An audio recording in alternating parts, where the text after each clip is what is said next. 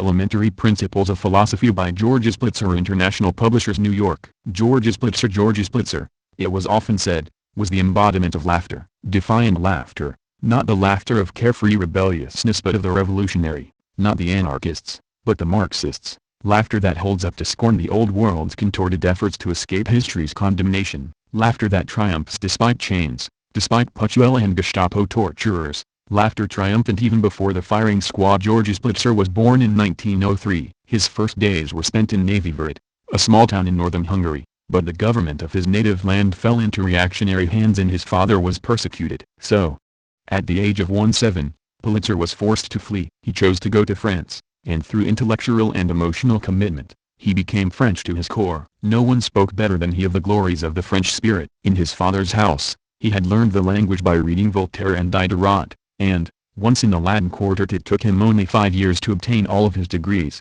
including the certification for professorship in philosophy. George Splitzer had in him the stuff of philosophical genius, and like his friend and companion in the torture chamber, Jacques Solomon, was an extraordinary specialist in theoretical physics. The certain path of Politzer's evolvement began in 1926 when he was still struggling to escape from certain idealistic influences. But he fought, he progressed, straining against every barrier. And the culmination of his journey was his encounter with Marxism. In the early 30s, when the Workers' University of Paris was founded in the old neighborhood of Mathurin-Moreau Avenue, it numbered on its staff many remarkable and even famous professors. But the course which generated the most enthusiasm among the students, whether blue-collar, Pucciu was Minister of the Interior under Pétain and was infamous for his care in setting up and running the pro-Nazi repressive apparatus of the Vichy government.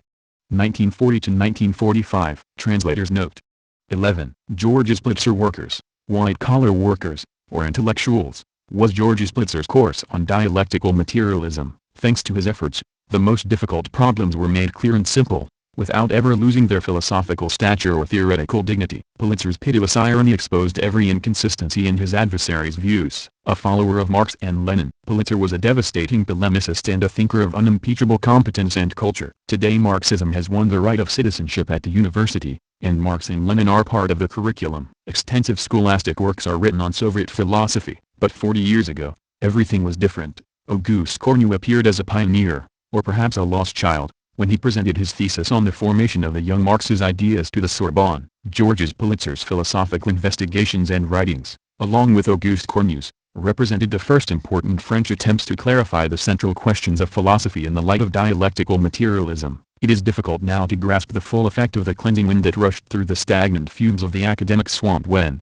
in 1929, the young red-headed philosopher, with the air of a young god breathed by a purifying fire, launched his offensive against the official idealistic school of thought with his publication, The End of a Philosophical Mummery, Bergsonism. Until the coming of war, Polizer continued his victorious polemic against all the adversaries of Marxism, which he saw as indistinguishable from modern rationalism. At the same time, he boldly and brilliantly defended the progressive traditions in French philosophical history, starting with the great tradition of Descartes. Polizer was engrossed by the study of psychology. He attempted to create a new psychology, which he called concrete, in opposition to traditional idealist psychology. At first he was influenced by Freud's psychoanalytic school, which was alluring because of its tendency to study the living person as a whole, without isolating narrow psychological functions. But within a short time, starting in 1928, he discerned questionable points in Freudian teaching and separated himself from it with his work Critique of the Foundations of Psychology. Politzer's attempt to underline the personality's social value guarantees the survival of his work as a psychologist. He taught at the Cherbourg High School,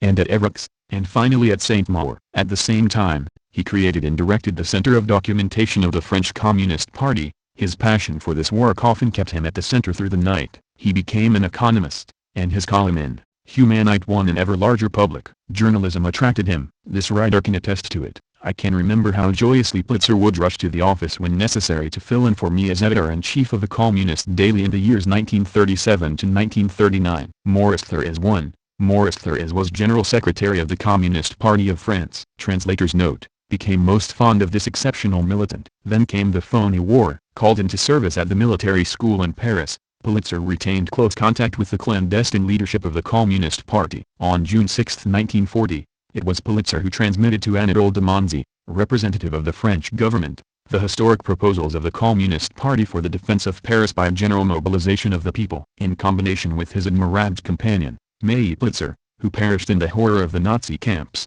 Polizer was the soul of the university's resistance from 1940 to 1942. There is no need to repeat that his courage was equal to every test, but his disarming fearlessness and superb daring must be recorded. From the time of his discharge in July of 1940, Polizer, along with Jacques Solomon and Daniel de Courtemanche, put out a clandestine paper for high school and college teachers. The first issue of Universiteit Liber, the Free University, appeared immediately after the arrest of Paul Langevin by the Gestapo in October. The paper described the imprisonment of the famous physicist and also covered the other outrages committed by the fascist invader. It added, "In the face of these events, the university has taken hold of itself. It has attained a unanimity of thought and of will surpassing anything in its glorious history. It has asserted with unanimity its intention to continue, through all, despite all, the great tradition of culture and freedom which has been and remains the tradition of the French university." From then on, Universiteit Liber struggled against the institutions of the enemy in university affairs, against the arrests of Jewish professors and students,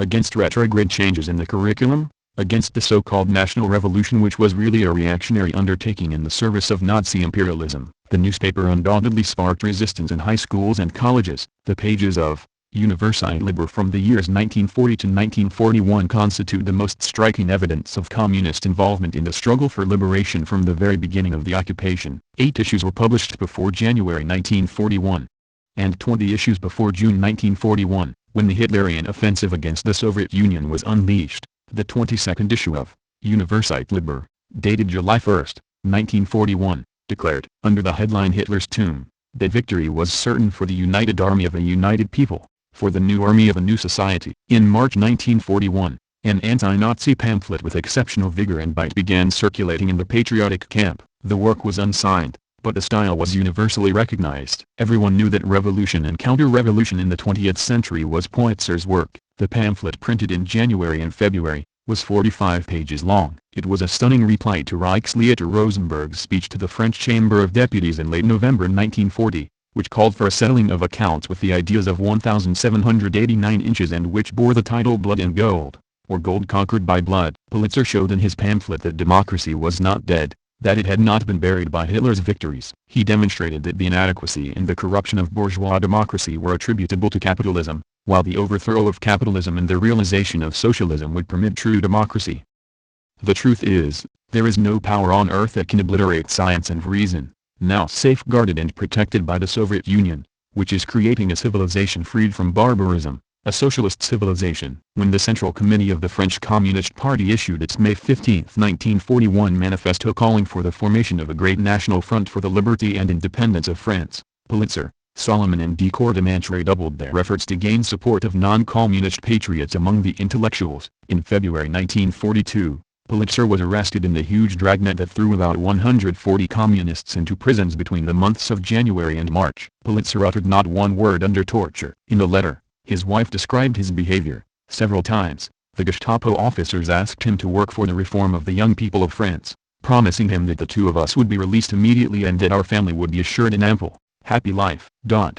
They gave him 8 days to consider the offer. Then, one day, he was summoned, and having repeated his refusal, was told that he would be shot within a few days. Before being shot, he was allowed to spend 20 minutes in my cell. He was sublime. Never had his face shone with such luminosity. A radiant calm flowed from him, and his whole manner was impressive, even for his executioners. He spoke to me of his happiness at giving his life for his party and for France. He was especially content that he would be dying on French soil. You know how important that was to him. It was not one of the lesser infamies of the Fourth Republic that its successive ministers of veteran affairs in 1954-1955 obstinately refused the demand that Georges Polizer be posthumously recognized as an imprisoned resistance member. The first of these ministers, now forgotten, was André Mutter, a reactionary member of the Lannion government. The second was a minor Gaullist, Raymond Triboulet, and he was backed by the council president, one Edgar Faure. It was not until 1956 that an administrative tribune, after hearing the legal pleas of Bergier and Moro Jafari,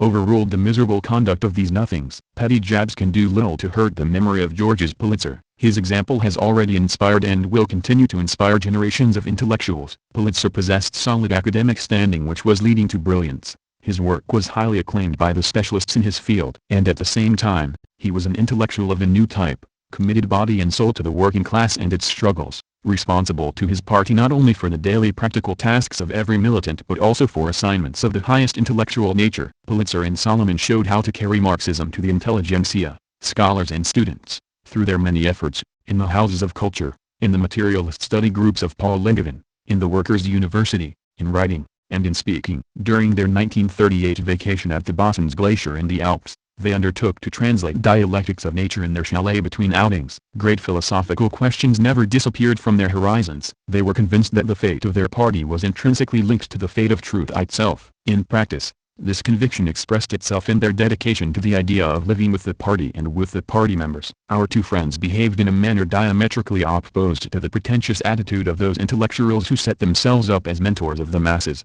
as great lesson givers, while in reality they obey bourgeois influences. Polizer said, "Intellectual independence, the critical spirit, consists not in yielding before the onslaught of reaction, but, on contrary, in refusing to yield." This maxim, we believe, stands as a good summation of all of his teaching. May young intellectuals, ever growing in numbers, accomplish ever more effectively the mission of this hero who fell in May 1942. Georges Cognate, Part 1, Philosophical Problems. Introduction 1. Why must we study philosophy? 2. Is the study of philosophy a difficult thing? 3. What is philosophy? 4. What is materialist philosophy? 5. What is the relationship between materialism and Marxism? 6. Campaigns of the bourgeoisie against Marxism. 1. Why must we study philosophy? We propose, in the course of this work, to present and explain the elementary principles of materialist philosophy. Why? Because Marxism is intimately linked with the philosophy and method, those of dialectical materialism. It is therefore indispensable to study this philosophy and this method in order to fully understand Marxism and to refute the arguments of bourgeois theories as well as to undertake an effective political struggle. Indeed, Lenin said, "Without revolutionary theory, there can be no revolutionary movement." V. L. Lenin, What is to be Done? New York, International Publishers, 1969, p. 25. This means fiercely, we must tie theory and practice together. What is practice? It is the act of realizing. For example, industry and agriculture realize, that is, transform into reality, certain theories, certain chemical, physical or biological theories. What is theory? It is the knowledge of the things which we want to realize. A person may be only practical, but then he realizes routinely. A person may be only theoretical, but then what he conceives of is often unrealizable. It is necessary therefore for there to be a connection between theory and practice. The question is to know what this theory is to be and what its connection with practice is to be. We think that the militant worker must have a correct method of analyzing and reasoning in order to realize a correct revolutionary action. We believe that he needs a method that is not a dogma providing him with ready-made solutions, but rather one that takes facts and circumstances, which are never the same, into account and that never separates theory from practice, reasoning from life. It is precisely this method which is contained in the philosophy of dialectical materialism,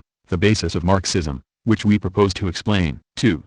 Is the study of philosophy a difficult thing? It is generally thought that the study of philosophy is a very difficult thing for workers and demands a specialized knowledge. It must be admitted that the way in which bourgeois manuals have been written certainly would confirm this idea and discourage workers. We are not trying to deny the difficulties presented by study in general and by philosophy in particular, but these difficulties are perfectly surmountable, and they stem from the fact that it is a question of something new for many of our readers, from the beginning. Moreover, we are going to ask them to re-examine the definitions of words which have been distorted in colloquial speech. 3. What is philosophy? Commonly, a philosopher is understood to be either someone who has his head in the clouds or someone who always sees the good side of things, who does not worry too much about things. However, quite the contrary. A philosopher is someone who wants to find certain precise answers for certain questions, and if we consider that philosophy tries to explain the problems of the universe, where does the world come from, where are we going, etc., we see that, consequently, the philosopher is concerned with many things, and, conversely to what is said, worries quite a bit. Hence, to define philosophy, we shall say that it seeks to explain the universe and nature and that it is the study of the most general problems. Introduction 5. Less general problems are studied by the sciences. Philosophy is thus an extension of the sciences in the sense that it derives from the sciences and is dependent on them. We hasten to add that Marxist philosophy provides a method for resolving all problems and that this method belongs to what is called materialism. 4. What is materialist philosophy? Here again a confusion exists which we must quickly denounce. Commonly, we consider a materialist to be someone who only wishes to enjoy material pleasures. Playing on the word materialism, which contains the word matter, People have given it a completely false meaning. While studying materialism, in the scientific sense of the word, we are going to return its true meaning to it. Our being materialists does not prevent us from examining materialism or from having an ideal and fighting for its triumph. The first men tried to explain nature and the world but were unable to. The sciences enable us to explain the world and the phenomena which surround us. However, the discoveries which have permitted the sciences to progress are quite recent. The ignorance of the first men was therefore an obstacle to their quest for truth. That is why in the course of history, because of this ignorance, we see religions sprouting up, which also try to explain the world, but by supernatural forces. This is an anti-scientific explanation. However, gradually, as science develops and as the centuries pass, men will try to explain the world by material facts based on scientific experiments. It is from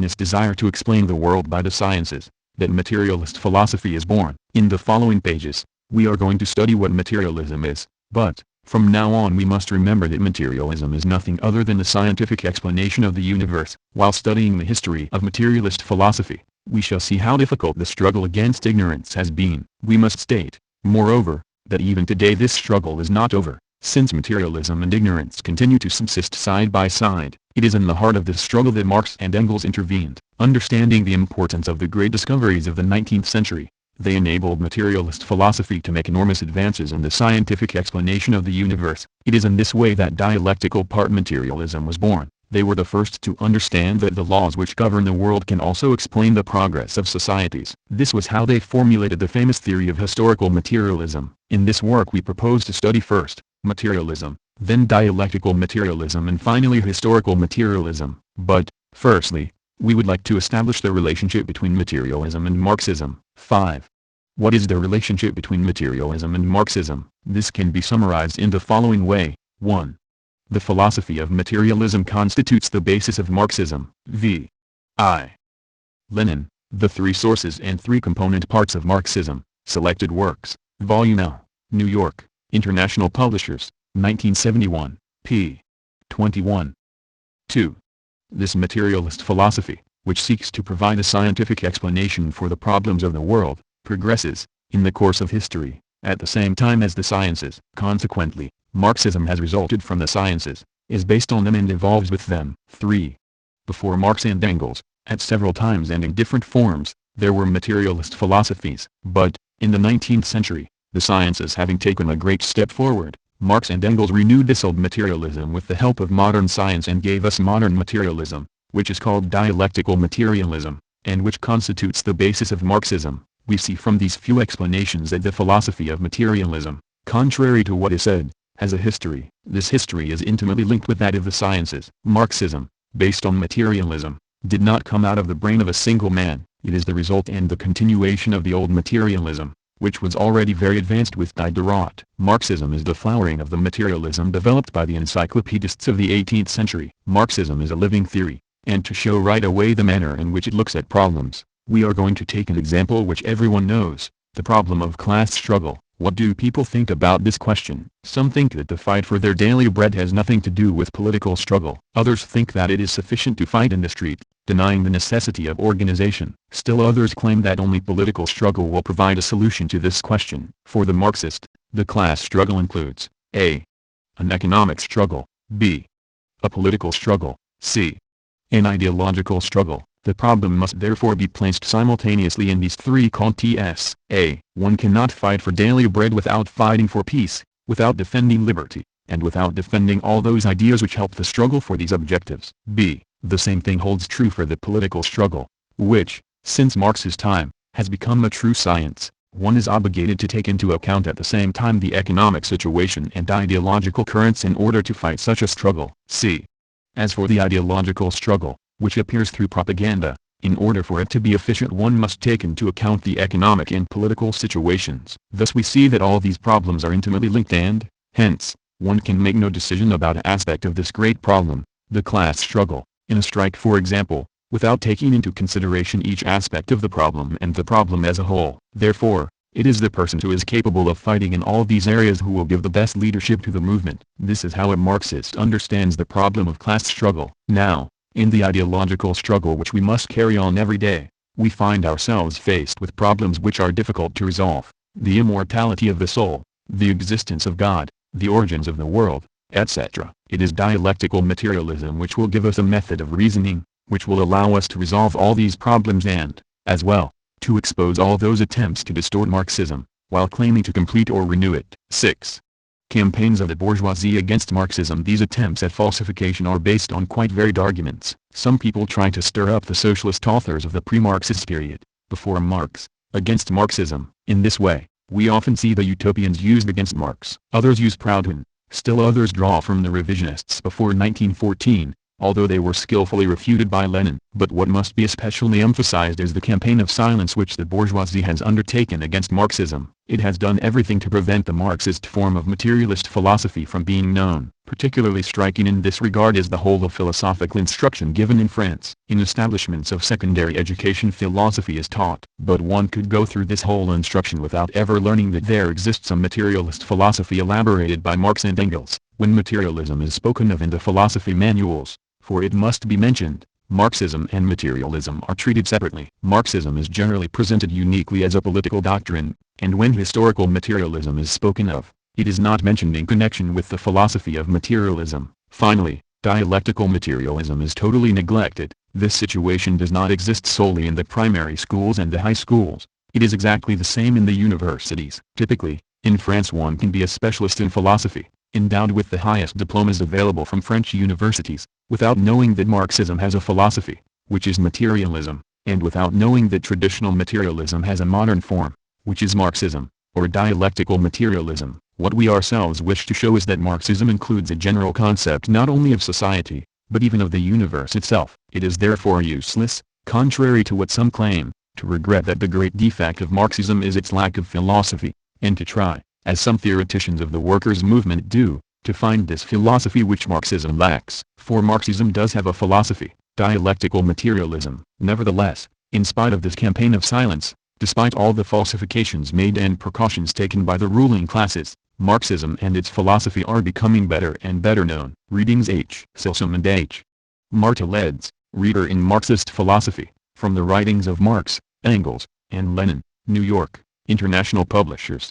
1963, Introduction, pages 17 to 44.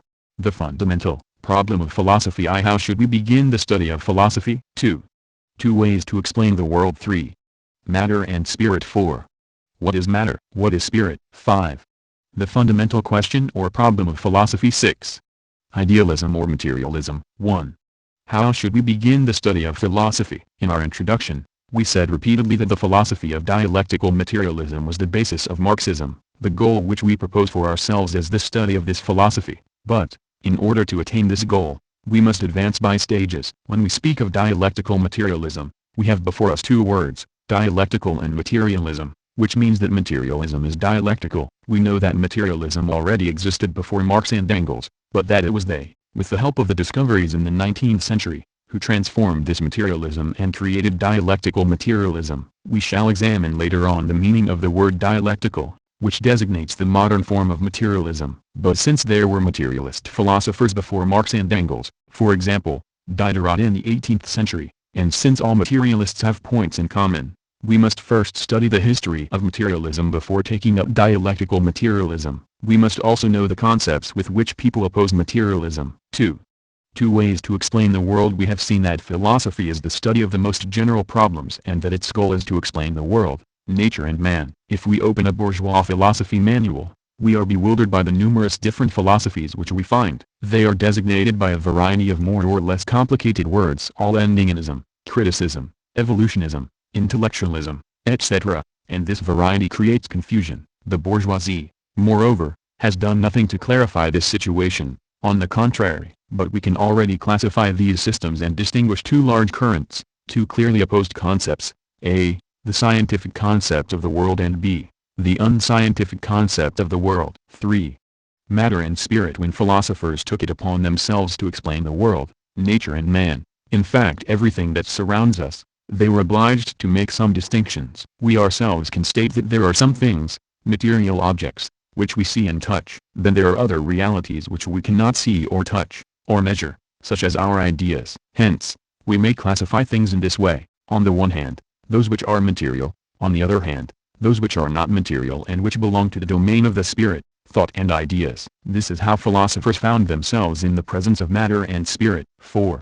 What is matter? What is spirit? We have just seen, generally, how people came to classify things according to whether they are matter or spirit, but we should note that this distinction is made in different forms and in different words. Thus, instead of speaking of spirit we speak also of thought, of our ideas, of our conscience, and of the soul, the same as when we speak of nature, of the world, of the earth, or of being, we are really talking about matter. Similarly, when Engels, in his book Ludwig Feuerbach and the End of Classical German Philosophy, speaks of being and thought, being signifies matter and thought signifies spirit. To define what thought or spirit, being or matter is, we shall say, thought is the idea which we conceive of things. Some of these ideas ordinarily come to us through our sensations and correspond to material objects. Other ideas, like those of God, of philosophy, of the infinite, of thought itself, do not correspond to material objects. The essential thing to remember is that we have ideas, thoughts or feelings because we see and we feel. Matter or being is what our sensations and our perceptions show and present to us. More generally, it is everything which surrounds us, which is called the exterior world. For example, my piece of paper is white. Knowing that it is white is an idea, and it is my senses which give me this idea. But matter is the piece of paper itself. This is why, when philosophers speak of the relations between being and thought, or between spirit and matter, or between consciousness and the brain, etc., it all deals with the same question and means, between matter and spirit, or between being and thought, which is the more important term, which one is prior to the other. This is the fundamental question of philosophy. 5. The fundamental problem or question of philosophy. Each one of us has wondered what happens to us after death, where the world comes from, and how the earth was formed. And it is difficult for us to admit that there has always been something. We tend to think at a certain moment there was nothing. That is why it is easier to believe what religion teaches. The Spirit of God was moving over the face of the waters. Then matter came. Likewise, we wonder where our thoughts are, and thus we have the problem of the relationship between the brain and thought. Moreover, there are many other ways of asking the same question. For example, what is the relation between will and ability? Will means here spirit or thought, and ability signifies what is possible, being or matter. Also, we frequently run into the question of the relation between social conscience and social being. The fundamental question of philosophy is presented, therefore, in different ways. We see how important it is always to recognize the way in which the problem of the relation between matter and spirit is presented, for we know that there can be only two answers to this question. 1. A scientific answer and 2. An unscientific answer. 6.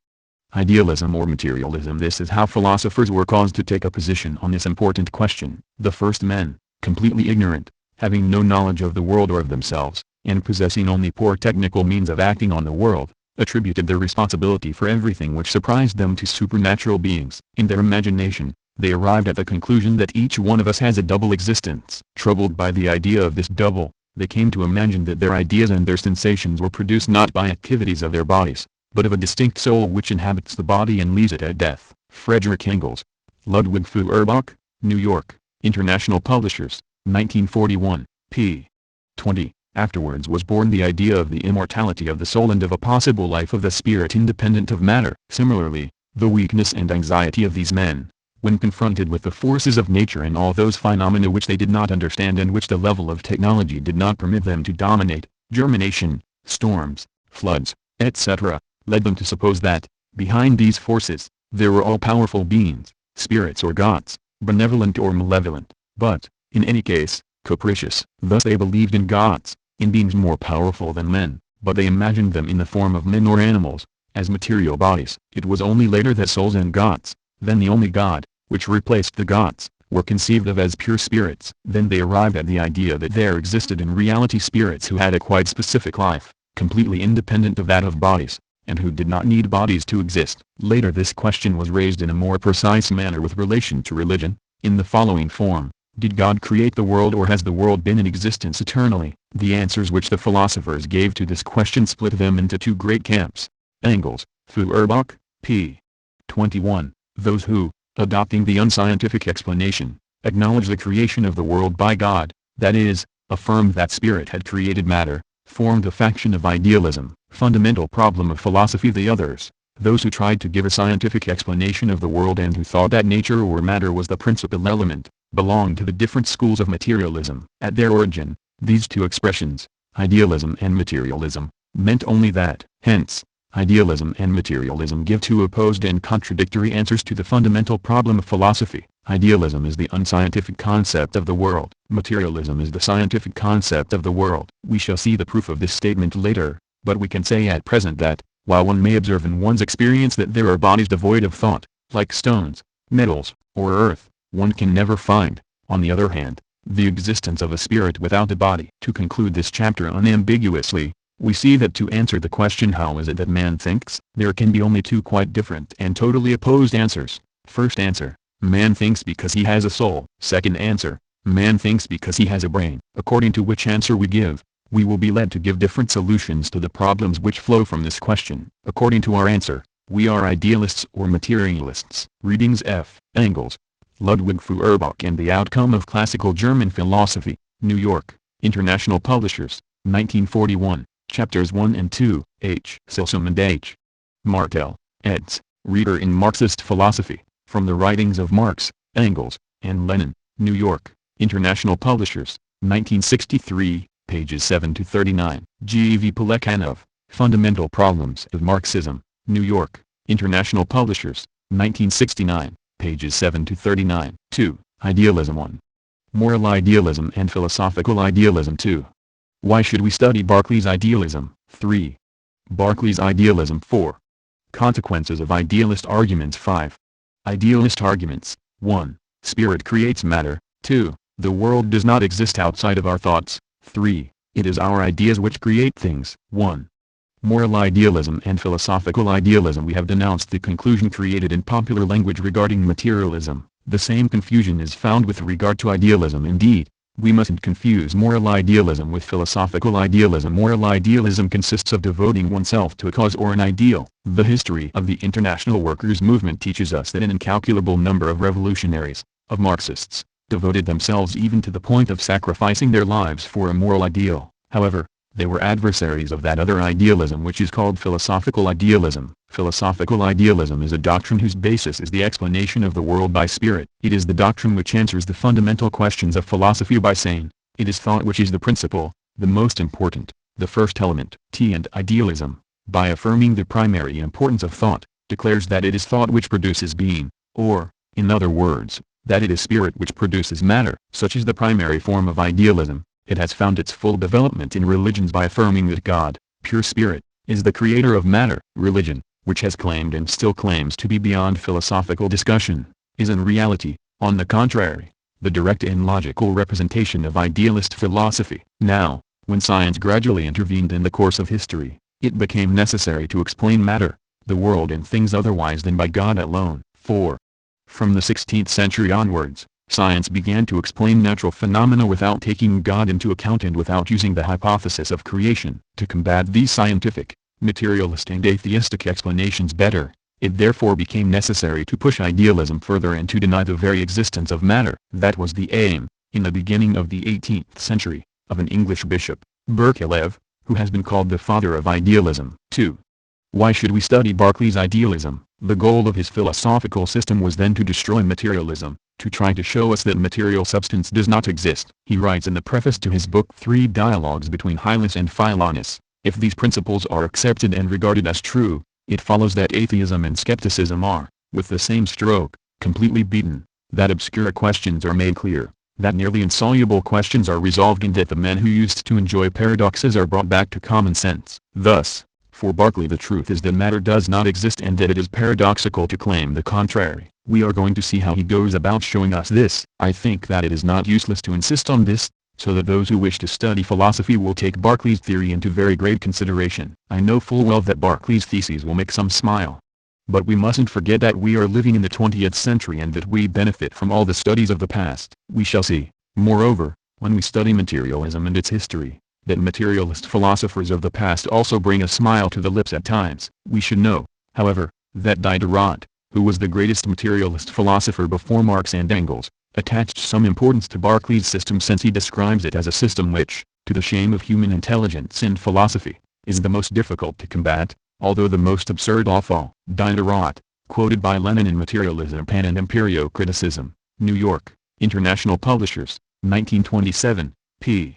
27, Lenin himself dedicated many pages to Berkeley's philosophy and writes, The recent Macans have not adduced a single argument against the materialists that had not been adduced by Bishop Berkeley, v. L. Lenin, Materialism and Empirio-Criticism, New York, International Publishers, 1970, p. 30. Finally, here is a judgment of Berkeley's immaterialism which is given in a History of Philosophy manual used in French high schools, a certainly still imperfect but admirable theory which should destroy forever, in philosophical minds, the belief in immaterial substance. This points out how important his philosophical reasoning is for everyone, although for different reasons, as these quotations have shown you. 3.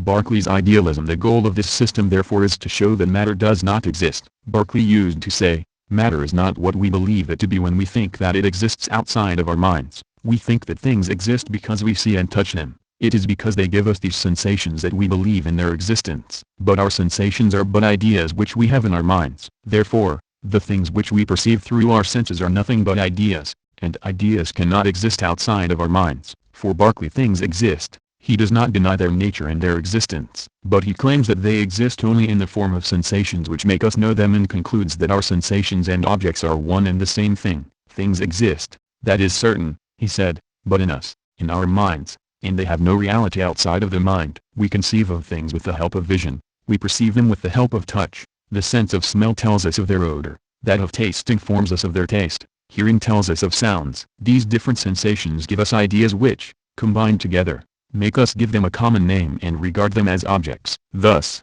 for example, a certain color, taste, smell, figure and consistence having been observed to go together, are accounted one distinct thing, signified by the name apple. Other collections of ideas constitute a stone, a tree, a book, and the like sensible things. Lenin, Materialism and Empirio-Criticism, p. 15. We are then deluding ourselves when we think we know the world and things to be exterior to us, since they exist only in our minds. In his book, Three Dialogues Between High, as in Philonis, Berkeley demonstrates this argument in the following way. Is it not an absurdity to believe that the same thing at the same moment can be different? For example, hot and cold at the same instant. Imagine that one of your hands is hot and the other cold, and that both are plunged at the same time into a vase full of water, at an intermediate temperature. Will the water not appear hot to one hand and cold to the other? Since it is absurd to believe that a thing can be in itself different at the same time, we must conclude that this thing exists only in our minds. What does Berkeley do then in his method of reasoning and discussion? He strips objects and things of all their properties. You say that objects exist because they have a color, an odor, a flavor, because they are big or small, light or heavy. I am going to show you that this does not exist in the objects, but in our minds. Here is a piece of cloth. You tell me it is red. Are you sure? You think that the red color is in the cloth itself. Are you certain? You know that there are animals that have eyes which are different from ours and who will not see this cloth as red.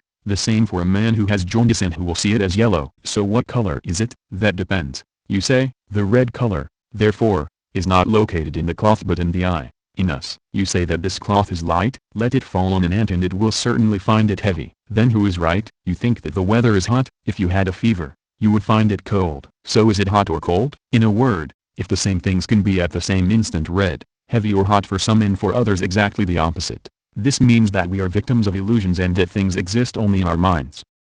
By removing all properties from objects, we arrive at the conclusion that the latter exist only in our thoughts, that is, that matter is an idea. Already, before Berkeley, Greek philosophers used to say, and correctly so, that certain qualities such as taste and sound were not in things themselves but rather in us. But what is new about Berkeley's theory is that he extends this observation to all the qualities of objects. Greek philosophers had in fact established the following distinction between qualities of things. On the one hand, there are primary qualities, that is, those which are in objects, such as weight, size, resistance, etc. On the other hand, there are secondary qualities, that is, those which are in us, such as odor, flavor, heat, etc. Yet Berkeley applies the same thesis to primary qualities as to secondary qualities, namely that all qualities and properties are not in objects but in us. If we look at the sun, we see it as round, flat and yellow. Science teaches us that we are mistaken, that the sun is not flat or yellow. Thus, with the help of science, we disregard certain false properties which we assign to the sun,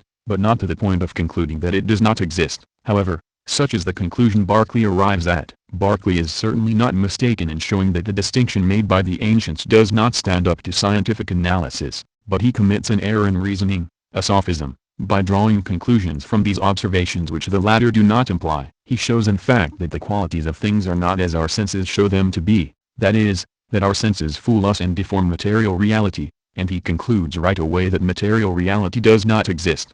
4.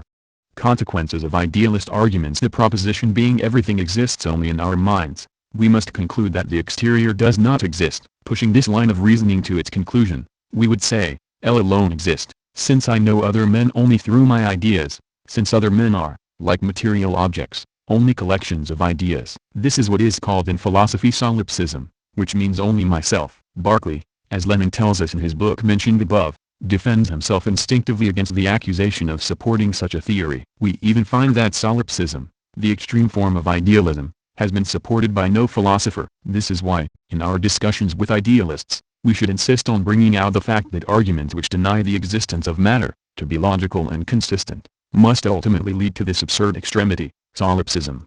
5.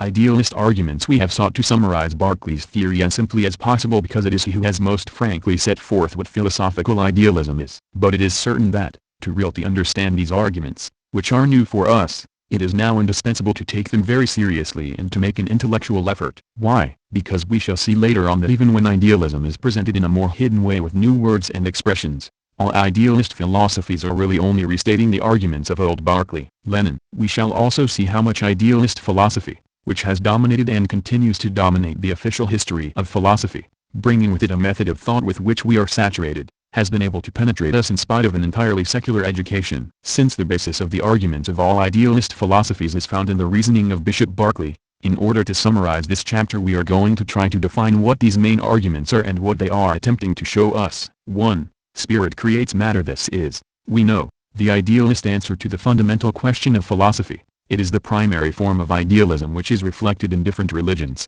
where it is maintained that spirit created the world. This declaration can have two meanings. Either God created the world, and the latter exists in reality, outside of us. This is the ordinary idealism of theology. Or God created the illusion of the world by giving us ideas which correspond to no material reality. This is the immaterialist idealism of Berkeley, who tries to show us that spirit is the sole reality, matter being a product fabricated by our minds. This is why idealists declare that, 2. The world does not exist outside of our thoughts. This is what Berkeley wants to show us by declaring that we are mistaken to attribute to things properties and qualities which belong to them, when these exist only in our minds. For idealists, benches and tables exist, but only in our thoughts and not outside of us. 4. 3. It is our ideas which create things. In other words, things are the reflection of our thoughts. Indeed, since it is the mind which creates the illusions of matter, since it is the mind which gives the idea of matter to our thoughts, since the sensations which we experience in the presence of things do not originate in the things themselves, but only in our thoughts, the source of the reality of the world and of things is our thoughts. Consequently, everything which surrounds us does not exist outside of our minds and can only be the reflection of our thoughts. But, for Berkeley, as our mind would be incapable of creating by itself these ideas, and since, moreover, it does not do whatever it wishes with them, as would be possible if it created them itself, we must admit that there is another, more powerful mind which is the creator. It is therefore God who creates our minds and who imposes on us all the ideas of the world which are found there. These are then the principal theses on which idealist doctrines are founded and the answers which they give to the fundamental question of philosophy. It is now time to see what answer materialist philosophy gives to this question and to the problems raised by these propositions. Readings G. Berkeley, The Three Dialogues Between Hylas and Philonous, various publishers, consult your library. V. L. Lenin, Materialism and Empirio-Criticism, New York, International Publishers, 1970, pages 9-31. 3. Materialism 1. Why should we study materialism? 2. Where does materialism come from? 3. How and why materialism has evolved? 4. What are the materialist principles and arguments? 1. It is matter which produces spirit. 2. Matter exists outside of any spirit. 3. Science, through experimentation, enables us to know things. 1.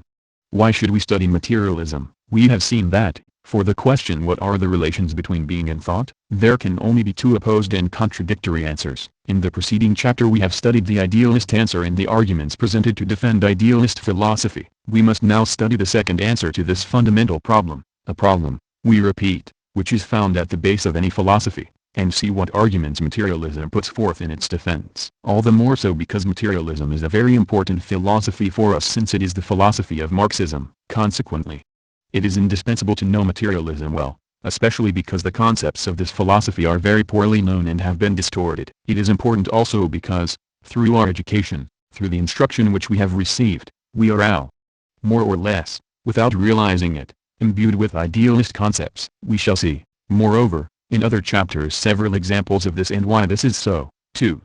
Where does materialism come from? We have defined philosophy generally as an effort to explain the world and the universe, but we know that, along with the state of human knowledge, these explanations have changed and that two attitudes have been adopted to explain the world in the course of the history of humanity. One is anti-scientific, appealing to a superior spirit or spirits, to supernatural forces. The other is scientific, being founded on facts and experience. One of these concepts is defended by idealist philosophers, the other by materialist philosophers. This is why, from the beginning of this book, we have said that the first idea which we should entertain about materialism is that this philosophy represents the scientific explanation of the universe, whereas idealism was born from the ignorance of man, and we shall see how this ignorance has been maintained in the history of societies by cultural and political forces which shared idealist concepts. Materialism was born from the struggle of science against ignorance or obscurantism. This is why this philosophy was fought so hard and why, in its modern form, dialectical materialism, it is little known, if not totally ignored or misunderstood by the official academic world. 3. How and why materialism has evolved contrary to what those who fight this philosophy and who say that this doctrine has not evolved for 20 centuries claim. The history of materialism shows us that there is something in this philosophy which is alive and always moving. Over the centuries, man's scientific knowledge has progressed. In the beginning of the history of thought, in Greek antiquity, scientific knowledge was practically non-existent. The first scientists were at the same time philosophers, because during this period philosophy and the newly born sciences formed a whole, the one being the extension of the others. Later on, when the sciences made precisions in the explanation of the phenomena of the world, precisions which interfered with and were even in contradiction with the dogmas of idealist philosophies, a conflict between philosophy and science was born. The sciences being in contradiction with the official philosophy of this period, it became necessary for them to separate. So the sciences were in a hurry to get out of the philosophical hodgepodge and to leave the sweeping hypotheses to the philosophers in order to concentrate on limited problems, those which are ripe for an early solution. At the moment the distinction between the sciences and philosophy took place. René Maleblanc, La Vie ouvrière, 25th of November, 1935. But materialism, born with the sciences, linked to and dependent on them, has progressed and evolved with them, so that with modern materialism, that of Marx and Engels, it has succeeded in reuniting science and philosophy in dialectical materialism. Later on we shall study this history and evolution, which are attached to the progress of civilization, but already we can note, and this is very important to retain, that materialism and science are linked together and that materialism is absolutely dependent on science. It remains for us to establish and define the bases of materialism, bases which are common to all the philosophies which, in different ways, are derived from materialism. 4.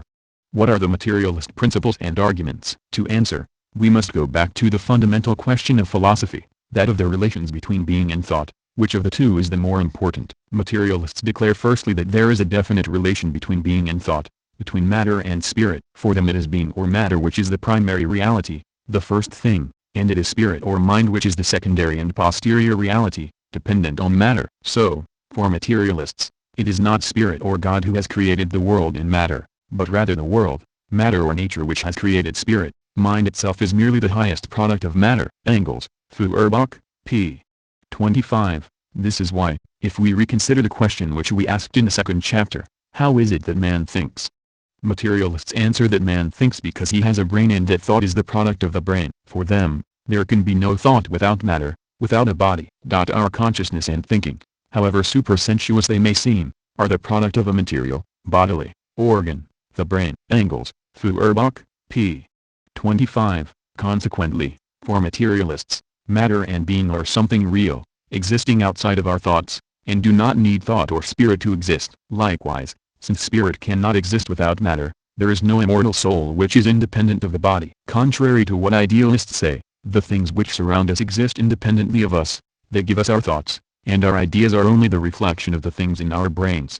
That is why, with respect to the second aspect of the question of the relations between being and thought, In what relation do our thoughts about the world surrounding us stand to this world itself? Is our thinking capable of the cognition of the real world? Are we able in our ideas and notions of the real world to produce a correct reflection of reality? In philosophical language this question is called the question of the identity of thinking and being.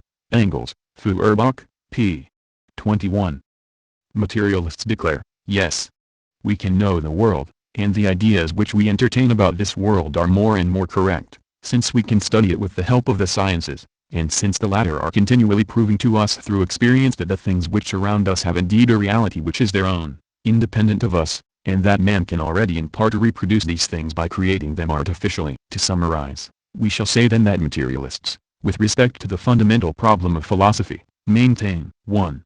That matter produces spirits and that, scientifically, a spirit without matter has never been observed. 2. That matter exists outside of any spirit and that it does not need spirit to exist, having its own particular existence, and that, consequently, contrary to what idealists say, it is not ideas which create things, but rather it is things which give us our ideas. 3.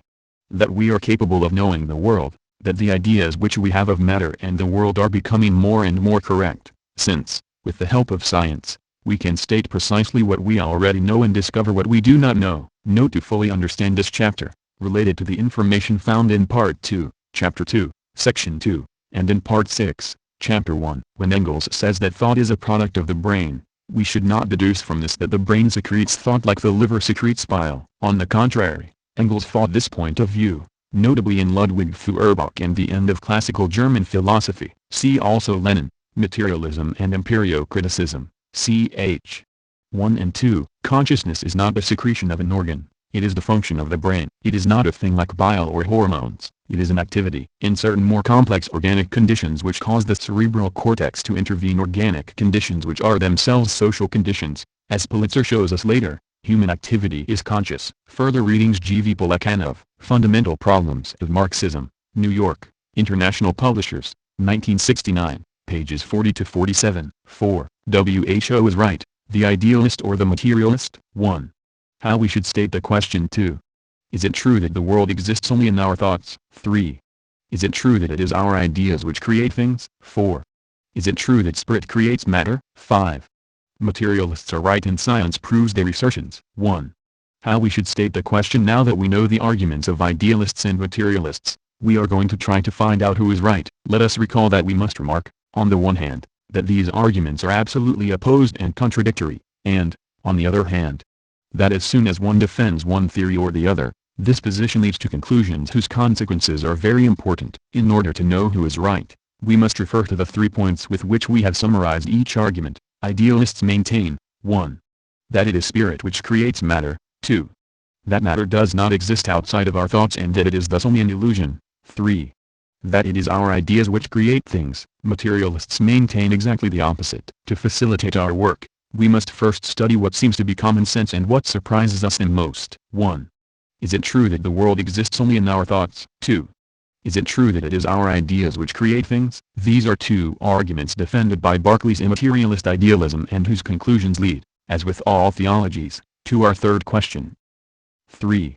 Is it true that spirit creates matter? These are some very important questions since they are related to the fundamental problem of philosophy. Consequently, it is by discussing them that we are going to find out who is right. These questions are particularly interesting for materialists, in the sense that the materialist answers to these questions are common to all materialist philosophies, and, consequently, to dialectical materialism. 2. Is it true that the world exists only in our thoughts? Before studying this question we must explain 2 philosophical terms which we are obligated to use and which we shall often encounter in our readings.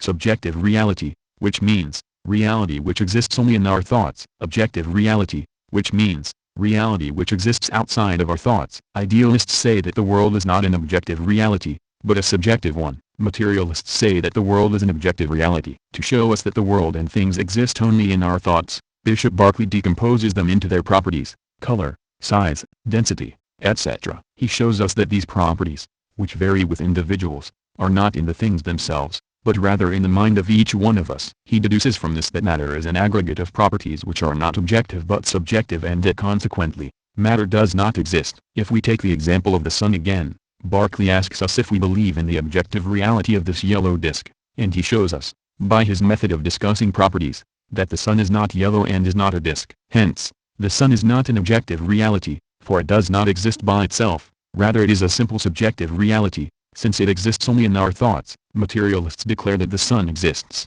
nevertheless, not because we see it as a flat and yellow disk, for this is naive realism, the realism of children, and primitive men who had only their senses to control reality. Rather it is by invoking science that they declare that the sun exists. Science enables us in fact to rectify the errors that our senses make us commit. But, in this example of the sun, we must state the problem clearly. Along with Berkeley, we say that the sun is not a disk and it is not yellow, but we do not accept his conclusions, the negation of the sun as an objective reality. We are not discussing the properties of things, but their existence. We are not arguing in order to know if our senses fool us and deform material reality, but to know if this reality exists outside of our senses. Well then, materialists maintain the existence of a reality outside of us, and they furnish arguments which are science itself. What do idealists do to show us that they are right? They argue about words, make long speeches and write numerous pages. Let us suppose for a moment that they are right. If the world exists only in our minds, then did it not exist before men? We know that this is false.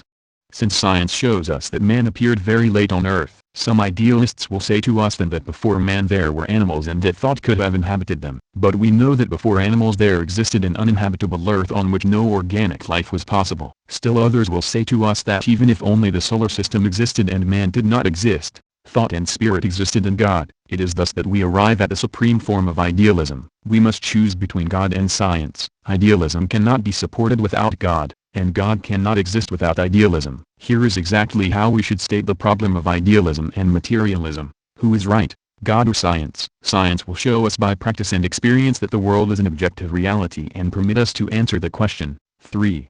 Is it true that it is our ideas which create things? Let us take, for example, a bus which passes at the moment when we are crossing the street. We are accompanied by an idealist with whom we are arguing about whether things have an objective or a subjective reality and whether it is true that our ideas create things. It is quite certain that, if we do not want to get run over, we will both be very careful. Thus, in practice, the idealist is obliged to recognize the existence of the bus. For him, practically speaking, there is no difference between an objective bus and a subjective bus. This is so true that practice easily proves that, in life, idealists are materialists. We could cite many examples on this subject, where we would see that idealist philosophers and those who support this philosophy do not disdain a certain objective lowness in order to obtain what is, for them, only a subjective reality. That is why, moreover, we no longer see anyone claiming, like Berkeley, that the world does not exist. The arguments are much more subtle and covert. Consult, for an example of the way in which idealists argue, the chapter entitled The Discovery of the World Elements in Lenin's book,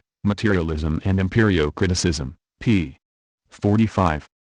Hence, it is, to borrow Lenin's words, the criterion of practice which will allow us to confound idealists. The latter, moreover, will not fail to point out that theory and practice are not the same, that they are two completely different things. This is not true. It is practice alone, through experience, which will show us whether a concept is right or wrong. Hence, the example of the bus demonstrates that the world has an objective reality and is not an illusion created by our minds. Since Berkeley's theory of immaterialism cannot stand up against the sciences nor resist the criterion of practice, it now remains for us to see whether, as all the conclusions of idealist philosophies, religions and theologies claim, spirit creates matter. 4.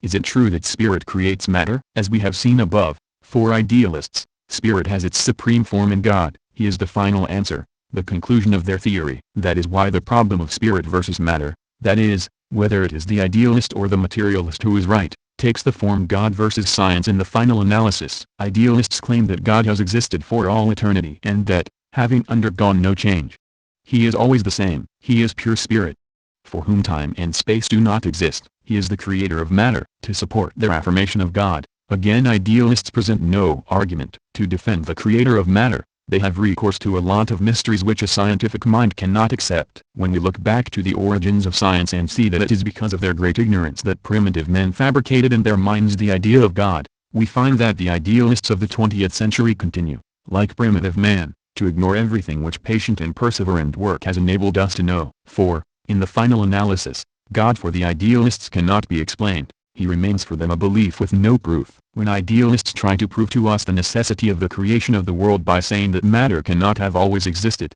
they turn to God, who, himself, never had a beginning. In what way is this explanation any clearer? To support their arguments, materialists, on the other hand, use the science which men have progressively developed as they have made the borders of their ignorance recede. Now, does science permit us to think that spirit created matter?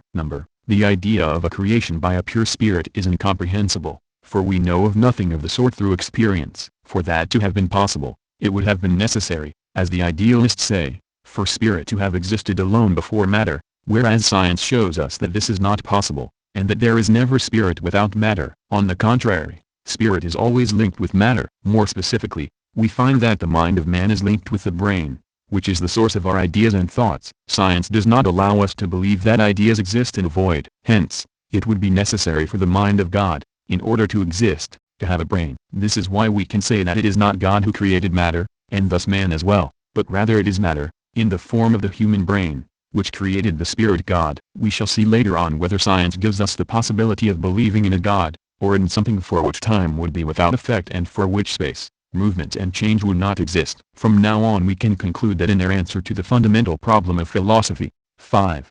Materialists are right and science proves their assertions. Materialists are right to assert, 1. Against Berkeley's idealism and against the philosophers who are hiding behind his immaterialism, on the one hand, that the world and things do exist outside of our thoughts and that they do not need our thoughts to exist, on the other hand, that it is not our ideas which create things, but rather that it is things which give us our ideas. 2.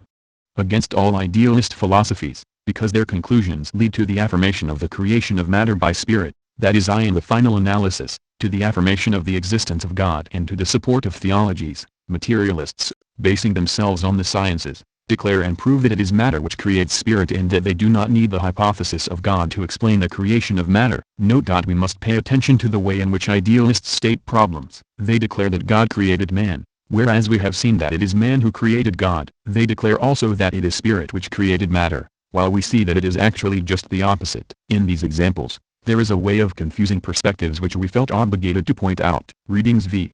L. Lenin, Materialism and Empirio-Criticism, New York, International Publishers, 1970, pages 32 to 93. 5. Is there a third philosophy? Agnosticism. 1.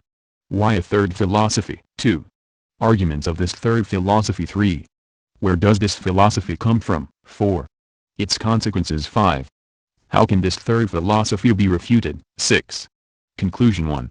Why a third philosophy? After these first chapters, it may seem to us that, in short, it must be rather easy to see our way through all the philosophical arguments since only two large currents share all theories, idealism and materialism. In addition, it may seem that those arguments which fight for materialism carry the decision absolutely. It appears then that after some study we have found the way which leads to the philosophy of reason, materialism. But things are not so simple. As we have already pointed out, modern idealists do not have the frankness of Bishop Berkeley. They present their ideas in a much more artful form, and confused by the use of a new terminology, so that these thoughts may be taken by naive people for recent philosophy. Lenin, Materialism and Empirio-Criticism, p.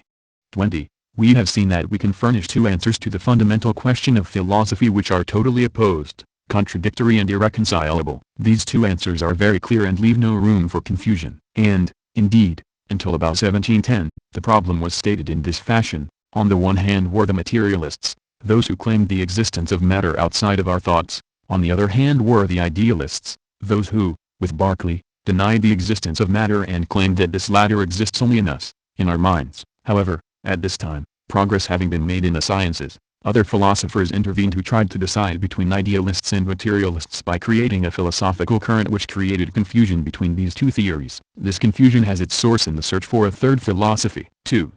Arguments of this third philosophy. The basis of this philosophy, which was elaborated after Berkeley, is that it is useless to try to know the real nature of things and that we shall never know anything but appearances. This is why this philosophy is called agnosticism, from the Greek a, negation, and gnostic, capable of knowing, hence, incapable of knowing. According to agnostics, we cannot know if the world is, basically, spirit or nature. It is possible for us to know the appearance of things, but we cannot know their reality. Let us take again the example of the sun. We have seen that it is not, as the first men thought, a flat and yellow disk. This disk was then only an illusion, an appearance. Appearance is the superficial idea which we entertain about things, it is not their reality. This is why, with regard to the argument between idealists and materialists over whether things are matter or spirit, whether they exist or not outside of our thoughts, or whether it is possible or not to know them. Agnostics say that we can indeed know their appearance, but never their reality. Our senses, they say, enable us to see and feel things,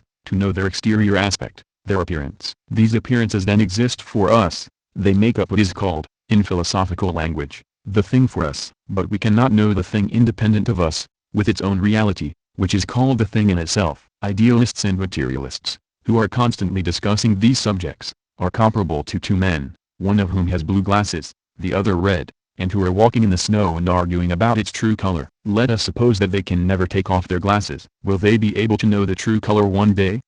Well then, the idealists and materialists who argue to find out which one is right wear blue and red glasses. Never will they know reality. They will have a knowledge of the snow for them. Each will see it in his own way, but never will they know the snow in itself. Such is the reasoning of agnostics. 3.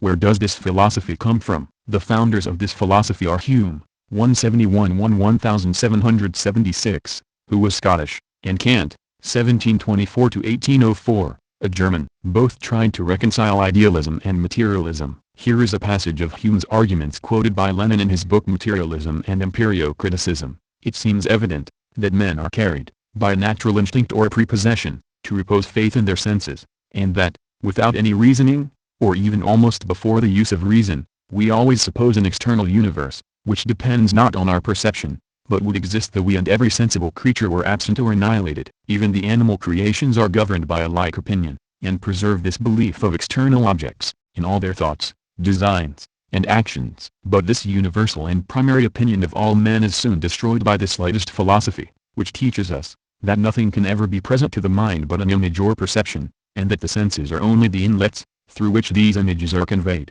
without being able to produce any immediate intercourse between the mind and the object. The table, which we see, seems to diminish, as we remove farther from it, but the real table, which exists independent of us, suffers no alteration. It was therefore, nothing but its image, which was present to the mind. These are the obvious dictates of reason. Pages 25–26, we see that Hume admits firstly what meets with common sense, the existence of an external universe which does not depend on us. But, right after that, he refuses to admit that this existence is an objective reality. For him, this existence is nothing but an image, and our senses, which perceive this existence, this image, are incapable of establishing any kind of relation between mind and object. In a word, we live in the middle of things like at the cinema, where we perceive the image of objects existing on the screen, but where, behind the images themselves, that is, behind the screen, there is nothing. Now, if we want to know how our minds know objects, can this not be due to the energy of the mind itself, or from the suggestion of some invisible and unknown spirit, or from some other cause still more unknown to us? Hume quoted by Lenin, Materialism and Empirio-Criticism, p. 26. 4. Its consequences. Here we have a seductive theory which is, moreover, very widespread. We find it in different forms throughout the course of history, among philosophical theories and, in our times, among all those who claim to remain neutral and maintain themselves in a scientific reserve. We must then examine if these reasonings are correct and what their consequences are. If it is truly impossible, as the agnostics claim, to know the true nature of things and whether our knowledge is limited to their appearances, we cannot then declare the existence of an objective reality, and we cannot know if things exist by themselves. For us, for example, the bus is an objective reality. The agnostic, however, tells us that this is not certain, that we cannot know if this bus is thought or reality. He forbids us then to claim that our thought is the reflection of things. We see that we are right in the middle of idealist reasoning, for the difference between stating that things do not exist or simply that we cannot know if they exist is not very large. We have seen that the agnostic makes a distinction between the things for us and the things in themselves. The study of the things for us is then possible. This is science. But the study of things in themselves is impossible, for we cannot know what exists outside of us. The result of this reasoning is the following. The agnostic accepts science, and, as one cannot be scientific without expelling any supernatural force from nature, with regard to science he is a materialist. But he hastens to add that, since science gives us only appearances, nothing proves that there is not something other than matter in reality, or even that matter exists or that God does not exist. Human reason can know nothing about this and should not be concerned with it. If there are other ways of knowing the things in themselves, such as religious faith, the agnostic does not want to know it and does not feel justified to discuss it. Hence, with regard to the conduct of life and the construction of science, the agnostic is a materialist. But he is a materialist who dares not declare his materialism and who tries above all not to get into difficulty with idealists and not to enter into conflict with a religion. He is a shamefaced materialist. Frederick Engels, Socialism, Utopian and Scientific, New York, International Publishers, 1935, p. 13. The consequence is that, by doubting the profound value of science, by seeing in it only appearances, this third philosophy tells us to attribute no truth to science and to consider it perfectly useless to try to know something or to try to contribute to progress. Agnostics say, formerly, men saw the sun as a flat disk and believed that such was reality. They were wrong. Today, science tells us that the sun is not as we see it, and it claims to explain everything. We know, however, that science is frequently mistaken, destroying one day what it had constructed the day before. Error yesterday, truth today, but error tomorrow. Thus, agnostics declare, we cannot know. Reason brings us no certainty. And if other means than reason, such as religious faith, claim to give us absolute certainties, not even science can prevent us from believing it. Hence, by diminishing confidence in science, agnosticism prepares the way for the return of religion. 5. How can this third philosophy be refuted? We have seen that, in order to prove their assertions, materialists use not only science but also experience, which enables us to control science. Thanks to the criterion of practice, we can know, we can take cognizance of things. Agnostics tell us that it is impossible to declare that the outside world exists or does not exist. Yet, in practice, we know that the world and things exist. We know that the ideas which we have about things are founded, that the relations which we have established between things and us are real. From the moment we turn to our own use these objects, according to the qualities we perceive in them, we put to an infallible test the correctness or otherwise of our sense perceptions. If these perceptions have been wrong, then our estimate of the use to which an object can be turned must also be wrong, and our attempt must fail. But if we succeed in accomplishing our aim, if we find that the object does agree with our idea of it, and does answer the purpose we intended it for, then that is positive proof that our perceptions of it and of its qualities, so far, agree with reality outside ourselves. And whenever we find ourselves face to face with a failure, then we generally are not long in making out the cause that made us fail. We find that the perception upon which we acted was either incomplete and superficial, or combined with the result of other perceptions in a way warranted by them, what we call defective reasoning. So long as we take care to train and to use our senses properly, and to keep our action within the limits prescribed by perceptions properly made and properly used, so long we shall find that the result of our action proves the conformity of our perceptions with the objective nature of the things perceived. Not in one single instance, so far, have we been led to the conclusion that our sense perceptions, scientifically controlled, induce in our minds ideas respecting the outer world that are, by their very nature, at variance with reality, or that there is an inherent incompatibility between the outer world and our sense perceptions of it. Engels, Socialism, Utopian and Scientific, p. 14. To paraphrase Engels' statement, we could say, the proof of the pudding is in the eating. If it did not exist or if it were only an idea, after having eaten it, our hunger would not be at all satisfied. Thus, it is perfectly possible for us to know things, to see if our ideas correspond to reality. It is possible for us to control the data of science by experience and industry which translates the theoretical results of science into practical applications. If we can make synthetic rubber, then science must know the thing in itself which is rubber. We see then that it is not useless to try to know who is right. Since beyond the theoretical errors which science may commit, experience gives us the proof every time that it is indeed science which is correct. 6. Conclusion. Since the 18th century, in the works of different thinkers who have borrowed more or less from agnosticism, we see that this philosophy has been torn between idealism and materialism, under the disguise of new words, as Lenin says, claiming even to use the sciences to support their reasonings. They only create confusion between the two theories. Thus, they allow some people to have convenient philosophy, one which gives them the possibility of declaring that they are not idealists because they use science, but neither are they materialists, because they do not dare to pursue their arguments to their conclusion, because they are not consistent with themselves. What, indeed, is agnosticism? Writes Engels. But, shamefaced materialism. The agnostic's conception of nature is materialistic throughout. The entire natural world is governed by law, and absolutely excludes the intervention of action from without. But, he adds, we have no means either of ascertaining or of disproving the existence of some supreme being beyond the known universe. Engels, Socialism, Utopian and Scientific, p. 13. Hence, this philosophy is playing into the hands of idealism and, all told, because they are inconsistent in their reasonings, agnostics lead right back to idealism. Scratch an agnostic, says Lenin, and you will find an idealist. We have seen that we can know which is right.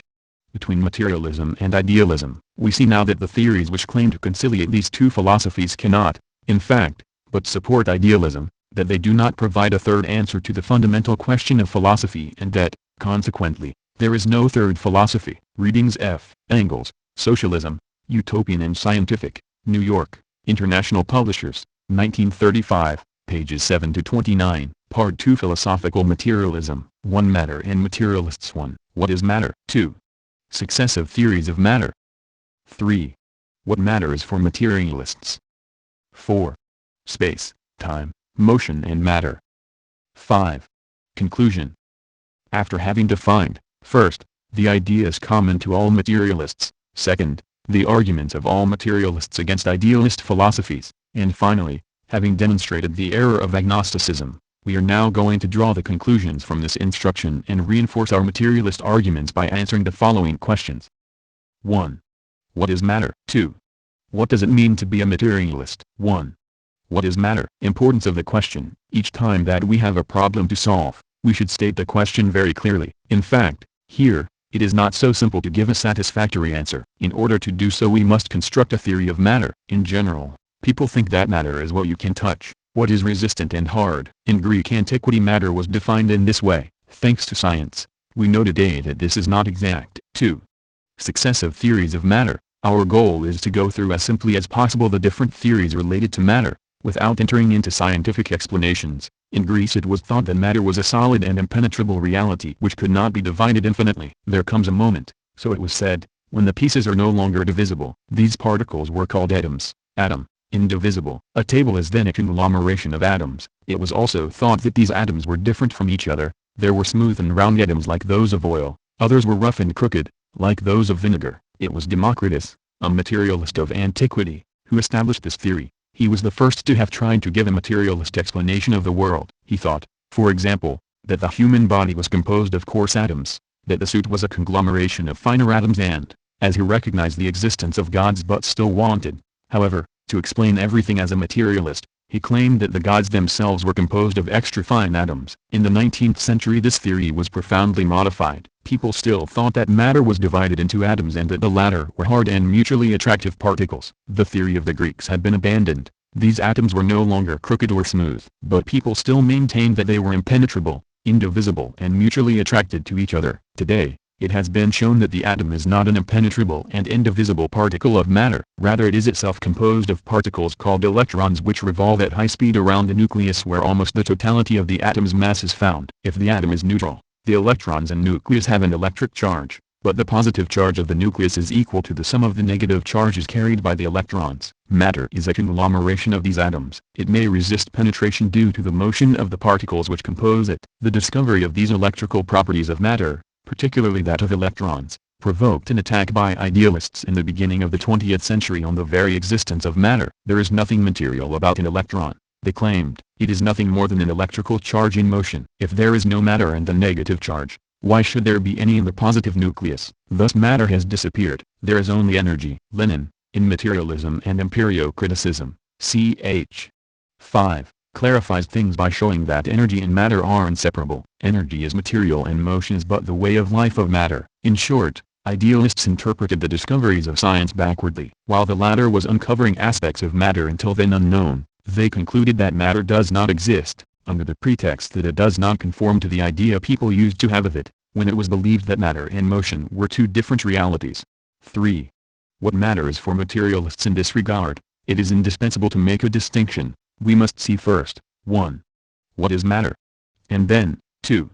What is matter like? The answer which materialists give to the first question is that matter is an external reality, independent of the mind, and which does not need the mind to exist. Lenin says about this, matter is the objective reality given to us in sensation, and so forth. Lenin, Empirio-Criticism, p. 145. Now, to the second question, what is matter like? Materialists answer, it is up to science, not us, to answer. The first answer has been invariable from antiquity to today. The second answer has varied and must vary because it depends on science and on the state of human knowledge. It is not a conclusive answer, we see that it is absolutely indispensable to state the problem correctly and not to let idealists mix up these two questions. We must separate them and show that it is the first question which is primary and that our answer to it has always been invariable. For the sole property of matter with whose recognition philosophical materialism is bound up is the property of being an objective reality, of existing outside the mind. 3, 4. Space, time, motion and matter. While we claim, because we find it to be so, that matter exists outside of us, we also must make it clear that, 1. Matter exists in time and in space. 2. Matter is in motion. Idealists, on the other hand, think that space and time are ideas in our minds. It was Kant who first supported this idea. For them, space is a shape which we give to things and it originates in man's mind. The same is true for time. Part 2. Philosophical materialism. Materialists maintain, on the contrary, that space is not in us, but rather we are in space. They also contend that time is an indispensable condition for the unfolding of our lives and that, consequently, time and space are inseparable from what exists outside of us, that is, matter. For the basic forms of all being are in space and time, and existence out of time is just as gross in absurdity as existence out of space. Frederick Engels, Anti-During, New York, International Publishers, 1939, p. 60. Hence, we think that there is a reality independent of our consciousness. We all believe that the world existed before us and will continue to exist after us. We believe that the world does not need us in order to exist. We are convinced that Paris existed before our birth and, unless it is razed to the ground, will continue to exist after our death. We are certain that Paris exists, even when we are not thinking about it. Likewise, there are tens of thousands of cities we have never visited, whose names we do not even know, but which exist nevertheless. Such is the general conviction of humanity. Science has enabled us to give a precision and solidity to this argument, thus reducing all the idealist trickeries to zero. Natural science positively asserts that the earth once existed in such a state that no man or any other creature existed or could have existed on it. Organic matter is a later phenomenon, the fruit of a long evolution. Lenin, Empirio-Criticism, p. 69. Hence, while science provides us with the proof that matter exists in time and in space, it teaches us as well that matter is in motion. This last detail, which has been provided by modern science, is very important, for it destroys the old theory according to which matter was incapable of motion, that is, inert. Motion is the mode of existence of matter. Never anywhere has there been matter without motion, nor can there be. Engels, Anti-During, p. 68. We know that the world in its present state is the result, in all domains, of a long evolution and, consequently, the result of a slow, but continuous, motion. We specify them after having shown the existence of matter, that there is nothing in the world but matter in motion, and matter in motion cannot move otherwise than in space and time. Lenin, Empirio-Criticism, p. 177, 5. Conclusion. The result of these findings is that the idea of God, the idea of a pure spirit which created the universe, makes no sense, for a God outside of space and time is something which cannot exist. We must share the idealist mystique and, consequently, we must allow no scientific control in order to believe in a God existing outside of time, that is, existing at no moment, and existing outside of space, that is, existing nowhere. Materialists, strengthened by the conclusions of science, maintain that matter exists in space and at a certain moment, in time. Consequently, the universe could not have been created, for in order to create the world, God would have needed a moment which was at no moment, since for God time does not exist, and it would have been necessary for the world to have sprung out of nothing. In order to acknowledge creation, we must first accept that there was a moment when the universe did not exist. Next we must admit that something came from nothing, which science cannot accept. We see that idealist arguments, when confronted by science, cannot stand, whereas those of materialist philosophers are inseparable from science. Thus we underline once more the intimate relations which link materialism with science. Readings. F. Engels, Anti-During, New York, International Publishers, 1939, pp. 992 v.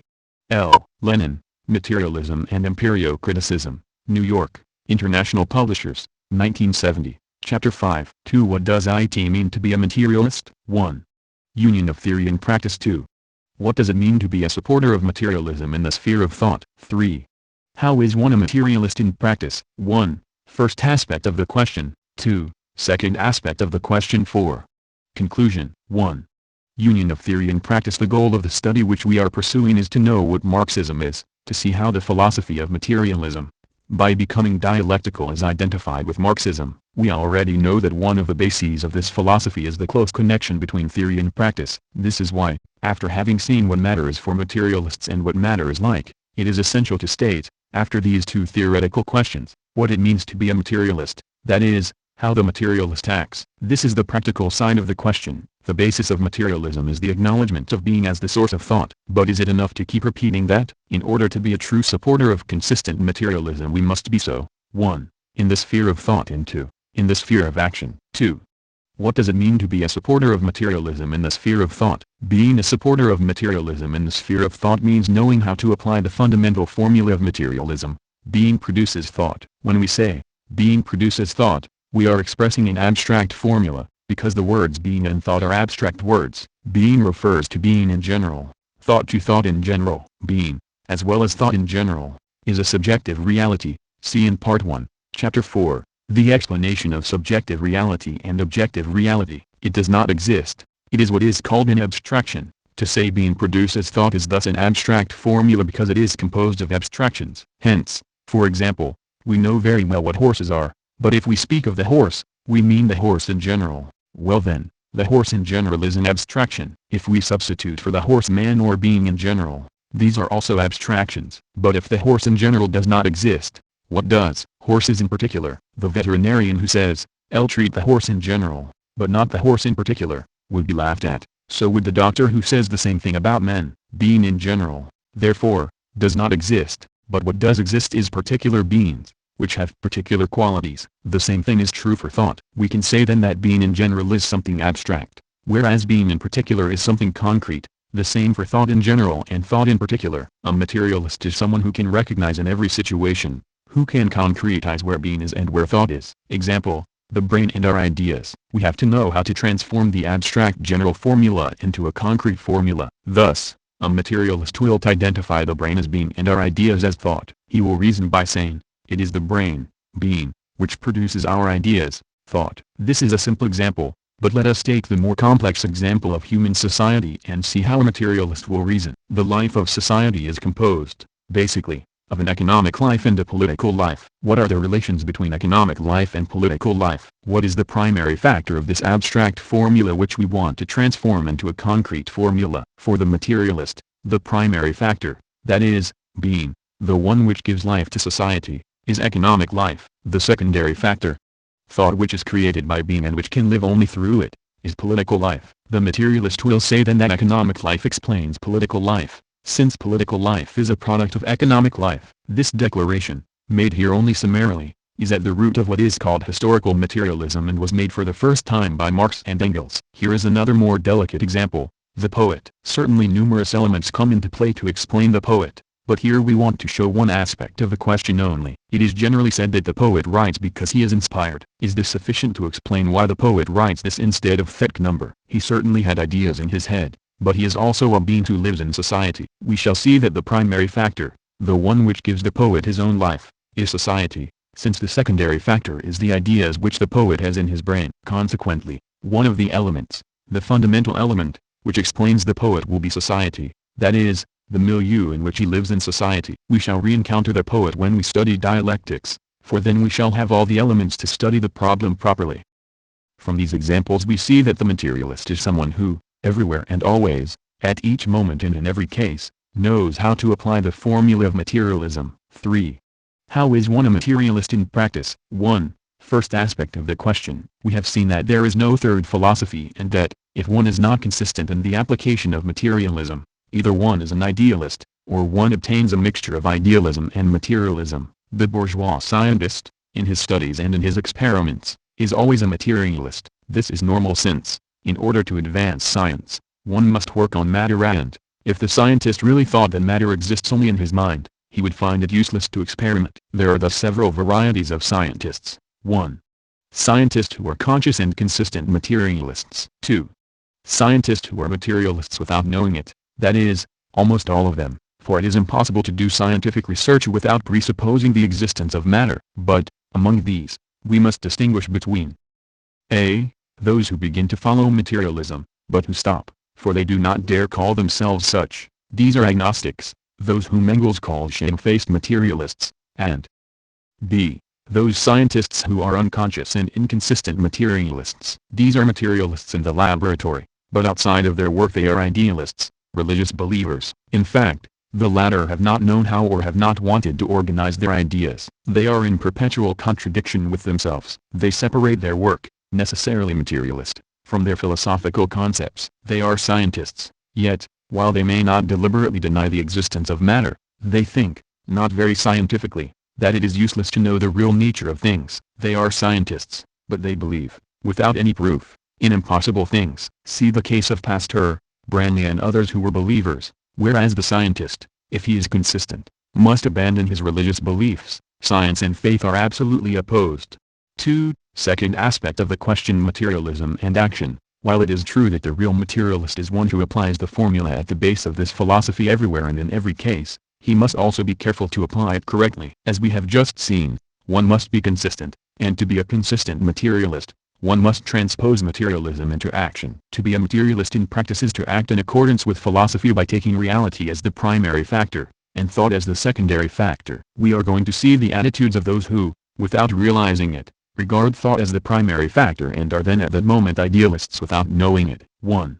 What do we call someone who lives as though he were alone in the world? An individualist. He lives within his shell. The outside world exists only for him. For him, the important thing is himself, his thought. He is a pure idealist, or what is called a solipsist. See the explanation of this word in Part 1, ch.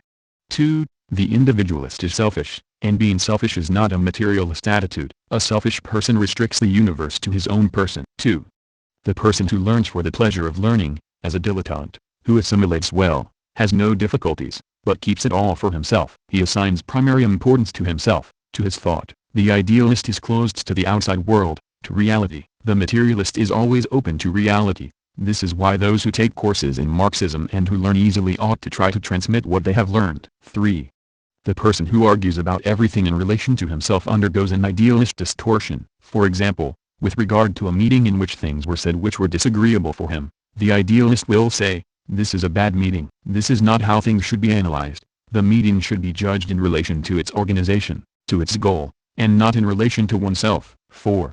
Neither is sectarianism a materialist attitude. Because the sectarian has understood the problems and is in agreement with himself, he maintains that others must be like him. This is again giving primary importance to oneself. 5.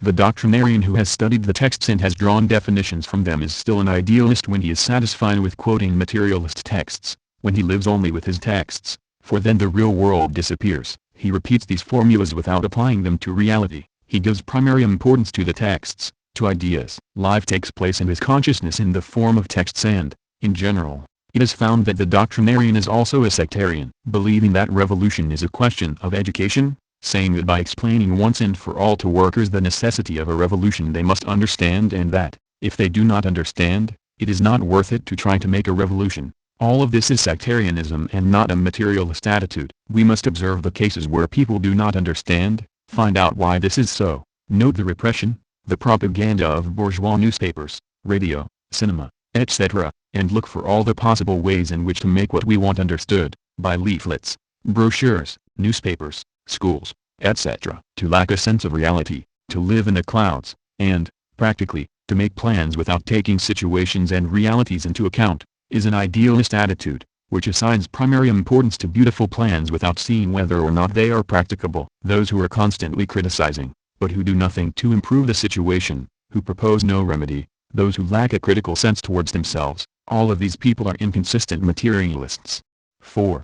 Conclusion: from these examples, we see that the faults which are found in us all to a greater or lesser degree are idealist faults. We are afflicted with them because we separate practice from theory, and because the bourgeoisie, which has influenced us, likes us not to attach any importance to reality. For the bourgeoisie, which supports idealism, theory and practice are two completely different things having no relation. These faults are thus harmful and we should fight them, for the bourgeoisie profits from them. In short, we should observe that these faults, engendered in us by society, by the theoretical basis of our education and culture, and rooted in our childhood, are the work of the bourgeoisie, and rid ourselves of them. 3. History of materialism. 1. The need for studying this history. 2. Pre-Marxist materialism. 1. Greek antiquity. 2. English materialism. 3. Materialism in France. 4. 18th century materialism. 3. Where does idealism come from? 4. Where does religion come from? 5.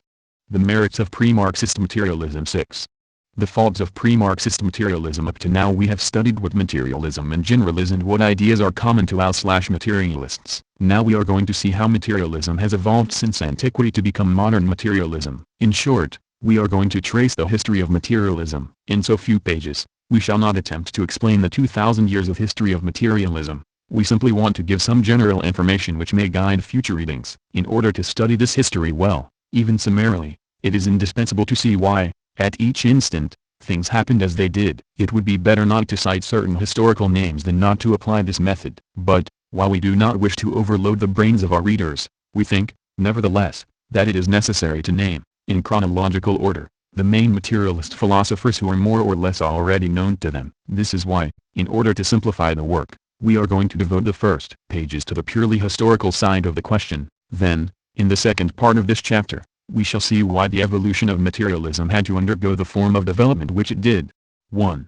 The need for studying this history. The bourgeoisie does not like the history of materialism, and that is why this history, taught in bourgeois books, is altogether incomplete and always false. Several methods of falsification are used. 1. As the great materialist thinkers cannot be ignored, they are spoken of in relation to everything they have written except their materialist studies, and people forget to mention that they are materialist philosophers. There are many cases of forgetfulness in the history of philosophy such as it is taught in the high schools and the university, but we shall cite as an example Diderot, who was the greatest materialist thinker before Marx and Engels. 2. In the course of history, there have been numerous thinkers who were either materialists without knowing it or inconsistent materialists. That is, those who, in some of their writings, were materialists, while in others they were idealists. Descartes, for example. Yet history written by the bourgeoisie covers up everything which, in the case of these thinkers, not only influenced materialism, but also gave birth to an entire current of this philosophy. 3.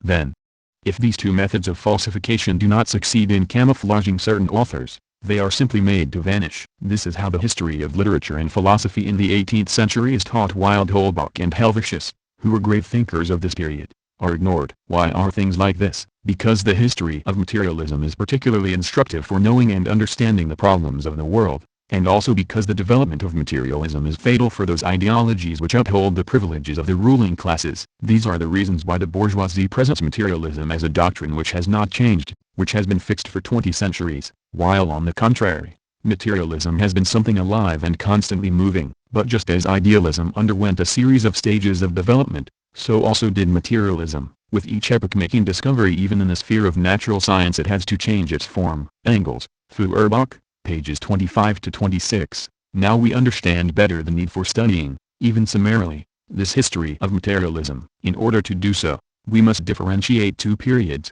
1. From the origin, Greek antiquity, up to Marx and Engels. 2. From the materialism of Marx and Engels up to the present day. We shall study this second part along with dialectical materialism.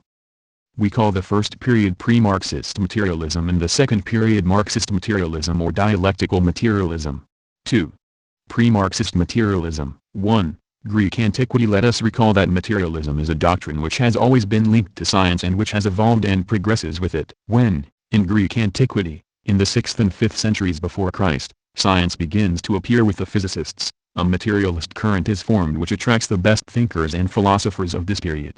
Thales, Anaximes, Heraclitus. These first philosophers will be, as Engels says, naturally dialecticians. They are struck by the fact that motion and changes are encountered everywhere and that things are not isolated, but intimately linked together. Heraclitus, who is called the father of dialectics, said, "Nothing is immobile, everything flows. We do not bathe twice in the same river, for it is never, for 2 successive moments, the same. From one instant to another, it has changed. It has become different." Heraclitus was the first to try to explain motion and change and to see the reason for the evolution of things and contradiction. The concepts of these first philosophers were correct, however, they were abandoned because they had been formulated a priori, that is, the state of science in that period could not prove what they maintained. Moreover, those social conditions necessary for the flowering of dialectics, we shall see further on what these are, had not yet been realized. It is only much later, in the 19th century, that the conditions, social and intellectual, allowing science to prove the correctness of dialectics will be realized. Other Greek thinkers had materialist concepts. Leucippus, 5th century BC, who was the instructor of Democritus, had already discussed the problem of atoms, the theory of which was established by the latter. Epicurus, 341–270 BC, disciple of Democritus, was a very great thinker whose philosophy was completely distorted by the Church in the Middle Ages. Out of hate for philosophical materialism, the latter presented the Epicurean doctrine as a deeply immoral doctrine, as a vindication of the lowest passions. In reality, Epicurus was an ascetic whose philosophy aimed at giving a scientific, and thus anti-religious, foundation for human life. All these philosophers were aware that philosophy was tied to the fate of humanity, and we already find there, on their part, an opposition to the official theory, an opposition to idealism. But one great thinker dominates the Greece of antiquity, Aristotle, who was rather an idealist. His influence was considerable. This is why we must cite him especially. He drew up the inventory of human knowledge of this period and filled the gaps created by the new sciences. A universal mind, he wrote numerous books on every subject. Through the universality of his knowledge, from which only the idealist tendencies were retained while the materialist and scientific aspects were neglected, he had a considerable influence on philosophical concepts until the end of the Middle Ages, that is, for 20 centuries. During all this period, then, the tradition of antiquity was followed and all thinking was done through Aristotle. A savage repression raged against all those who thought otherwise. Nevertheless, towards the end of the Middle Ages, a struggle broke out between idealists who denied the existence of matter and those who thought that there was a material reality. In the 11th and 12th centuries, this dispute was pursued in France and especially in England. In the beginning, it is principally in the latter country that materialism develops. Marx said, "Materialism is the true son of Great Britain." A bit later, it is in France that materialism will flower. In any case, in the 15th and 16th centuries we see two currents appear, one, English materialism, the other, French materialism, whose union will contribute to the prodigious blossoming of materialism in the 18th century. 2. English materialism. The authentic father of English materialism and all modern experimental science is Bacon. The science of nature is, in his eyes, the true science, and physics, based on the experience of the senses, is its most noble and fundamental part. See Engels, Introduction, Socialism, Utopian and Scientific, p. 10. Bacon is famous as the founder of the experimental method in scientific study. The important thing for him was to study science in the great book of nature. This was particularly interesting at a period when science was studied in the books which Aristotle had left several centuries before. For example, here is how they went about studying physics. On a certain subject the passages written by Aristotle were taken up. Next the books by Thomas Aquinas, who was a great theologian, were taken up, and what the latter had written about the passage by Aristotle was read. The teacher would make no personal commentary, let alone discuss what he thought about it, but rather referred to a third work which repeated Aristotle and St. Thomas. That was the science of the Middle Ages, which was called scholasticism. It was a bookish science, because only books were studied. It was against this scholasticism, this set and rigid instruction, that Bacon reacted by appealing for study in the great book of nature. At this period, one question was raised: where do our ideas come from? Where does knowledge come from? Each one of us has ideas. The idea of house, for example. This idea comes to us because there are houses, say the materialists. Idealists think that it is God who gives us the idea of houses. As for Bacon, he said that the idea exists only because we see or touch things, but he could not as yet prove it. It was Locke, 1632–1704, who undertook to show how ideas come from experience. He showed that all ideas come from experience and that only experience gives us ideas. The idea of the first table came to man before it existed because, through experience, he was already using a tree trunk or a stone as a table. With Locke's ideas, English materialism passes into France in the first half of the 18th century, for, while this philosophy was developing in a particular way in England, a materialist current had formed in France. 3. Materialism in France. The birth of a clearly materialist current in France can be dated from Descartes, 1596–1650. Descartes had a great influence on this philosophy, but, in general, it is not mentioned. At this time, when feudal ideology was very much alive, even in the sciences, and when people studied in the scholastic way we have seen, Descartes engaged in a struggle against this situation. Feudal ideology is imbued with a religious mentality. It therefore considers that the Church, representing God on earth, has a monopoly on truth. It follows from this that no man can claim to know the truth without subordinating his thought to the teachings of the Church. Descartes tears this concept apart. Of course, he does not attack the Church as such, but he strongly maintains that any man, believer or not, can attain the truth through the exercise of his reason, natural light. Descartes declares from the beginning of his discourse on method that intelligence is the best shared thing in the world. Consequently, everyone has the same rights with respect to science. And if, for example, He criticizes the medicine of his time. The imaginary and valid by Molière echoes Descartes' criticisms. It is because he wants to establish a science which is a true science, based on the study of nature and rejecting the science which was taught before him, in which Aristotle and St. Thomas were the only arguments. Descartes lived in the beginning of the 17th century. In the following century, the French Revolution was to explode. That is why it can be said that he comes out of a world, which is about to be born. This position makes Descartes a conciliator. He wants to create a materialist science while, at the same time, he is an idealist, for he wants to save religion. When, during his time, it was asked, why are there live animals?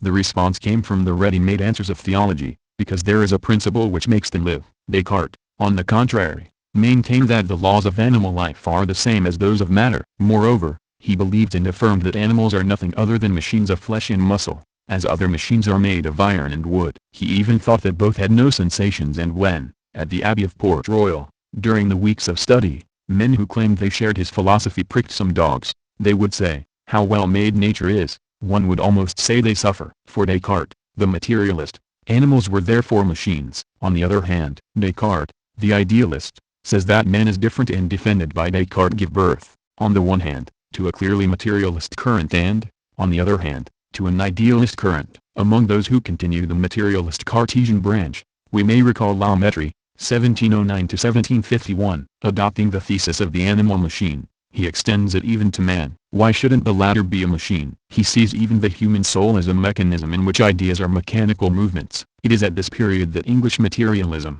with Locke's ideas, penetrates into France. From the juncture of these two currents a more evolved materialism will be born. This will be, for, the materialism of the 18th century. This materialism was defended by philosophers who were also fighters and admirable writers, continually criticizing social institutions and religion, applying theory to practice, and always in battle with the established authorities. They were sometimes imprisoned at the Bastille or Vincennes. It is they who united their works in the great encyclopedia in which they established a new orientation of materialism. They had, moreover, a large influence, since this philosophy was, as Engels says, the conviction of all cultivated youths. In all the history of philosophy in France, this was the only period in which a philosophy with a French character became truly popular. Diderot, who was born in Langres in 1713 and died in Paris in 1784, dominates the entire movement. What should be said fiercely, and which bourgeois history does not say, is that he was the greatest materialist thinker before Marx and Engels. Diderot, Lenin said, almost arrived at the conclusions of contemporary dialectics, materialism. He was a real militant, always struggling against the church and the social order. He saw jail seals from the inside. History written by the contemporary bourgeoisie has hushed this up. But one must read the conversations between D'Alembert and Diderot, Rameau's nephew and Jacques the Fatalist, in order to understand the enormous influence of Diderot on materialism. In the first half of the 19th century, due to historical events, we witness a retreat of materialism. The bourgeoisie of every country makes propaganda in favor of idealism and religion, for not only does it not wish to see progressive, materialist, ideas propagated, but also it must put both thinkers and the masses asleep in order to stay in power. It is then that we see Feuerbach in Germany proclaiming his materialist convictions, in the midst of all the idealist philosophers, and placed materialism on the throne again. Engels, Feuerbach, p. 18, developing essentially a critique of religion, he reverts, in a healthy and relevant way, to the basis of materialism which had been forgotten and thus influenced the philosophers of his time. We come to that period of the 19th century where one notes an enormous progress in science, due in particular to the following three great discoveries: the living cell, the transformation of energy, and the theory of evolution. See Engels, Feuerbach p.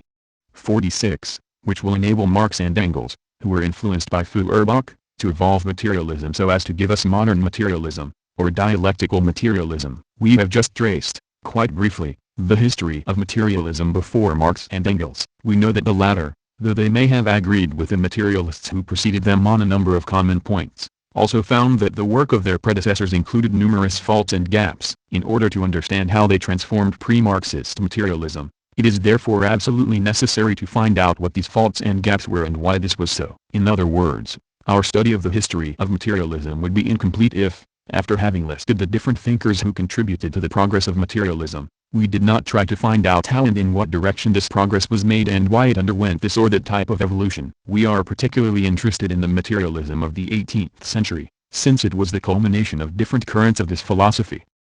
Hence, We are going to study what the errors of this materialism were and what gaps it left. However, since we should never look at only one side of things, but rather see them in their entirety, we shall also point out its merits. Materialism, at first dialectical, was not able to continue on this basis. Dialectical reasoning, because of a deficiency in scientific knowledge, had to be abandoned. It was first necessary to create and develop the sciences. It was necessary first to examine things before it was possible to examine processes. Engels, Feuerbach, p. 45. Hence, it is the very intimate union of materialism and science which will enable this philosophy to become again, on more solid and scientific bases, the dialectical materialism of Marx and Engels. We shall find, then, the birth certificate of materialism next to that of science. But, while we can always find where materialism comes from, we should always establish as well where idealism comes from. 3. Where does idealism come from? If, in the course of history, idealism has been able to exist alongside religion, tolerated and approved by it, this is in reality because it was born and derives from religion. Lenin wrote a formula about this which we should study. Idealism is nothing other than a polished and refined form of religion. What does this mean? Just this.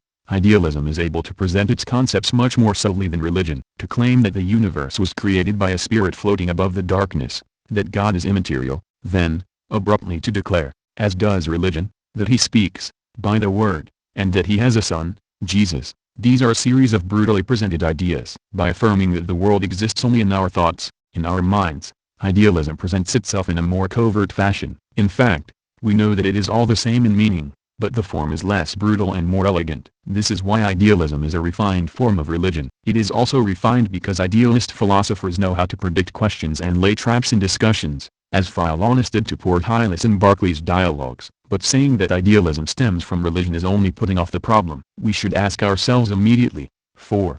Where does religion come from? Engels has given us a very clear answer on this subject. Religion arose from primitive conceptions of men. For the first men this ignorance is double. Ignorance of nature and ignorance of themselves. We must keep this double ignorance in mind when we study the history of primitive man. In Greek antiquity, which we regard, however, as an already advanced civilization, this ignorance seems infantile to us. For example, when we see that Aristotle thought that the earth was immobile and that it was the center of the universe around which the planets revolved, the latter, which he thought numbered 46, were attached, like nails on a ceiling, and the whole thing turned around the earth. The Greeks also thought that there were 4 elements, water, earth, air and fire, and that it was not possible to decompose them. We know that all that is false, because now we decompose water, earth and air, and we do not consider fire as a body of the same order. The Greeks were also very ignorant about man, since they did not know the functions of the organs and considered the heart, for example, to be the source of courage. If the ignorance of the Greek scholars,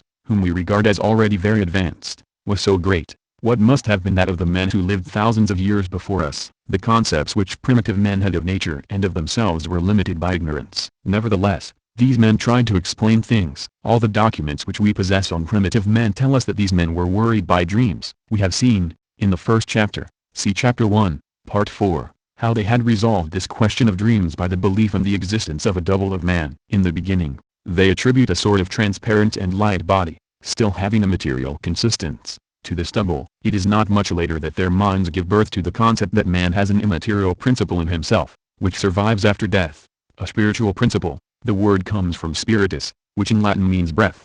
The breath which departs with the last sigh, as the moment when the ghost is given up and only the double subsists. Hence, it is the soul which explains thought and dreams. In the Middle Ages, there were strange ideas regarding the soul. It was thought that in a fat body there was a thin soul and in a thin body, a big soul. This is why, during this period, ascetics underwent long and numerous fasts in order to have a big soul, in order to make a lot of room for the soul. Having acknowledged the survival of man after death, first in the form of a transparent double, then in the form of the soul, the spiritual principle, primitive men created gods, at first believing in beings who were stronger than men but still existing in a material form.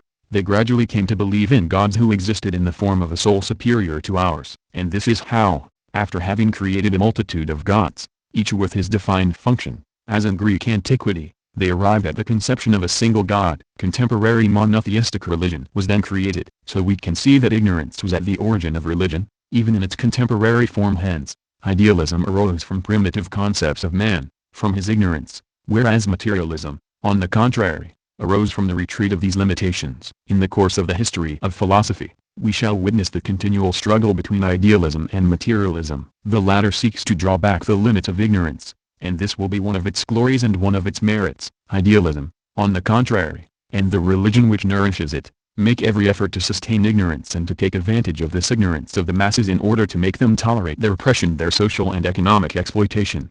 5.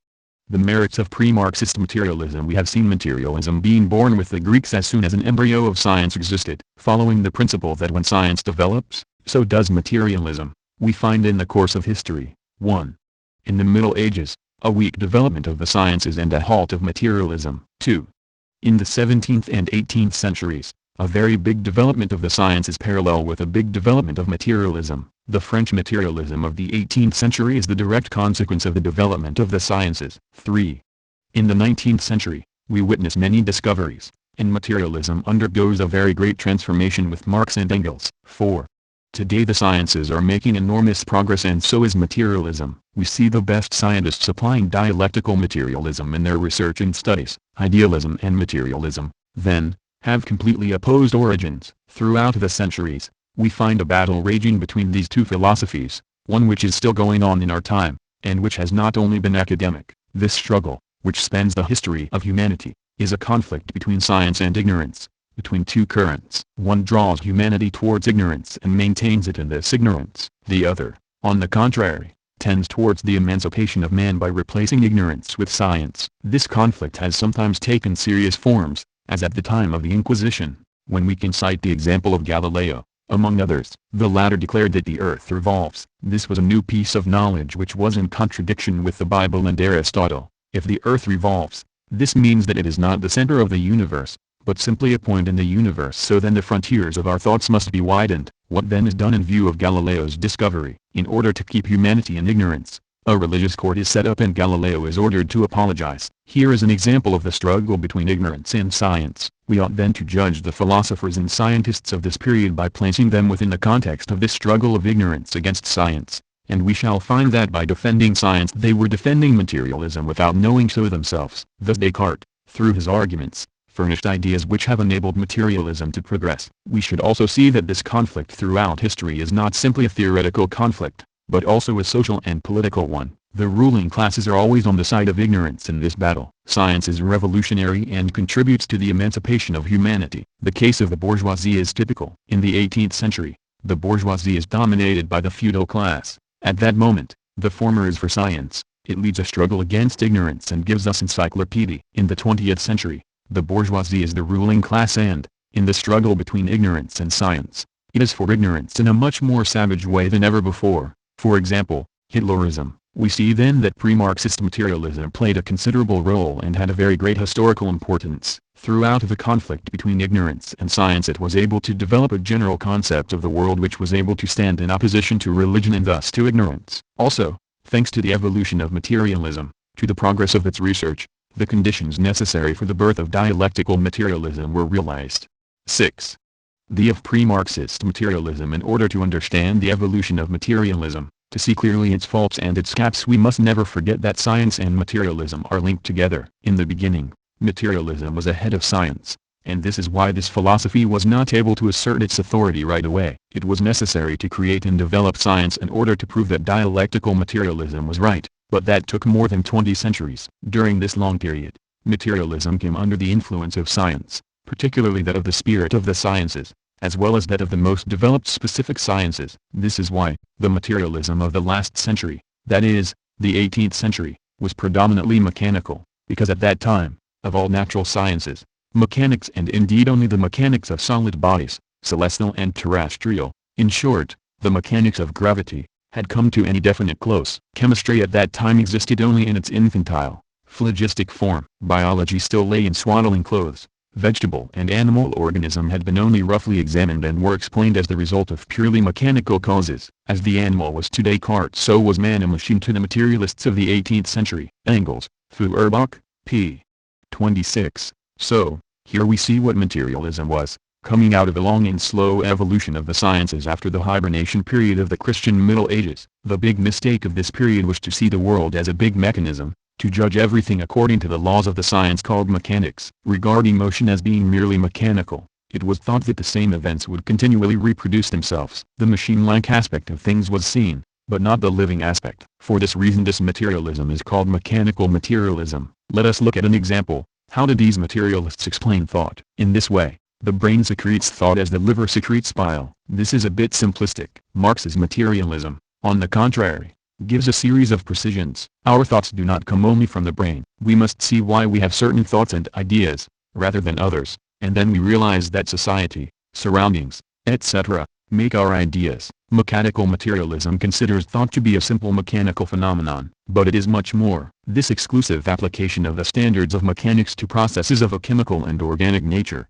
in which processes, it is true, the laws of mechanics are also valid, but are pushed into the background by other and higher laws, constitutes a specific but at that time inevitable limitation of classical French materialism. Engels, Feuerbach, pp.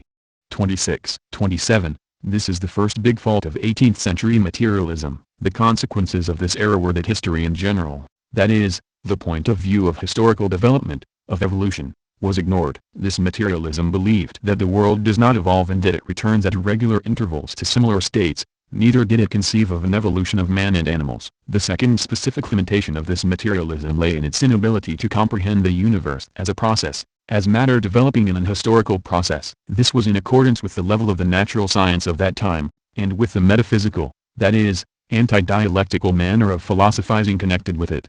Nature, it was known, was in constant motion, but according to the ideas of that time this motion turned eternally in a circle and therefore never moved from the spot. It produced the same results over and over again. Engels, Feuerbach, p. 27. This is the second fault of this materialism. Its third mistake was that it was too contemplative. It did not sufficiently see the role of human action in the world and in society. Marx's materialism teaches that we must not only explain the world, but also transform it. Man is an active element in history who can bring about changes in the world. The action of Russian communists is a living example of an action capable not only of preparing, making and bringing off a revolution, but also, since 1918, of establishing socialism in the midst of enormous difficulties. Pre-Marxist materialism was not conscious of this concept of human action. At that time it was thought that man was a product of his milieu, whereas Marx teaches us that the milieu is a product of man and that man is therefore a product of his own activity in certain pre-established conditions. While man may be influenced by his milieu, he can also transform it and society. Consequently, he can't transform himself. Hence, 18th century materialism was too contemplative, because it ignored the historical development of all things. This was inevitable at that time since scientific knowledge was not advanced enough to conceive of the world and things otherwise than through the old method of thinking, metaphysics. Readings K. Marx and F. Engels, Collected Works, Volume 4, New York, International Publishers, 1975, The Holy Family, G. V. Plekhanov, The Development of the Monist View of History, New York, International Publishers, 1972, pages 5-36, F. Engels, Ludwig Feuerbach and the Outcome of Classical German Philosophy, New York, International Publishers. 1941, pages 82-95, Part 3 The Study of Metaphysics 1 of what does the metaphysical method consist? 1. The characteristics of this method. 1. First characteristic, the principle of identity. 2. Second characteristic, the isolation of things. 3. Third characteristic, eternal and impassable divisions. 4. Fourth characteristic, opposites are mutually exclusive. 2. Summary and evaluation. 3. The metaphysical concept of nature. 4. The metaphysical concept of thought. 5. The metaphysical concept of society. 6. What is logic? 7. Explanation of the word metaphysics. We know that the faults of the 18th century materialists stem from their form of reasoning, from their particular method of research which we have called the metaphysical method. The metaphysical method thus conveys a certain concept of the world. We should notice that pre-Marxist materialism differs from Marxist materialism in the same way that metaphysical materialism differs from dialectical materialism. This is why we must now learn what this metaphysical method is in order to examine what, on the other hand, the dialectical method is. 1. The characteristics of this method. What we are going to study here is the old method of investigation and thought which Hegel calls metaphysical. Engels, Feuerbach, p. 45.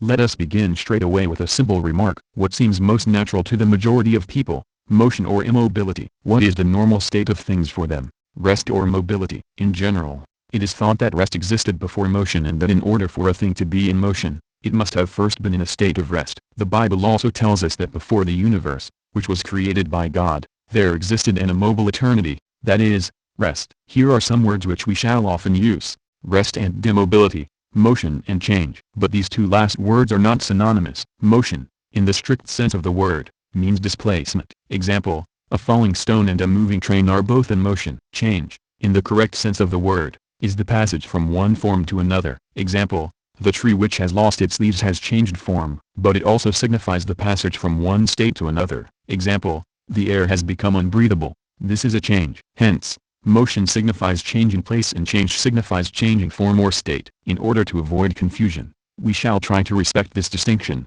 When we study dialectics, we shall be obliged to re-examine the meaning of these words. We have just seen that, generally speaking, it is thought that motion and change are less normal than rest. It is certain that we have a kind of preference for considering things to be at rest and unchanging. Example, we have bought a pair of yellow shoes and after a period of time and numerous repairs, new heels, new soles, patching, we still say, "I'm going to put on my yellow shoes," without realizing that they are no longer the same. For us they are still the same yellow shoes which we bought at a certain time and for a certain price. We do not consider the changes which have occurred to our shoes. They are still the same, they are identical. We disregard change and see only the sameness, identity, as if nothing important had happened. This is the first characteristic of the metaphysical method, the principle of identity. It consists in preferring immobility to motion and identity to change when confronted with events. From this preference, which constitutes the first characteristic of this method, is derived a whole way of looking at the world. The world is considered to be ossified, says Engels. The same is true for nature, society and man. So it is often claimed that there is nothing new under the sun, which means that there has never been any change, that the universe has remained immobile and identical. This phrase can equally signify a periodical return to the same events. God created the world by producing fishes, birds, mammals, etc., and since then nothing has changed. The world has not budged. T is also said, men are always the same, as if men had never changed. These common expressions are the reflection of this concept which is deeply rooted in us, in our minds, and the bourgeoisie exploits this misconception to the utmost. When socialism is criticized, one of the arguments which is most readily given is that man is selfish and it is necessary for some force to intervene to restrain him, otherwise disorder would rule the day. This is the result of the metaphysical idea that man has a permanent nature which cannot change. It is quite certain that if suddenly we had the possibility of living under a communist regime, that is to say, if goods could be immediately distributed to each according to his needs and not according to his work, there would be a rush to satisfy everyone's whims, and such a society could not last. Nevertheless, that is what communist society is and that is what is rational. But it is because we have a metaphysical outlook rooted in us that we imagine future man, living in a relatively distant future, as being the same as contemporary man. Consequently, when it is maintained that a socialist or communist society is not viable because man is selfish,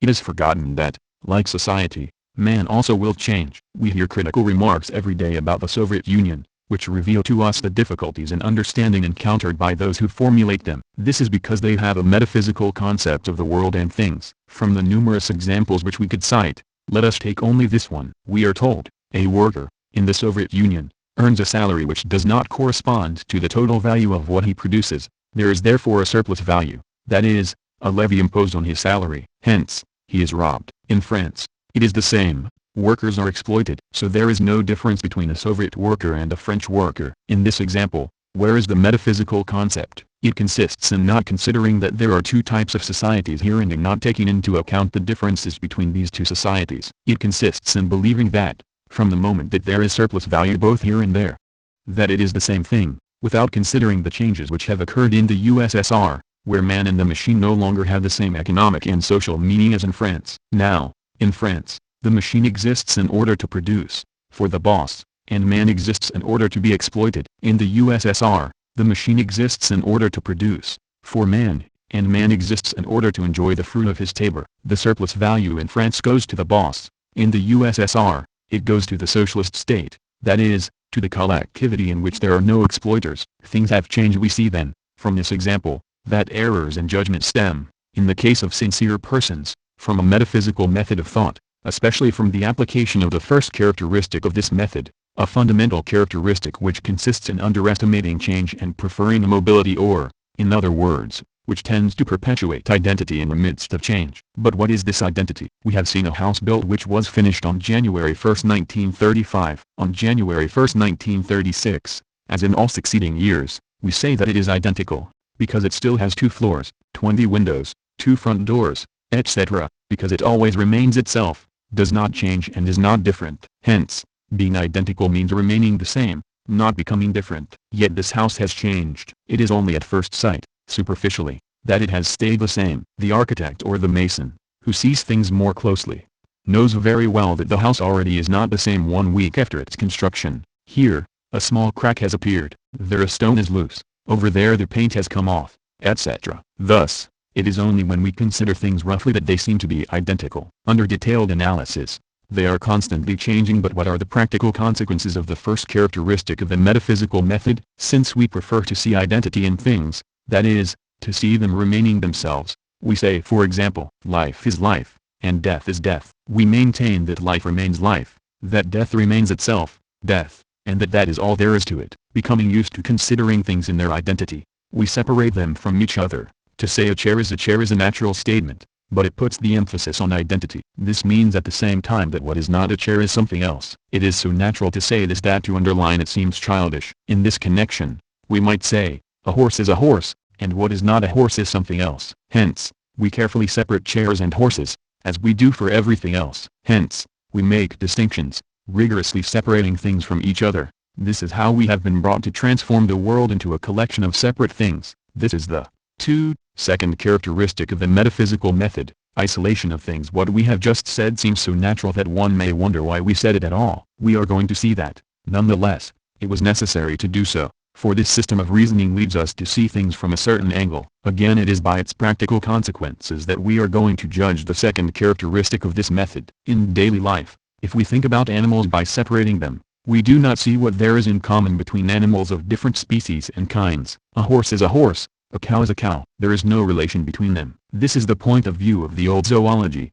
which classified animals by separating them clearly from each other, and which saw no relation between them. This is one of the results of the application of the metaphysical method. As another example, we could cite the fact that the bourgeoisie wants science to be science and philosophy to remain philosophy, the same for politics. And, of course, there is nothing in common, absolutely no relation between them. The practical conclusions of such reasoning are that a scientist should remain such and not mix his science with philosophy and politics. The same thing holds for the philosopher and the politician. When a sincere man reasons in this way, it can be said that he reasons as a metaphysician. The English writer Wells went to the Soviet Union a few years ago and visited Maxim Gorky, a great writer who is gone today. He proposed the creation of a literary club from which politics would be excluded, for, to his mind, literature is literature and politics is politics. Gorky and his friends, it seems, began to laugh and Wells was annoyed. The fact is Wells saw the writer as being outside of society, while Gorky and his friends knew full well that it just is not so in life,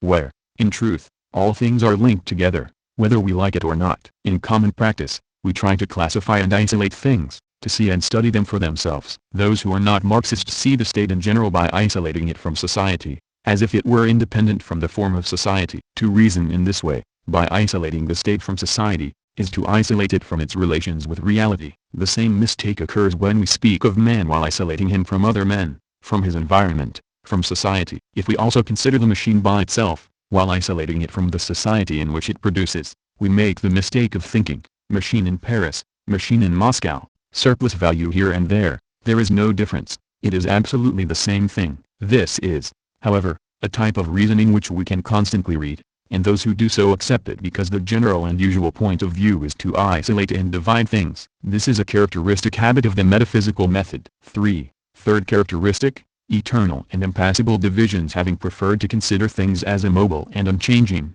we have classified and catalogued them, thus creating divisions between them which make us forget the relations there may be between them. This way of seeing and judging leads us to believe that these divisions exist once and for all. A horse is a horse, and that they are absolute, impassible and eternal. This is the third characteristic of the metaphysical method. But we must be careful when we speak of this method, for, when we Marxists say that there are two classes in capitalist society, the bourgeoisie and the proletariat, we are also making divisions which may seem to belong to the metaphysical point of view. Only, it is not simply by introducing divisions that one is a metaphysician, Rather it is by the way in which one establishes the differences and relations which exist between these divisions. When we say, for example, that there are two classes in society, the bourgeoisie immediately thinks that there are rich and poor, and, of course, it will tell us, there have always been rich and poor. There have always been and there will always be. This is a metaphysical way of reasoning. Things are forever classified independently of each other, and impassable partitions and walls are put up between them. The metaphysician divides society into rich and poor, instead of noting the existence of a bourgeoisie and a proletariat. Even if this last division is recognized, the latter are considered independently of their mutual relations, that is, the class struggle. What are the practical consequences of this third characteristic, which establishes absolute barriers between things? For example, there can be no relationship between a horse and a cow. The same holds true for all the sciences and for everything which surrounds us. We shall see later if this is correct, but it now remains for us to examine the consequences of these three characteristics which we have just described, namely the fourth characteristic, opposites are mutually exclusive. It follows from everything which we have just seen that when we say, life is life and death is death, we are stating that there is nothing in common between life and death. We see life and death separately and classify them apart from one another, without seeing the relations which may exist between them. Under these conditions, a man who has just lost his life must be considered a dead thing, for it is impossible for him to be both alive and dead at the same time, since life and death are mutually exclusive. By considering things to be isolated and completely different from each other, we end up setting them against each other. Here we arrive at the fourth characteristic of the metaphysical method, which says that opposites mutually exclude each other and which maintains that two opposite things cannot exist at the same time. Indeed, in the example of life and death, there can be no third possibility. We have to choose one or the other of the possibilities which we have singled out. We regard a third possibility as a contradiction and we consider this contradiction to be absurd and, hence impossible. The fourth characteristic of the metaphysical method is, therefore, the abhorrence of contradiction. The practical consequences of this line of reasoning can be seen, for example, when one speaks of democracy and dictatorship. The metaphysical point of view requires that society choose between the two, because democracy is democracy and dictatorship is dictatorship. Democracy is not a dictatorship and dictatorship is not a democracy. We have to choose, otherwise we are confronted with a contradiction, an absurdity, an impossibility. The Marxist attitude is completely different. We, on the other hand, think that the dictatorship of the proletariat, for example, is both dictatorship by the masses and democracy for the exploited masses. We believe that the life of living beings is only possible because there is a perpetual struggle between cells and because there are continually some which die only to be replaced by others. Thus, life contains death within itself. We think that death is not as total and separate from life as metaphysics believes, for on a corpse all life has not disappeared, since certain cells continue to live for some time and from this corpse other lives will be born. 2. Summary and evaluation. Hence, we see that the different characteristics of the metaphysical method oblige us to look at things from a certain angle and lead us to reason in a certain way. We know that this way of analyzing possesses a certain logic which we shall study later on, and also that this logic corresponds to a great extent to the way of seeing, thinking, studying and analyzing prevalent in our society. 1 begins, and this list will allow us to summarize, by 1. Seeing things in their immobility and identity. 2. Separating things from each other and detaching them from their mutual relations. 3. Establishing eternal divisions, impassable walls, between things. 4. Maintaining that two opposite things cannot exist at the same time because they are mutually exclusive. We have seen, when we examined the practical consequences of each characteristic, that none of this corresponds to reality. Is the world consistent with this concept? Are objects in nature immobile and unchanging? Number. We find that everything changes and we see its motion. Hence, this concept does not agree with the things themselves. It is obviously nature which is right and this concept which is erroneous. From the beginning, we have defined philosophy as wanting to explain the universe, man and nature, etc. Specific problems being studied by science. Philosophy is, we said, the study of the most general problems which join and extend the sciences. Now, the old metaphysical way of thinking, which is applicable to all problems, is also a philosophical concept which considers the universe, man and nature in a very particular way. To the metaphysician, things and their mental images, ideas, are isolated, to be considered one after the other apart from each other, rigid, fixed objects of investigation given once for all. He thinks in absolutely discontinuous antitheses. His communication is, yea, yea, nay, nay, for whatsoever is more than these cometh of evil. For him a thing either exists, or it does not exist. It is equally impossible for a thing to be itself and at the same time something else. Positive and negative absolutely exclude one another. cause and effect stand in an equally rigid antithesis one to the other. Engels, Anti-Dühring, pages 27 to 28. The metaphysical point of view, then, regards the universe as a complex of fixed things. In order to clearly grasp this way of thinking, we are going to study how it conceives of nature, society and thought. 3. The metaphysical concept of nature. Metaphysics regards nature as a complex of permanently fixed things, but there are two ways of considering things in this fashion. The first way esteems that the world is absolutely immobile, motion being only an illusion of our senses. If we remove this appearance of motion, nature does not budge. This theory was defended by a school of Greek philosophers called the Eleatic school. This simplistic concept is in such contradiction with reality that it is no longer supported today. The second way of regarding nature as a complex of fixed things is much more subtle. It is not said that nature is immobile, that it moves is recognized. Rather, it is maintained that nature is animated by a mechanical motion. Here, the first way of regarding nature disappears. Motion is no longer denied, and this does not at first seem to be a metaphysical concept. It is called a mechanistic concept, or mechanicalism. This constitutes an error which is often made and which we observe in the materialists of the 17th and 18th centuries. We have seen that they did not consider nature to be immobile, but rather in motion. Only, for them, this motion was merely a mechanical change, a displacement. They recognized the entirety of the solar system. The earth revolves around the sun, but they thought that motion was purely mechanical, that is to say, a mere change of place, and they thought of this motion only in this aspect. But things are not so simple. The revolution of the earth around the sun is certainly a mechanical movement, but while turning, the earth can undergo influences, becoming colder, for example. Hence, there is not only a displacement, but also other changes which occur. Therefore, what characterizes this so-called mechanistic point of view is that only the mechanical movement is taken into consideration. If the earth revolves incessantly and nothing more happens to it, the earth changes place, but the earth itself does not change. It remains identical to itself. It only continues, before us as it does after us, to revolve again and again. Thus everything happens as if nothing had happened. Hence, we see that to concede motion, only to make of it a purely mechanical motion, is a metaphysical point of view, for this motion is without history. A watch with perfect parts and constructed with unwearable materials would work eternally without changing in the least, and this watch would have no history. It is such a concept of the universe which we constantly find with Descartes. He tries to reduce all the physical and physiological laws to mechanics. He has no idea of chemistry. See his explanation of the circulation of blood, and his mechanical concept of things will be adopted by the materialists of the 18th century, with the exception of Diderot, who is less purely mechanistic, and who, in certain writings, foreshadows a dialectical conception. What is characteristic of the materialists of the 18th century is that they turn nature into a clockwork mechanism. If this were really true, things would continually return to the same point without leaving any trace, and nature would remain identical to itself, which is the first characteristic of the metaphysical method. 4. The metaphysical concept of society. The metaphysical concept maintains that nothing changes in society. But, in general, this idea is not presented exactly like this. It is recognized that changes occur, as, for example, in production, when finished products are produced from raw materials, or in politics, when governments succeed each other. People acknowledge all that, but they consider the capitalist regime to be permanent and eternal, and even compare it at times to a machine. In this way, one speaks of the economic machine which sometimes gets out of order but which one wishes to repair in order to maintain it. It is hoped that this economic machine might continue to distribute dividends to some and misery to others like an automatic apparatus. One speaks also of the political machine, which is the bourgeois parliamentary regime, and only one thing is asked of it, that is to function, sometimes to the left, sometimes to the right, in order to preserve the privileges of capitalism. We observe a mechanistic, metaphysical concept in this way of looking at society. If it were possible for this society, in which all these cogs turn,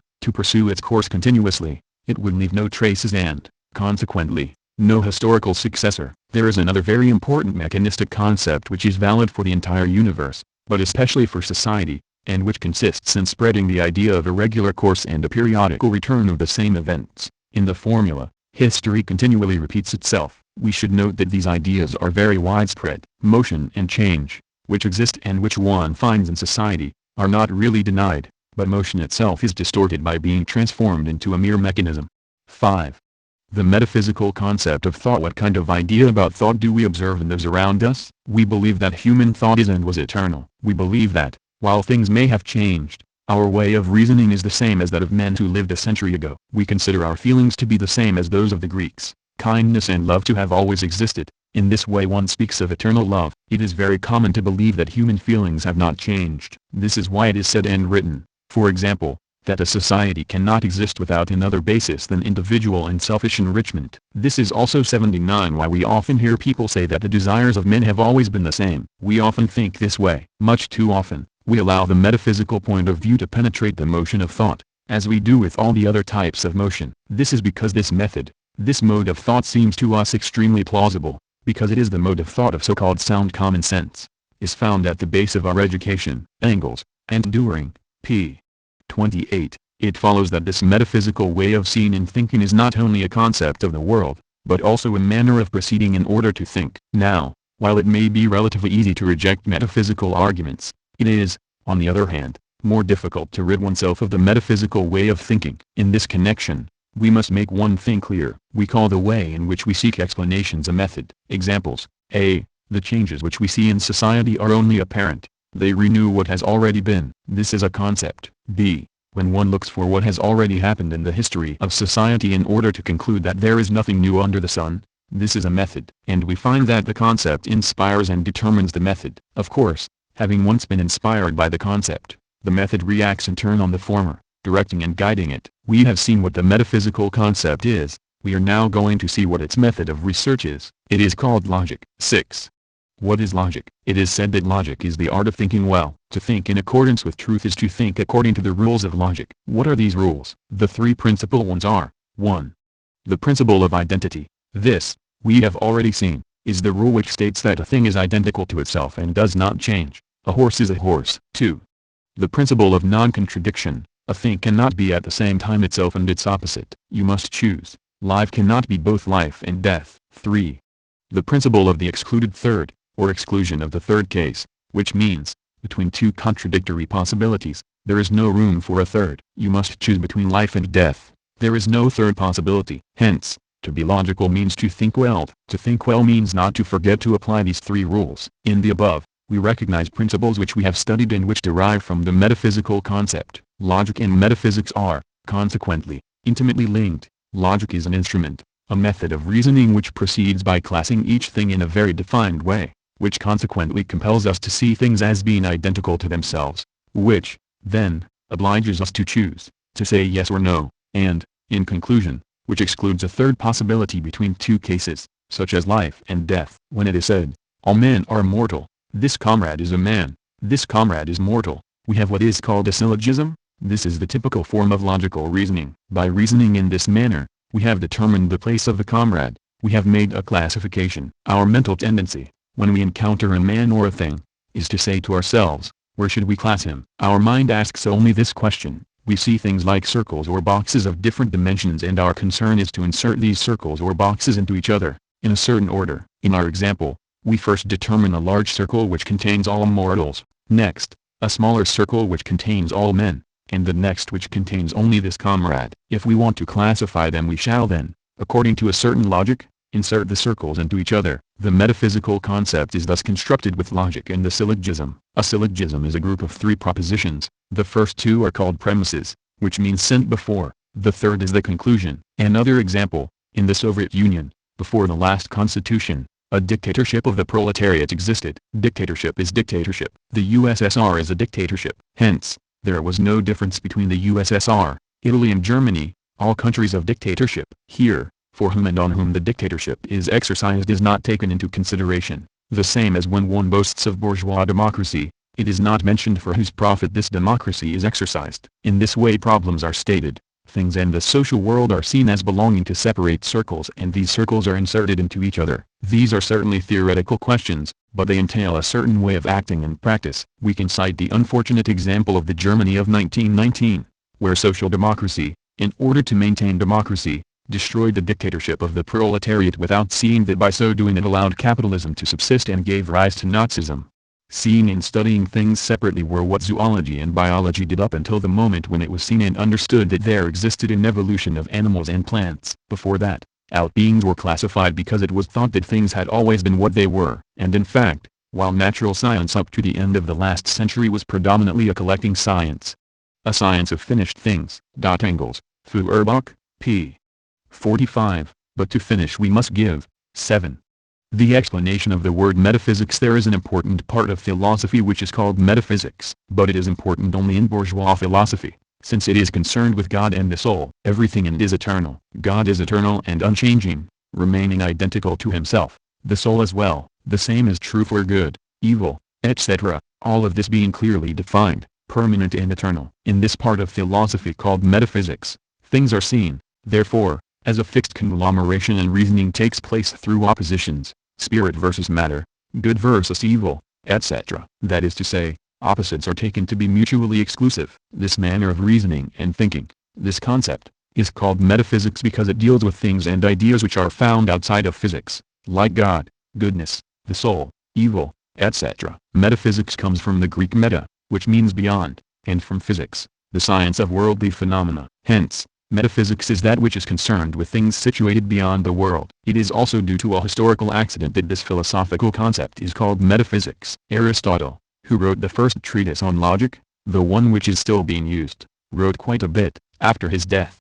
His disciples classified his writings, they made a catalogue, and after a writing entitled Physics, they found a work without a title which dealt with the things of the mind. They classified it by calling it after physics, in Greek, metaphysics. In conclusion, let us insist on the relation which exists between the three terms which we have studied: metaphysics, mechanicalism, logic. These three disciplines always occur together and are called by each other's names. They form a system and can only be understood in relation to each other. Control questions I with the help of examples, show that we are in the habit of considering things and their immobility. 2.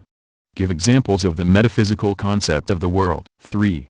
What is mechanicalism and why is it metaphysical? 4. What are the characteristics of the metaphysical concept and method? Written assignment: can one be both a metaphysician and a revolutionary? Part 4. The study of dialectics. 1. Introduction to the study of dialectics. 1. Preliminary precautions. 2. Where did the dialectical method come from? 3. Why was dialectics dominated for a long time by the metaphysical concept? 4. Why was the materialism of the 18th century metaphysic apt? 5. How dialectical materialism was born. Hegel and Marx. 1. Preliminary precautions. When dialectics is spoken of, it is often couched in mystery and presented as if it were something complicated. Knowing poorly what it is, people speak of it without rhyme or reason. This is all regrettable and leads to errors which must be avoided. In its etymological sense, the term dialectics simply means the art of disputation. In this sense, we often hear it said of a man who argues at length, and even, by extension, of someone who speaks well, that he is a dialectician. It is not in this sense that we are going to study dialectics. From the philosophical point of view, this word has assumed a special significance. In its philosophical sense, dialectics, contrary to what is thought, is within the reach of everyone, for it is a very clear and unmysterious thing. But, while dialectics may be understood by everyone, it still has its difficulties. Here is how we ought to understand them. Among different types of manual labor, some are simple and others are more complex. Making packing cases, for example, is an easy task. Assembling a radio set, on the other hand, represents a task that demands much skill,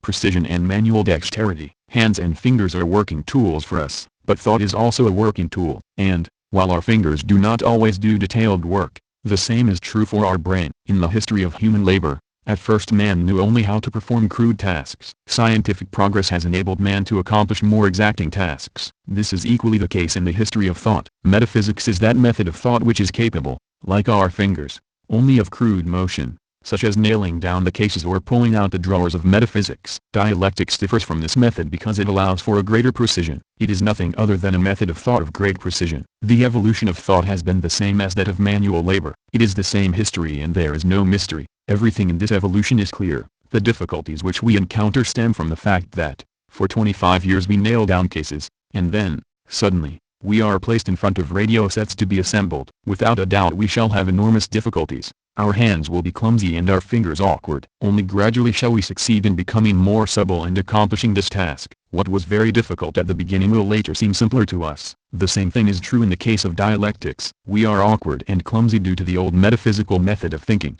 and we must acquire the flexibility and precision of the dialectical method. But we see that there is nothing mysterious or very complicated about this. 2. Where did the dialectic method come from? We know that metaphysics considers the world to be a complex of fixed things and that, if we look at nature, we see that, on the contrary, everything moves and changes. We find that the same holds true for thought. The result of these findings is a disagreement between metaphysics and reality. In order to give a simple definition of the main idea conveyed by these words, we might say that metaphysics implies immobility and that dialectics implies motion. Motion and change, which exist in everything which surrounds us, form the basis of dialectics. When we reflect on nature, or the history of mankind, or our own intellectual activity, the first picture presented to us is of an endless maze of relations and interactions, in which nothing remains what, where and as it was, but everything moves, changes, comes into being and passes out of existence. Engels, Anti-Dühring, p. 26. According to this very text by Engels, we see that, from the dialectical point of view, everything changes, nothing remains where it is, nothing stays what it is, and that, consequently, this point of view is in perfect agreement with reality. Nothing remains in the place which it occupies, since even that which seems immobile to us moves. It moves with the revolution of the earth around the sun and the rotation of the earth on its axis. In metaphysics, the principle of identity maintains that a thing must remain itself. We see that, on the contrary, nothing remains what it is. We have the impression that we always remain the same, and yet Engels tells us that the same are different. We think that we are identical, but we have already changed. From the child which we were, we have become an adult, and this adult, physically, never remains the same, but gets older every day. Hence, the misleading appearance is not motion, as the Eleatic philosophers claimed, but immobility, since, in fact, everything moves and changes. History also proves to us that things do not remain as they are. At no moment is society immobile. There was first, in antiquity, a slave society. This was then succeeded by a feudal society and then capitalist society. The study of these societies shows us that the factors permitting the birth of a new society continually and imperceptibly develop within them. In this way, capitalist society changes every day and has ceased to exist in the USSR. Because no society remains immobile, the socialist society erected in the Soviet Union is also destined to disappear. It is already visibly transforming, and this is why metaphysicians do not understand what is taking place there. They continue to judge a completely transformed society with the feelings of a man who is still under capitalist oppression. Our feelings themselves change, which we hardly notice. We see what was only an attraction turn into love, then sometimes degenerate into hatred. What we see everywhere, in nature, history and thought, is change and motion. It is with this observation that dialectics begins. The Greeks were startled by the fact that change and motion are encountered everywhere. We have seen that Heraclitus, who is called the father of dialectics, was the first to give us a dialectical concept of the world. That is, he described the world in motion and not fixed. Heraclitus' way of seeing can become a method. But this dialectical method was able to assert its authority only a long time after that, and we must see why dialectics was dominated by the metaphysical concept for such a long time. 3. Why was dialectics dominated for a long time by the metaphysical concept? We have seen that the dialectical point of view was born very early in history, but that man's insufficient knowledge enabled the metaphysical concept to develop and take precedence over dialectics. We can draw a parallel here between idealism, which arose from the great ignorance of men, and the metaphysical concept, which derived from the insufficient knowledge of dialectics. How and why was this possible? Men began the study of nature in a state of complete ignorance. In order to study the phenomena which they found, they began by classifying them. But a mental habit resulted from this way of classifying. By making categories and separating them from each other, our minds get used to making such separations, and we find in this the first characteristic of the metaphysical method. Hence, it was really from the insufficient development of science that metaphysics emerged. Only 150 years ago, people studied the sciences by separating them from each other. For example, chemistry, physics, and biology were studied separately and no relation was seen between them. This method was further applied within the sciences. Physics was concerned with sound, heat, magnetism, electricity, etc., but it was thought that these different phenomena were totally unrelated. Each was studied in separate chapters. We easily recognize in this practice the second characteristic of metaphysics, which requires that one disregard the relations between things and that there be nothing in common between them. Likewise, it is easier to conceive of things in a state of rest than in motion. Let us take photography as an example. We see that, firstly, pictures are taken of things and their immobility. This is photography. Then, only later, in motion, this is cinematics. So, this example of the development of photography and cinematics mirrors that of the sciences and the human mind. We study things at rest before studying them in motion. Why is this so? Because people were ignorant. In order to learn, people took the easiest point of view. Now, immobile things are easier to grasp and study. Certainly the study of things at rest is a necessary stage of dialectical thought, but only an insufficient, fragmentary stage. which must be integrated into the study of things which are becoming. We run across this state of mind in biology, for example, in the study of zoology and botany, because they were not well-known animals were first classified into breeds and species, since it was thought that there was nothing in common between them and that it had always been this way. Third characteristic of metaphysics. From this was derived the theory called fixism, which maintains, contrary to evolutionism, that animal species have always been what they are, that they have never evolved, which is, consequently, a metaphysical theory which stems from man's ignorance. 4. Why was the materialism of the 18th century metaphysical? We know that mechanics played a large role in the materialism of the 18th century and that this materialism is often called mechanistic materialism. Why was this so? Because the materialist concept is linked to the development of all the sciences, and among these it was mechanics which developed first. In common speech, mechanics is the study of machines. In scientific language, it is the study of motion as displacement. Mechanics was the science which developed first because mechanical motion is the simplest kind of motion. It is much easier to study the motion of an apple on a tree which is blowing in the wind than to study the change produced in a ripening apple. The effect of the wind on the apple can be more easily studied than the ripening of the apple, but the former study is partial and thus opens the door to metaphysics. Although they do indeed notice that everything is in motion, the ancient Greeks cannot make use of this observation, for their knowledge is insufficient. So, things and phenomena are observed and classified, and people are satisfied with studying their displacement, from which mechanics is derived, and the inadequacy of scientific knowledge gives rise to the metaphysical concept. We know that materialism is always based on science and that in the 18th century science was dominated by the metaphysical spirit. Of all the sciences, the most developed during this period was mechanics. This is why it was inevitable, says Engels, that the materialism of the 18th century be a metaphysical and mechanistic materialism,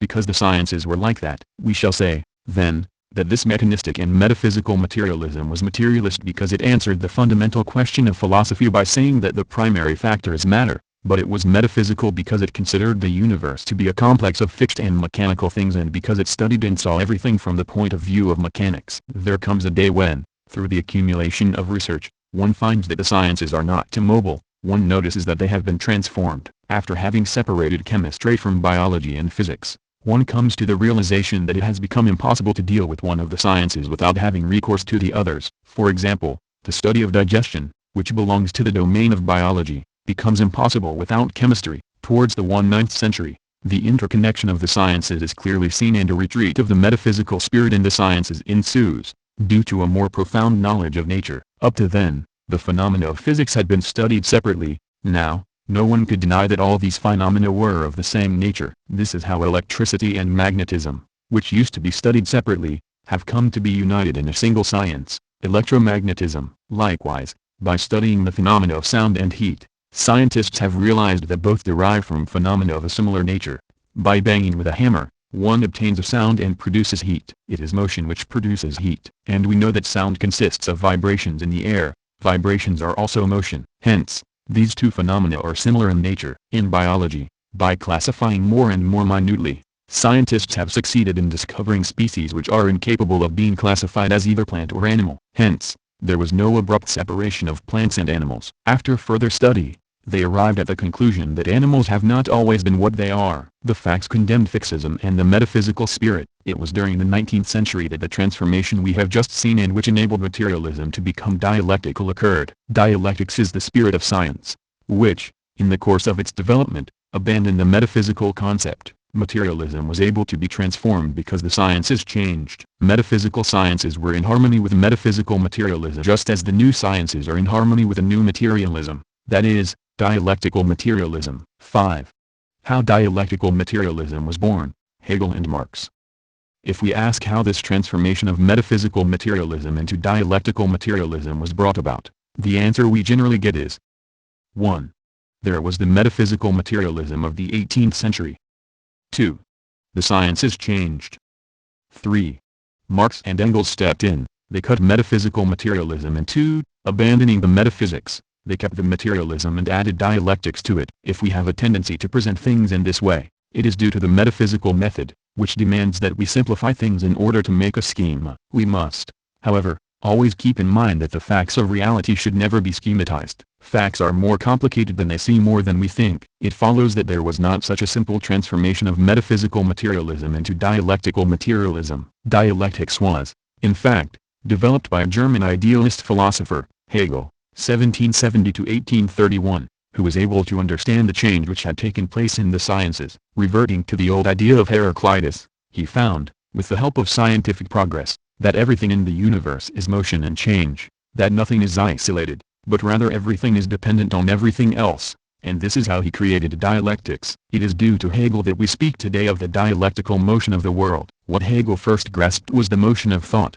and he called it naturally dialectics. But Hegel is an idealist, that is, he gives primary importance to spirit and, consequently, he entertains a particular idea about motion and change. He thinks that it is spiritual changes which provoke changes in matter. For Hegel, the universe is idea become matter and, before the universe, there was first spirit which discovered the universe. In short, he finds that both spirit and the universe are in perpetual change, but concludes that changes in spirit determine changes in matter. Example, the inventor has an idea, he realized this idea, and it is this materialized idea which creates changes in matter. Hence, Hegel is certainly a dialectician, but he subordinates dialectics to idealism. It is then that Marx, 1818 to 1883, and Engels, 1820 to 1895, followers of Hegel, but materialist followers and therefore giving primary importance to matter, think that his dialectics makes assertions which are correct but upside down. Engels says in this regard that with Hegel dialectics was standing on its head and it had to be put back on its feet. Hence,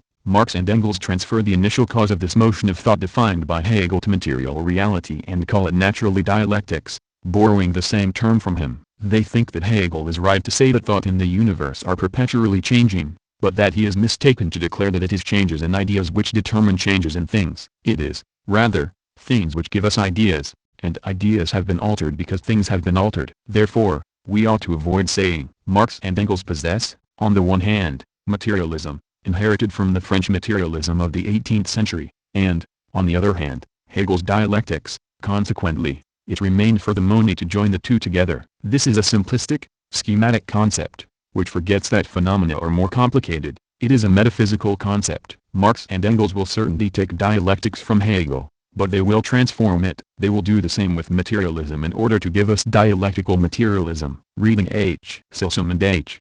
Martel, Reader in Marxist Philosophy, from the writings of Marx, Engels and Lenin, New York, International Publishers, 1963, Partial Dialectics in the Dialectical Method. 2. The Laws of Dialectics. First Law, Dialectical Change. 1. What is meant by dialectical motion? 2. For dialectics, there is nothing final, absolute, sacred. Apostrophe, Engels, 3. Process 1.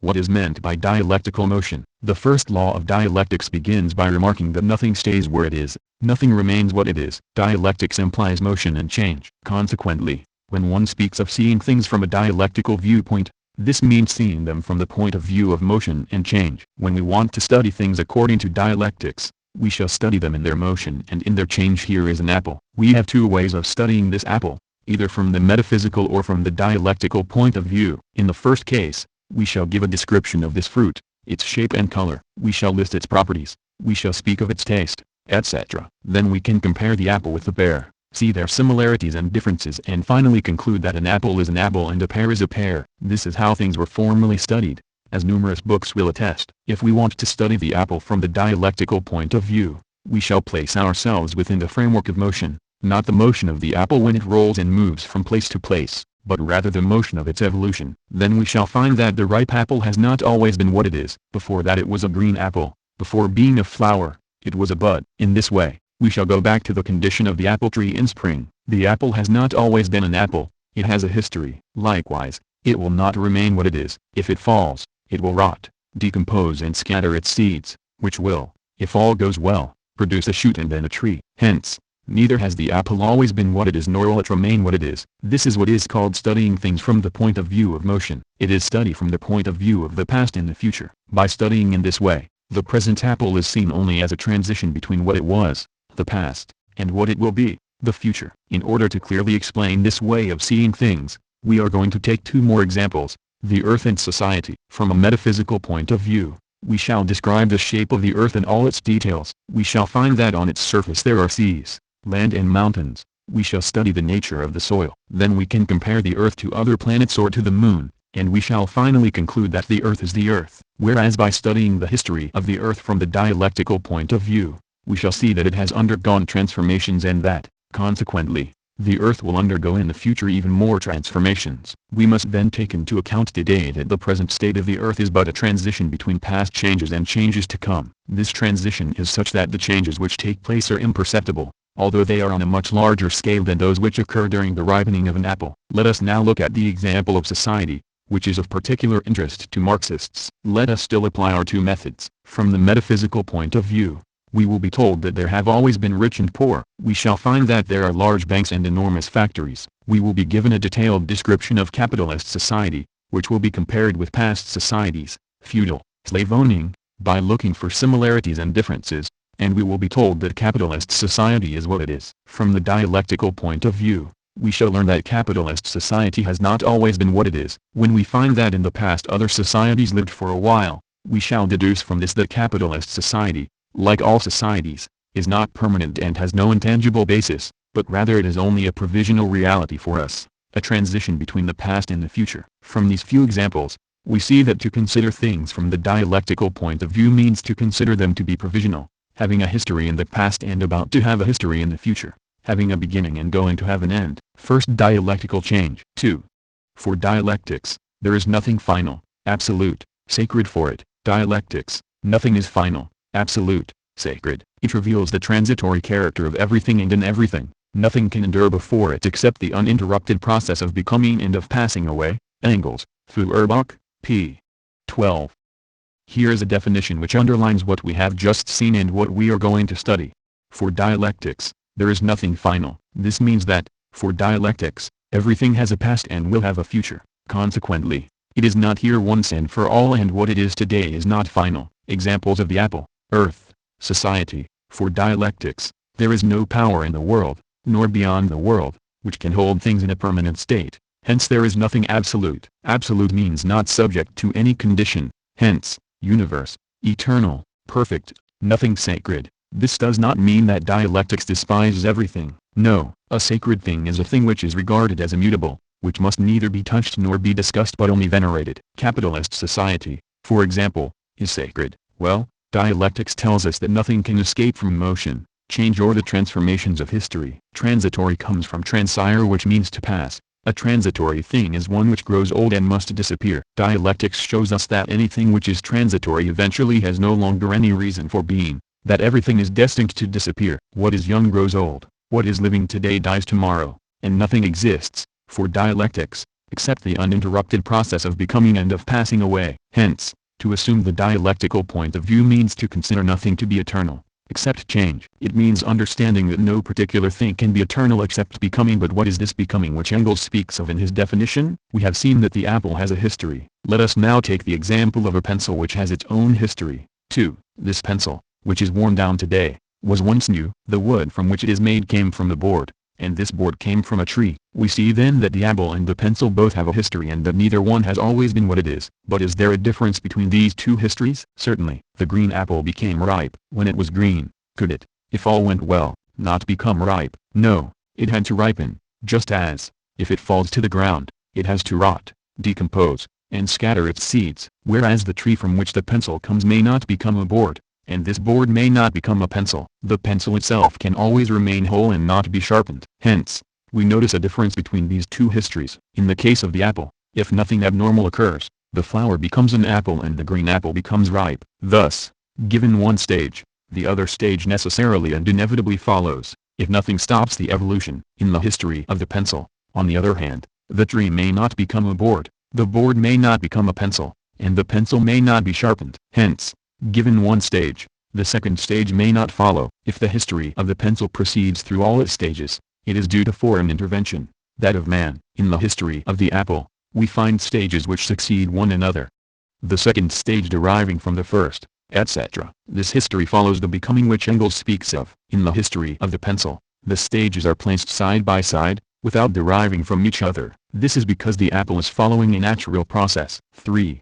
Process, word coming from Latin and meaning, forward motion, or the act of advancing, of progressing. Why does the green apple become ripe? Because of what it contains. It is due to internal sequences which stimulate the apple to ripen. It is because it was an apple even before it was ripe. It is because it could not help but ripen. When one examines the flower which will become an apple, then the green apple which will ripen. One finds that these internal sequences, stimulating the apple in its evolution, act under the pressure of internal forces. This latter is called autodynamism, which means a force which comes from the being itself. When the pencil was still a board, the intervention of man was necessary in order to make it become a pencil, for never would a board transform itself into a pencil. There were not internal forces at work, thus no autodynamism and no process. Hence, dialectics implies not only motion but also autodynamism. We see then that dialectical motion contains within itself processes or autodynamism, which is its essential feature, for not every motion or change is dialectical. If we approach the study of a flea from the dialectical viewpoint,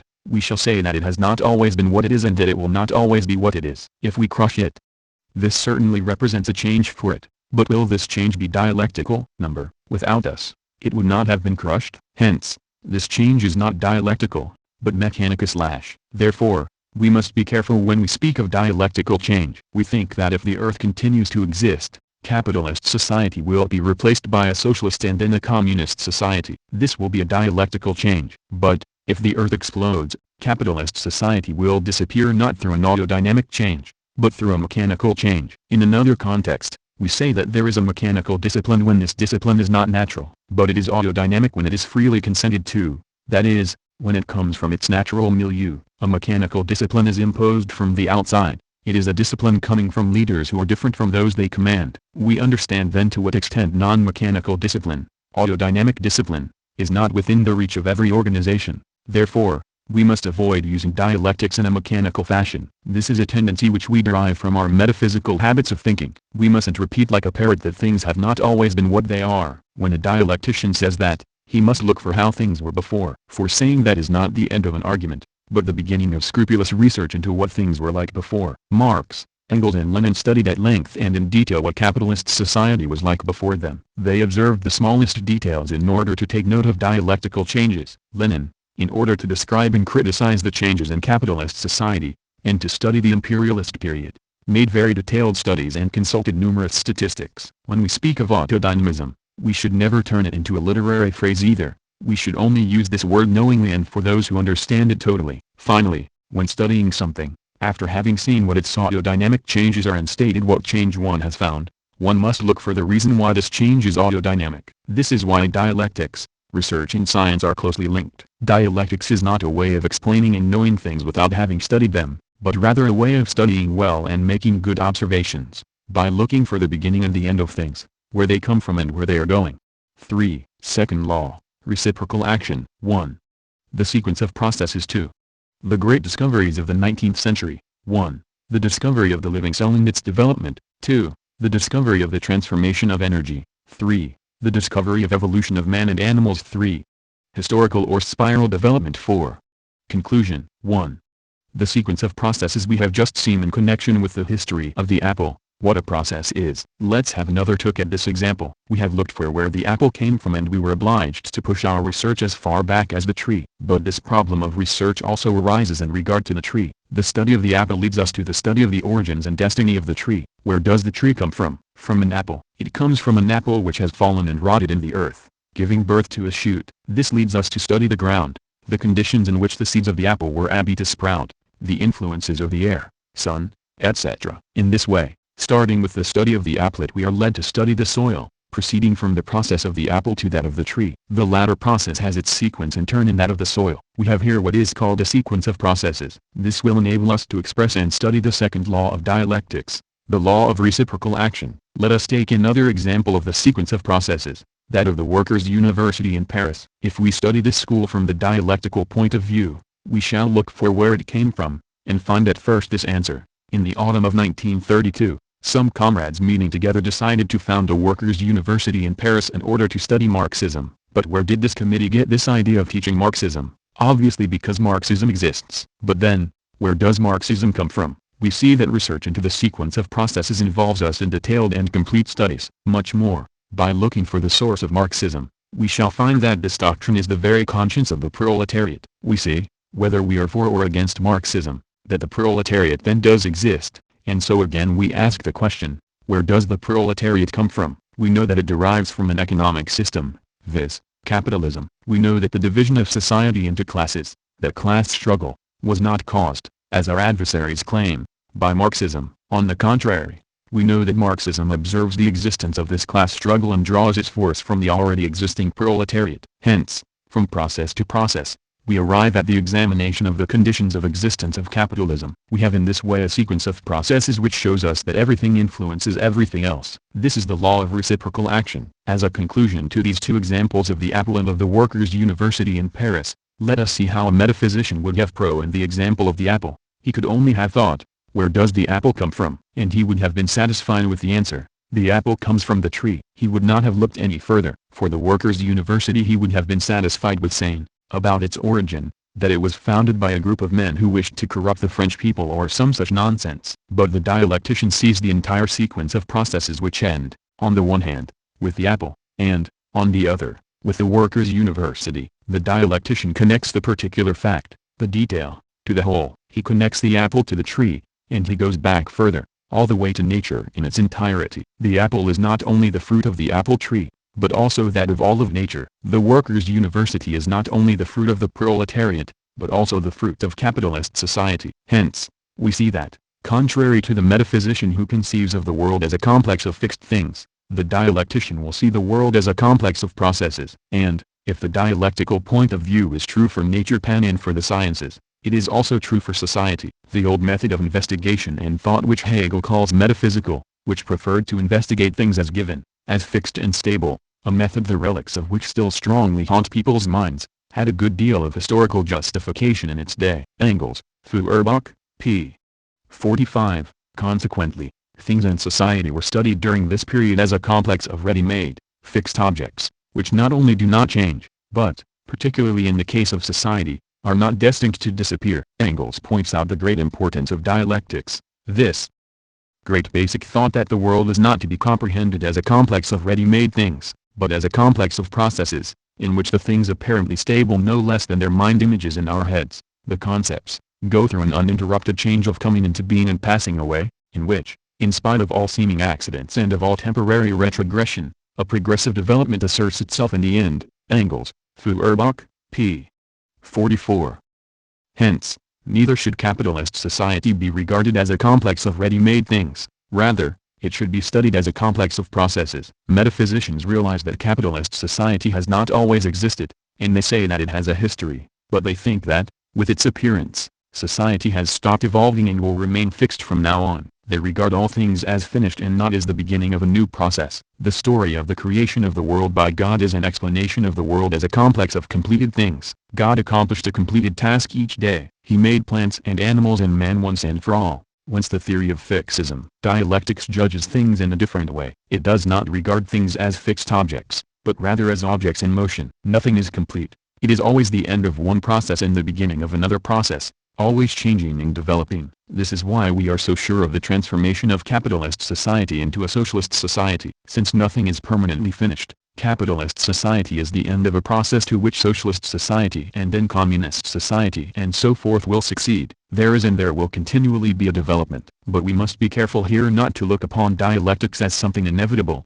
from which one might conclude, since you are so sure of the change which you desire, why do you struggle? For, as Marx says, in order to deliver socialist society, a midwife is necessary, whence the necessity of revolution, of action. The fact is, things are not so simple. One mustn't forget the role of men who may advance or slow down this transformation. We shall take up this question again in Chapter 5 when we speak of historical materialism. For the moment, all we wish to point out is the existence of a sequence of processes in everything which is produced through the internal force of things, autodynamism. We repeat, for dialectics, nothing is complete. We must understand the development of things as having no final act. At the end of one theatrical production of the world, the first act of another play begins. More precisely, this first act had already begun in the last act of the preceding play. 2.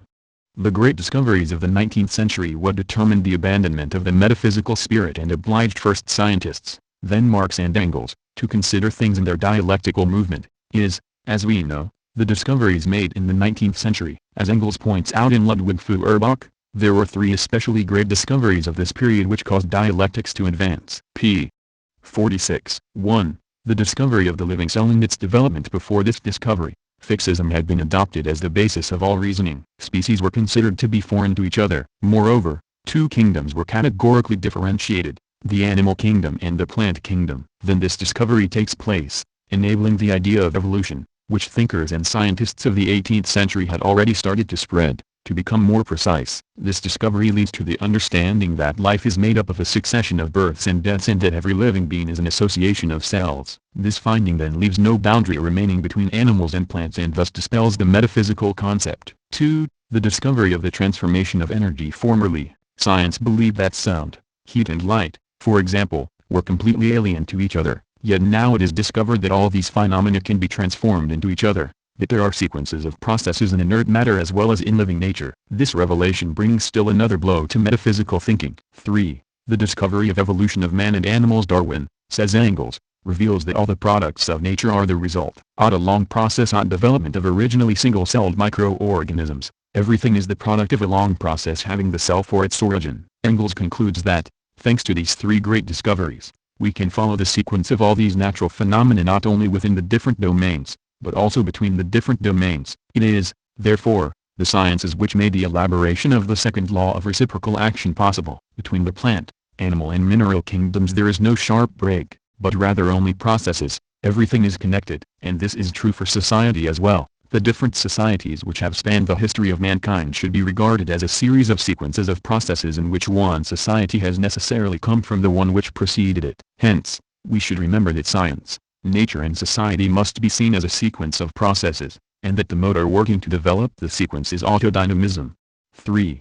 Historical or spiral development. If we examine the process which we are beginning to know a little more closely, we see that the apple is the result of a sequence of processes. Where does the apple come from? The apple comes from the tree. Where does the tree come from? From the apple. We may then think that we have here a vicious circle in which we always return to the same point. Tree, apple, tree. Likewise, if we take the example of the egg and the hen, where does the egg come from? From the hen. Where does the hen come from? From the egg. If we regarded things in this way, this would not be a process, but a circle. This appearance, moreover, has created the idea of the eternal return. That is to say, we always come back to the same point, the point of departure. But let us see exactly how the problem is stated. 1. Here is an apple. 2. When it decomposes, it engenders a tree or some trees. 3. Each tree does not produce one apple, but several apples. Hence, we do not return to the same point of departure, we come back to the applet but on another level. Similarly, if we begin with the tree, we have 1. A tree which produces 2. Some apples, which in turn produce 3. Some trees. Here again we return to the tree, but on another level. The scope has widened. Hence, we do not have a circle, as appearances might make us think, but a process of development which we shall call a historical development. History shows us that time does not go by without leaving any traces. Time passes, but the same developments do not return. The world, nature and society constitute a development which is historical, a development which, in philosophical language, is called spiral. We use this image in order to make our ideas clear. It is a comparison to illustrate the fact that things evolve according to a circular process, but do not return to the point of departure. They come back a bit above, on another level, and so on, which produces an ascending spiral. Hence, the world, nature and society have a historical, spiral, development, and what stimulates this development, let us not forget, is autodynamism. 4. Conclusion. We have just studied, in these first chapters on dialectics, the first two laws, that of change and that of reciprocal action. This was indispensable in order to approach the study of the law of contradiction, for it is this law which will enable us to understand the force which stimulates dialectical change, viz., autodynamism. In the first chapter relative to the study of dialectics, we saw why this theory had been dominated for so long by the metaphysical concept and why the materialism of the 18th century was metaphysical. After having rapidly seen the three great discoveries of the 19th century which enabled materialism to develop in order to become dialectical, we understand better now why it was necessary for the history of this philosophy to go through the three great periods which we have seen. 1. Materialism of antiquity, theory of atoms. 2. Materialism of the 18th century, mechanistic and metaphysical, finally culminating in 3. Dialectical materialism. We have maintained throughout that materialism derives from the sciences and is linked to them. We can see, after these 3 chapters, how true this is. We have seen in this study of dialectical motion and change and of the law of reciprocal action that all our arguments are based on science. Today, when scientific studies are specialized to the extreme and when scientists, generally ignorant of dialectical materialism, sometimes cannot understand the importance of their discoveries in relation to the totality of the sciences. It is the role of philosophy, whose mission, we have said, is to provide an explanation of the world and of the most general problems, and, in particular, it is the mission of dialectical materialism, to unite all the particular discoveries of each science into a synthesis, thereby establishing a theory which makes us more and more, as Descartes said, masters and possessors of nature. For third law, contradiction 1. Life and death 2. Things changing to their opposites 3. Affirmation, negation, and negation of the negation 4. Summary 5. The unity and struggle of opposites 6. Errors to be avoided 7. Practical consequences of dialectics. We have seen that dialectics regards things as being in perpetual change, continually evolving, in a word, undergoing a dialectical motion. First law. This dialectical motion is possible because everything, at the moment when we are studying it, is but the result of a sequence of processes, that is, a sequence of stages come from each other. And, continuing our study further, we have seen that this sequence of processes necessarily develops in time into a progressive motion, in spite of any momentary backsliding. We have called this development historical or spiral, and we know that it generates itself, through autodynamism. But what are the laws of autodynamism? What are the laws which enable the stages to proceed from each other? They are called the laws of dialectical motion. Dialectics teaches us that things are not eternal. They have a beginning, a maturity, and an old age, which has an end, a death. All things pass through these stages: birth, maturity, old age, end. Why is this so? Why are things not eternal? This is an old question which has always interested humanity. Why must we die? We do not understand this necessity. Throughout history, men have dreamed of eternal life, of the ways of changing this state of affairs. For example, in the Middle Ages, they invented magic potions for eternal youth or life. Why then is everything which is born obliged to die? This is a great law of dialectics which we should compare with metaphysics in order to really understand it. 1. Life and death. From the metaphysical point of view, things are considered in an isolated fashion, taken by themselves, and, because metaphysics studies things in this way, it considers them unilaterally, that is, from one side. This is why it can be said that those who see things one-sidedly are metaphysicians. Briefly, when a metaphysician studies the phenomenon called life, he does so without relating this phenomenon to any other. He sees life for itself and by itself, unilaterally. He sees it from one side only. If he examines death, he will do the same thing. He will apply his unilateral point of view and conclude by saying, life is life and death is death. Between the two there is nothing in common. One cannot be both alive and dead, for the two are opposite things and completely contrary to each other. To see things in this way is to view them superficially. Upon closer examination, it will be seen fiercely, that they cannot be opposed, nor even can they be so brutally separated, since experience and reality show us that death continues life and that it derives from the living. As for life, can it derive from death? Yes. The transformation of the elements of the dead corpse will give birth to other lives and be used as fertilizer for the earth, making it more fertile. For example, death, in many cases, will help life. Death will enable life to be born, and, in living bodies themselves, life is only possible because there is a continual replacement of dead cells by those which are newly born. See translator's notes. Hence, life and death are constantly being transformed into each other, and in everything we observe the invariability of this great law. Everywhere, things are transformed into their opposites. 2. Things changing to their opposites. Metaphysicians set opposites against each other, but reality shows us that opposites are transformed into each other, that things do not remain themselves, but are transformed into their opposites. If we examine truth and error, we tend to think that there is nothing in common between them. Truth is truth and error is error. This the unilateral point of view, which sets the two opposites at loggerheads, as one might do with life and death. And yet, sometimes when we exclaim, "Hey, it's raining," no sooner have we finished saying so than the rain has stopped. The sentence was correct when we began it, but it was transformed into an error. The Greeks had already observed this fact, so they said that in order not to be mistaken it was best to keep silent. In the same vein, let us go back to the example of the apple. We see a ripe apple on the ground and we say, "There is a ripe apple." However, it has been on the ground for some time and already it is beginning to decompose, so the truth becomes error. Science also provides us with numerous examples of laws, considered for many years to be truths and which scientific progress has proven to be errors at a certain moment. Hence,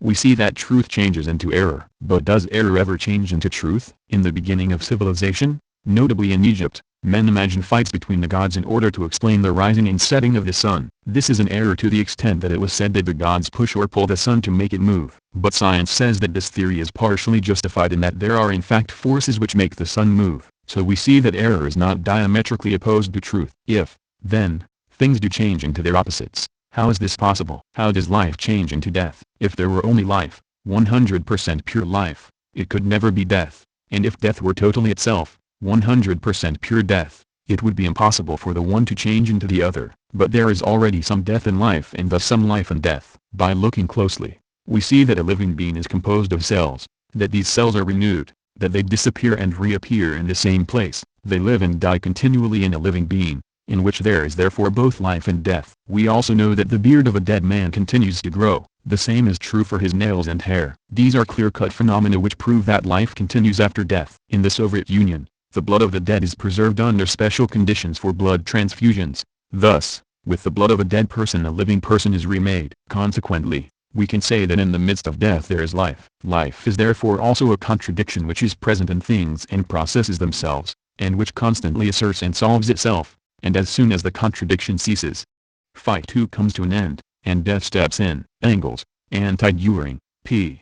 133. Hence, things not only change into each other, but also a thing is not only itself, but another thing which is its opposite, for everything contains its opposite. If we represent a thing by a circle, we have force which pushes this thing toward life, pushing from the center outwards, for example, expression, but we also have forces which push this thing in the opposite direction, forces of death, pushing from the exterior inwards, compression. Thus, within everything opposed forces, antagonisms, exist. What happens between these forces? They struggle with each other. Consequently, a thing is not only moved by a force acting in a single direction, but everything is really moved by two forces acting in opposing directions, one towards the affirmation and one towards the negation of things, one towards life and one towards death. What does the affirmation and negation of things mean? In life, there are forces which maintain life, which tends toward the affirmation of life. Then there are also forces in living organisms which tends towards negation. In everything, some forces tend towards affirmation and others towards negation, and, between affirmation and negation there is a contradiction. Hence, dialectics observes change. But why do things change? Because they are not in agreement with themselves, because there is a struggle between forces, between internal antagonisms, because there is contradiction. Here is the third law of dialectics. Things change because they contain contradictions within themselves. If we are obliged, at times, to use more or less complicated words, like dialectics, autodynamism, etc., or terms which seem contrary to traditional logic and difficult to understand, it is not because we like to complicate things at whim as the bourgeoisie does. But this study, although elementary, seeks to be as complete as possible and to facilitate the later reading of the philosophical works of Marx, Engels and Lenin, who use these terms. In any case, since we must utilize something other than everyday language, we are determined to make it comprehensible to everyone in the framework of this study. 3. Affirmation, negation and negation of the negation. Here we must make a distinction between what is called a verbal contradiction, which means that, when someone tells you yes, you answer no, and the contradiction which we have just seen and which is called a dialectical contradiction, that is, a contradiction in facts, in things themselves. When we speak of the contradiction which exists in the heart of capitalist society, this does not mean that some people say yes and others say no about certain theories. This means that there is a contradiction in factual reality, that there are real forces which are fighting each other. First, a force which tends to affirm itself, viz., the bourgeois class which tends to maintain itself. Then, a second social force which tends toward the negation of the bourgeois class, viz., the proletariat. Hence the contradiction does exist in reality, because the bourgeoisie cannot exist without creating its opposite, the proletariat. As Marx says, what the bourgeoisie, therefore, produces, above all, are its own gravediggers. Marx and Engels, Communist Manifesto, New York, International Publishers, 1948, p. 21. In order to prevent this, the bourgeoisie would have stopped being itself, which would be absurd. Consequently, by affirming itself, it creates its own negation. Let us take the example of an egg which is laid and sat on by a hen. We find that in the egg there is a seed which develops at a certain temperature and under certain conditions. This seed, while developing, will produce a chick. Hence, the seed is already the negation of the egg. We see then that in the egg there are two forces, one which tends to make it remain an egg and one which tends to make it become a chick. Therefore, the egg is in disagreement with itself and all things are in disagreement with themselves. This may seem difficult to understand, because we are used to the metaphysical way of reasoning. But this is why we should make an effort to become accustomed to seeing things in their reality. A thing begins by being an affirmation which comes from negation. The chick is an affirmation born from the negation of the egg. It is one stage of the process. But the chick, in turn, will be transformed into a hen. During this transformation, there will be a contradiction between the forces which fight to make the chick become a hen and those which fight to make the chick remain a chick. The hen will thus be the negation of the chick, the latter having derived from the negation of the egg. The hen will therefore be the negation of the negation, and this is the general course of the stages of dialectics. 1. Affirmation, also called thesis. 2. Negation or antithesis. 3. Negation of the negation or synthesis. These words summarize dialectical development. They are used to represent the sequence of stages, to indicate that each stage is the destruction of the preceding one. Destruction is a negation. The chick is the negation of the egg, since by being born it destroys the egg. Similarly, the ear of wheat is the negation of the grain of wheat. The grain will germinate in the soil. This germination is the germination of the grain of wheat and will produce a plant. This plant, in turn, will flower and produce an ear. The latter will be the negation of the plant or the negation of the negation. Hence, we see that the negation which dialectics speaks of is another way of speaking of destruction. There is a negation of what disappears, of what is destroyed. 1. Feudalism was the negation of the slave state. 2. Capitalism is the negation of feudalism. 3. Socialism is the negation of capitalism. Just as when we made a distinction between verbal contradiction and dialectical contradiction, here we must clearly understand what verbal negation, which says no, is and what dialectical negation, which means destruction, is. But while negation means destruction, it does not mean just any kind of destruction, but dialectical destruction. Thus, when we crush a flea, it does not die from internal destruction, from dialectical negation. Its destruction is not the result of autodynamic stages, it is the result of a purely mechanical change. Destruction is a negation only if it is a product of affirmation, if it comes from it. Thus, the egg which is set on, being the affirmation of what an egg is, engenders its own negation, it becomes a chick, and the latter symbolizes the destruction or the negation of the egg, by piercing and destroying the shell. In the chick we observe two adverse forces, chick and hen. In the course of this development of the process, the hen will lay eggs, whence a new negation of the negation arises. From these eggs, then, a new sequence of the process will begin. In the case of wheat we also see an affirmation, then the negation and negation of the negation. Let us take materialist philosophy as another example. In the beginning, we find a primitive, spontaneous materialism, which, due to its ignorance, creates its own negation, idealism. But the idealism which negates the old materialism will itself be repudiated in turn by modern or dialectical materialism, because philosophy, along with the sciences, develops and provokes the destruction of idealism. Hence, here also, we have affirmation, negation and negation of the negation. We may also observe this cycle in the evolution of society. In the beginning of history we find the existence of a primitive communist society, a society without classes, based on the common ownership of the land. But this form of ownership becomes a hindrance to the development of production and, in this way, creates its own negation, a class society, based on private ownership and the exploitation of man by man. But this society as well carries its own negation within itself, because a superior development of the means of production brings about the necessity of negating the division of society into classes,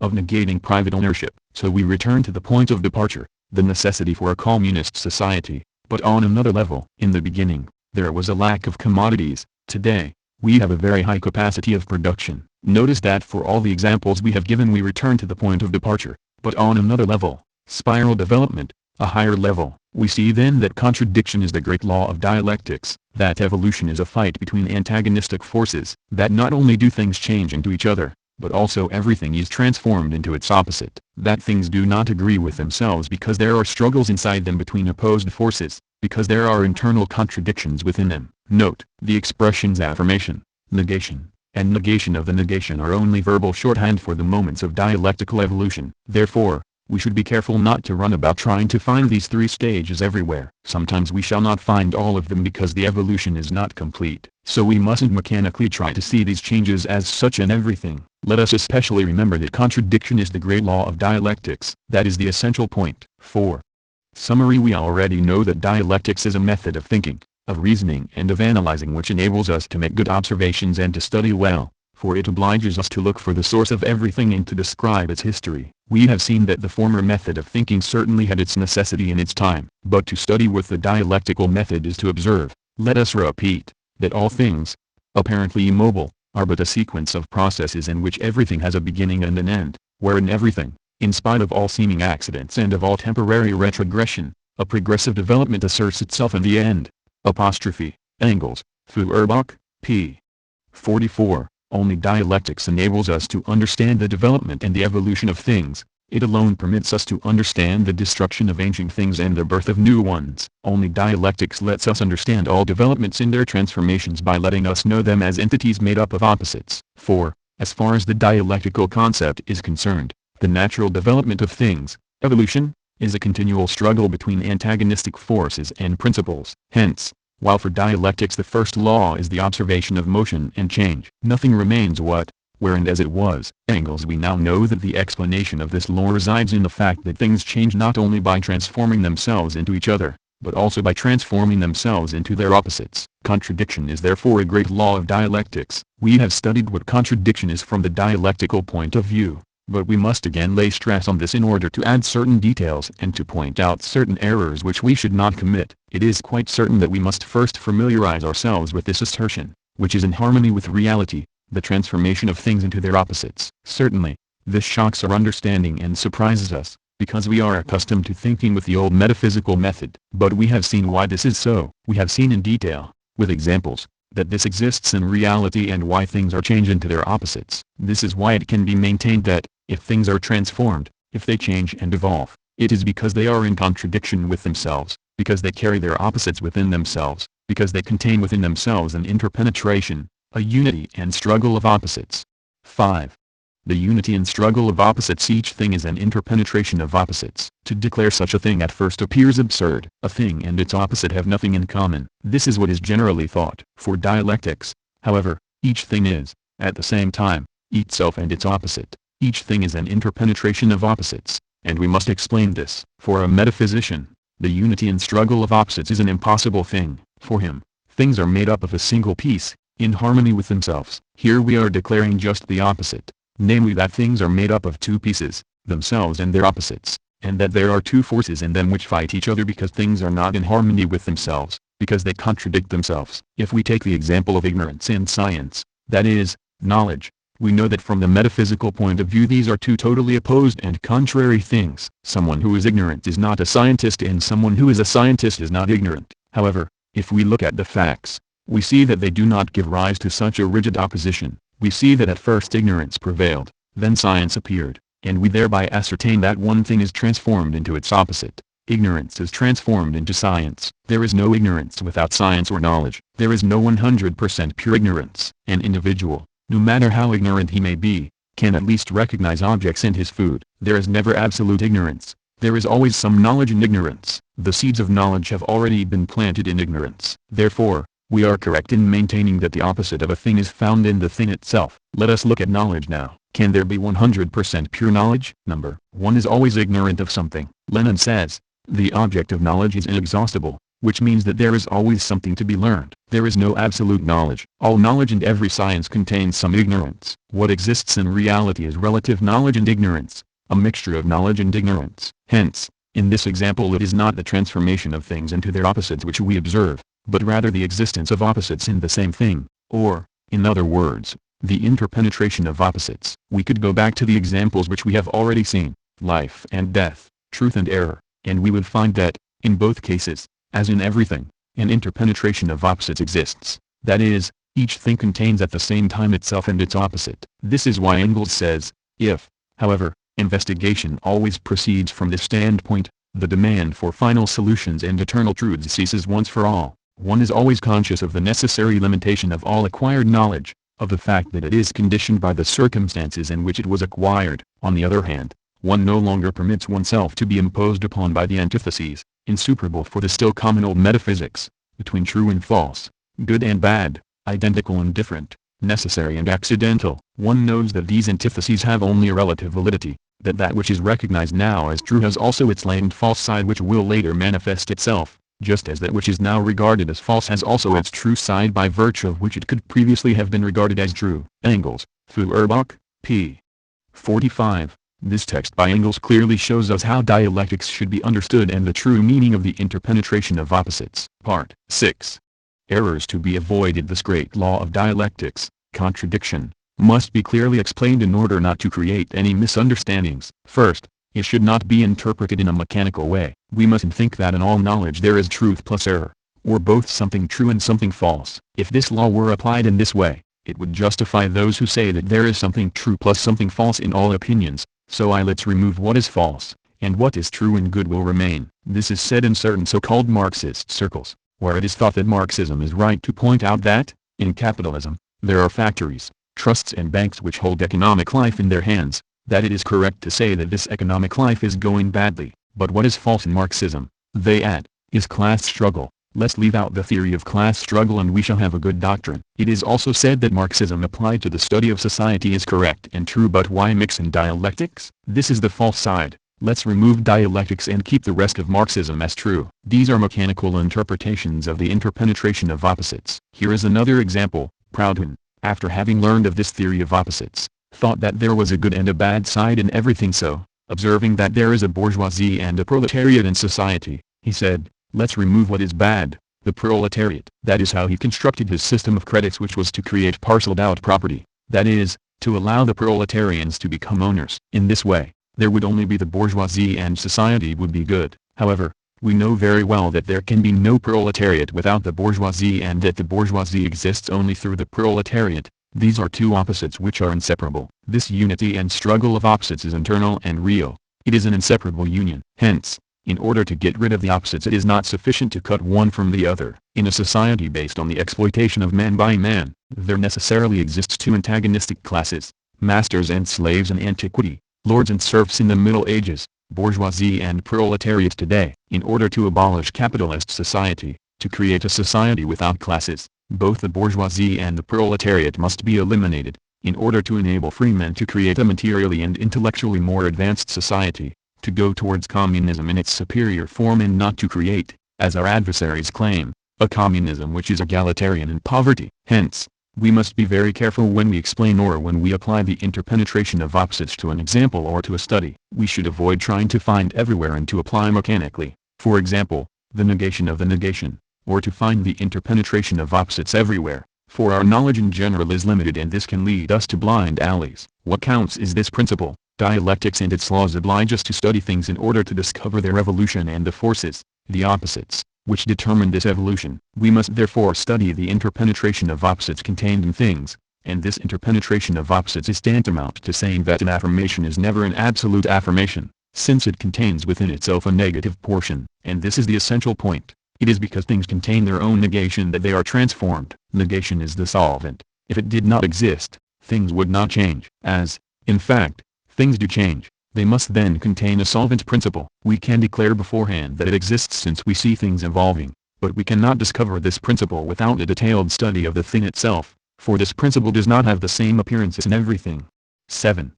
Practical consequences of dialectics. Hence, in practice, dialectics obliges us always to consider both, not one, sides of things, never to consider truth without ignorance. The big mistake of metaphysics is precisely to consider only one side of things, to judge unilaterally. If we make many mistakes, it is always to the extent that we see but one side of things, because we often reason unilaterally. While idealist philosophy maintains that the world exists only in the ideas of men, we must recognize that, in truth, there are some things which exist only in our thoughts. This is true, but idealism is unilateral. It sees only this aspect. It sees only man who invents things which are not found in reality, and it then concludes that nothing exists outside of our ideas. Idealism is correct to point out this faculty in man, but, by not applying the criterion of practice, it sees only that. Metaphysical materialism is also mistaken because it sees but one side of problems. It sees the universe as a mechanism. Does mechanics exist? Yes. Does it play an important role? Yes. Metaphysical materialism is thus correct to say this,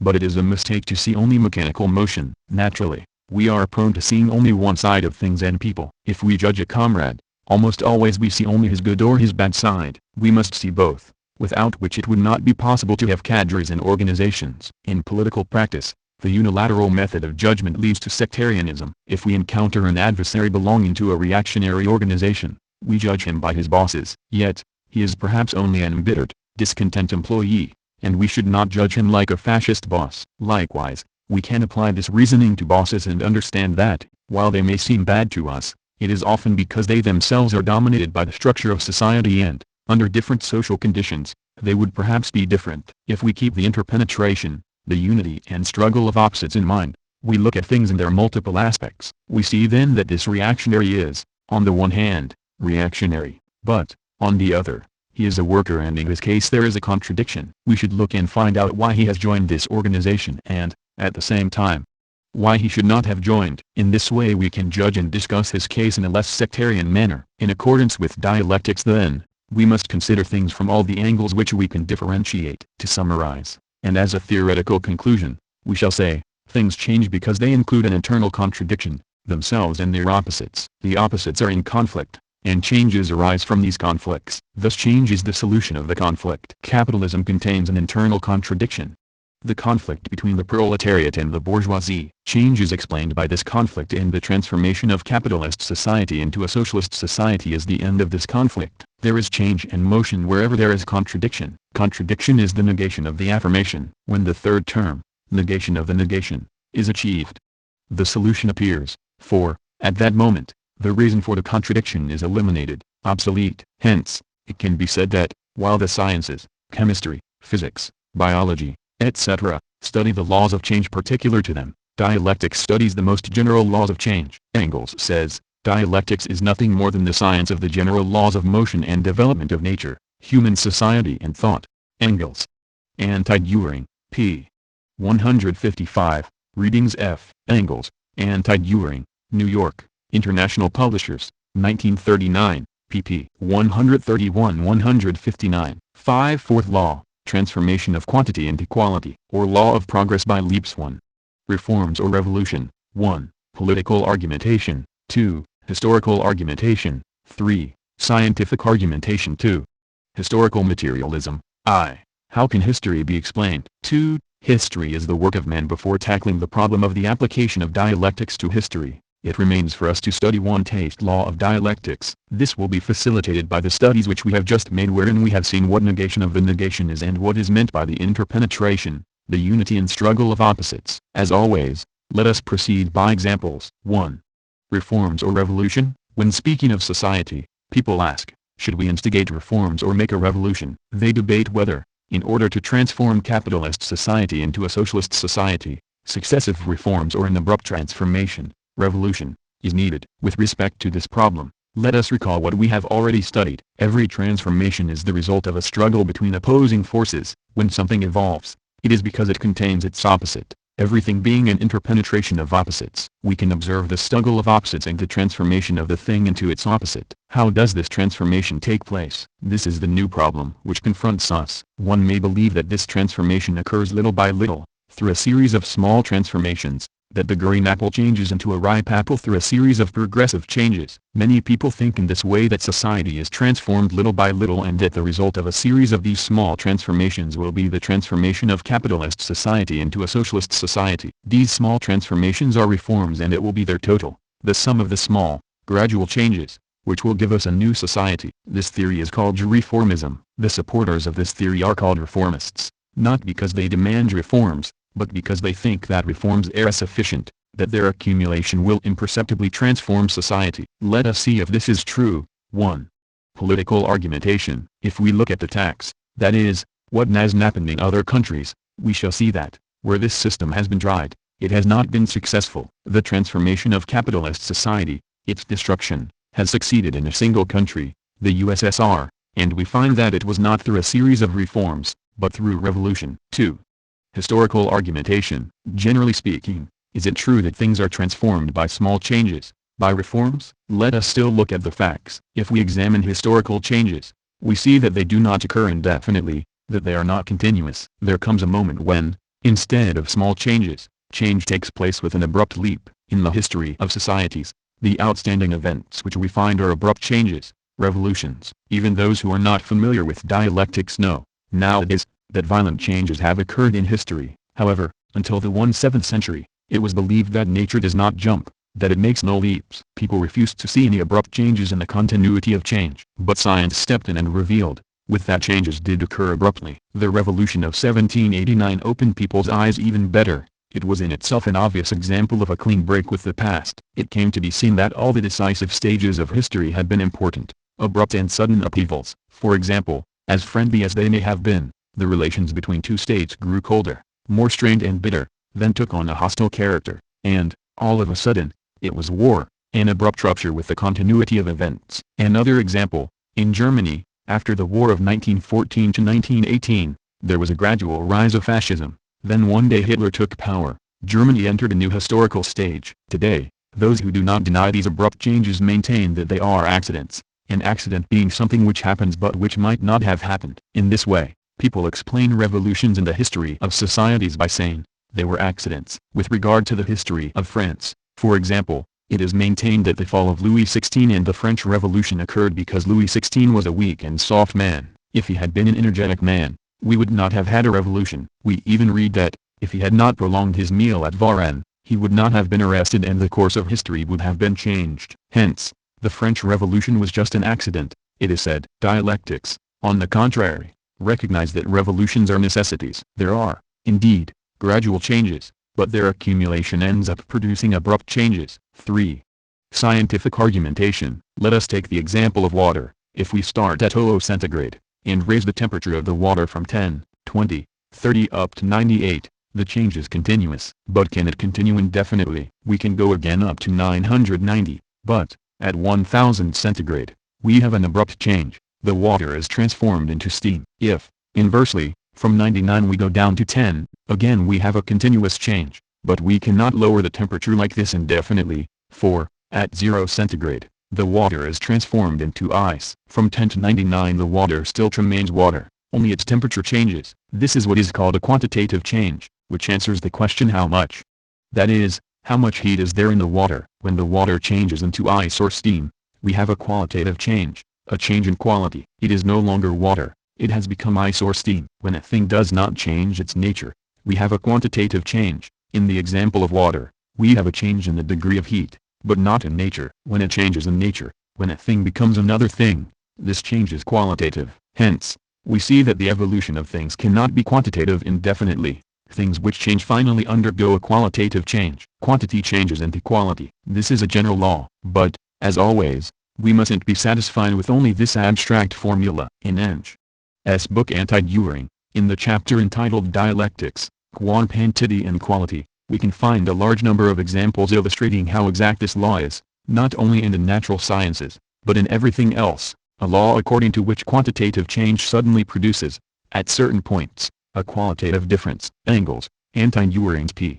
138. Here is another example, cited by H.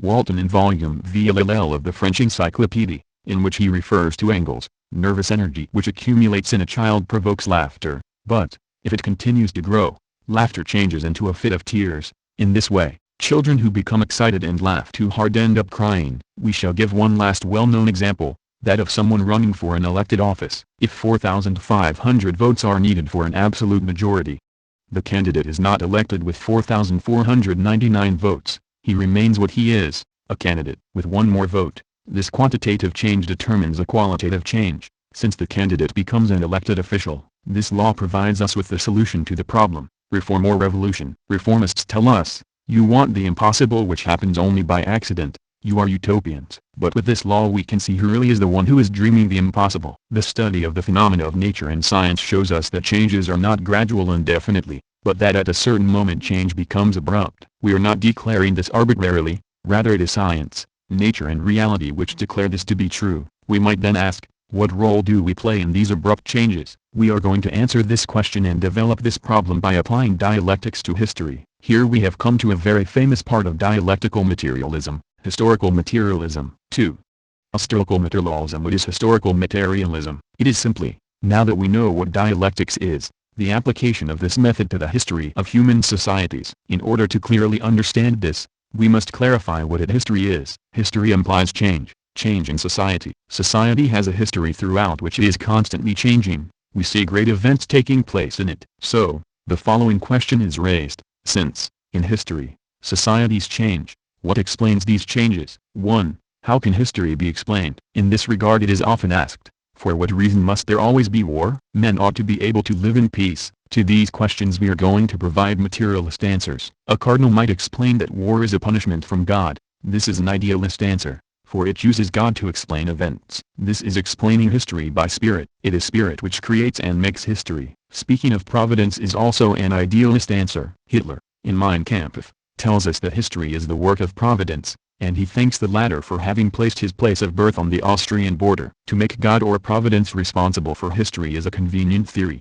Men can do nothing and, consequently, we can do nothing to stop war. We must let it happen. From a scientific point of view, can we support such a theory? Can we find its justification in facts? The first materialist affirmation in this discussion is that history is not the work of God, but the work of men. So then, men can act on history and they, too, history is the work of man. Men make their own history, whatever its outcome may be, in that each person follows his own consciously desired end, and it is precisely the resultant of these many wills operating in different directions and of their manifold effects upon the outer world that constitutes history. Thus it is also a question of what the many individuals desire. The will is determined by passion or deliberation, but the evers which immediately determine passion or deliberation are of very different kinds. Partly they may be external objects, partly ideal motives, ambition, enthusiasm for whims of all kinds. But, on the one hand, we have seen that the many individual wills active in history for the most part produce results quite other than those they intended, often quite the opposite. Their motives therefore in relation to the total result are likewise of only secondary significance. On the other hand, the further question arises, what driving forces in turn stand behind these motives? What are the historical causes which transform themselves into these motives in the brains of the actors? Engels, and Dühring, p.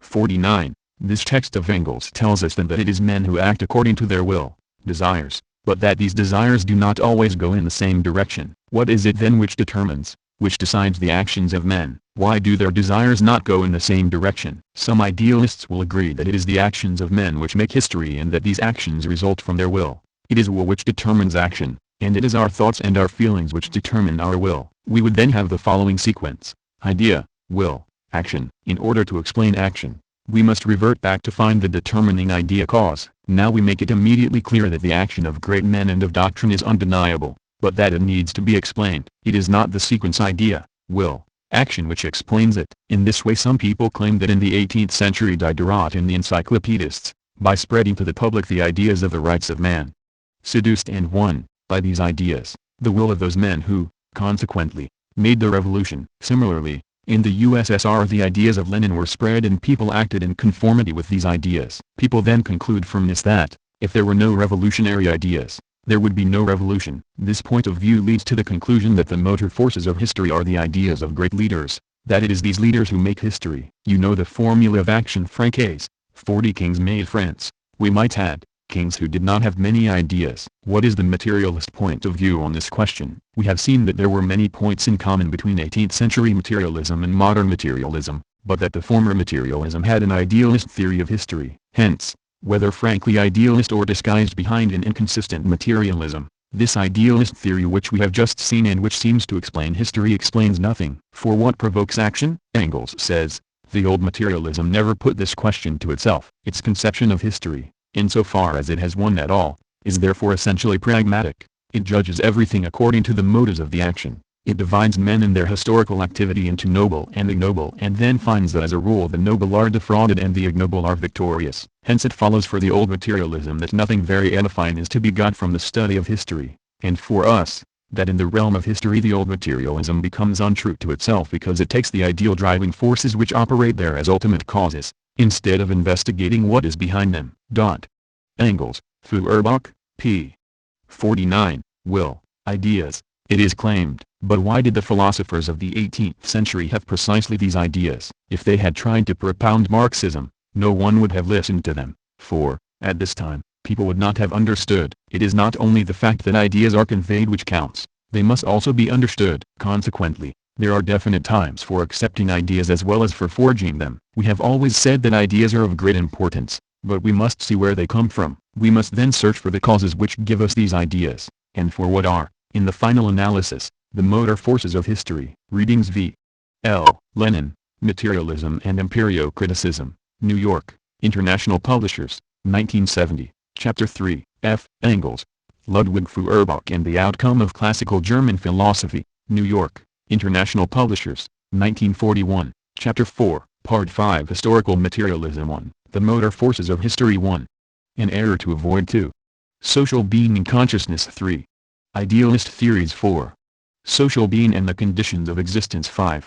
Class Struggle, the motor of history. As soon as the question, where do our ideas come from, is raised, the need for pursuing our research further becomes apparent. If we reasoned in the manner of the 18th century materialists, who thought that the mind secretes thought as the liver secretes bile, we could answer this question by saying that it is nature which produces the mind and that, consequently, our ideas are the product of nature and the product of our minds. It could then be said that history is made by the action of men driven by their will, the latter being the expression of their ideas which are themselves derived from their brains. But watch out. 1. An error to avoid. If we explained the French Revolution by saying that it was the result of the application of the ideas which arose in the minds of philosophers, this would be a narrow and insufficient explanation and a poor application of materialism. What must be seen is why the ideas launched by the thinkers of this period were adopted by the masses. Why was Diderot not alone in conceiving of them, and for what reason were the great majority of minds since the 16th century developing the same ideas? Is it because these minds suddenly had the same weight, the same convolution, number? There were changes in ideas, but no change took place inside the skull. This explanation of ideas by the brain seems like a materialist explanation, but to speak of Diderot's brain is really to speak of the ideas in Diderot's brain. Hence, this is a falsified and improper materialist theory, in which we witness the revival of the idealist tendency to give primary importance to ideas. Let us go back to the sequence: history, action, will, ideas. Ideas have a meaning, a content. The working class, for example, struggles for the elimination of capitalism. This is an idea held by the struggling workers. They think because they have brains, certainly, and the brain is therefore a necessary condition for thinking, but it is not a sufficient condition. The brain explains the material act of having ideas, but it does not explain why one has certain ideas rather than others. Everything which sets men in motion must go through their minds, but what form it will take in the mind will depend very much upon the circumstances. Engels, Feuerbach, p. 50. How can we then explain the content of our ideas? That is, how does the idea of overthrowing capitalism come to us? 2.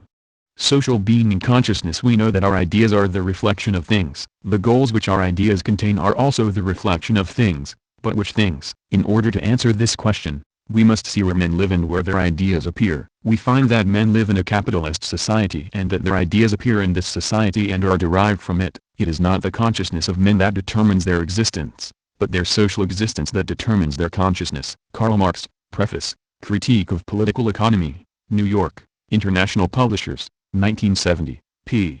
21. In this definition, what Marx cans their being, signifies what we are. Consciousness is what we think, what we desire. We are struggling for an ideal profoundly rooted in us, it is generally said, and as a result of this, it is our consciousness which determines our being. We act in a certain way because we think in a certain way, because we want to. It is a grave error to speak this way, for in reality it is our social being which determines our consciousness. A proletarian thinks like a proletarian, and a bourgeois thinks like a bourgeois. We shall see later why this is not always the case. But, generally speaking, a man thinks differently in a palace and in a hut. Engels, Feuerbach, p. 38. 3.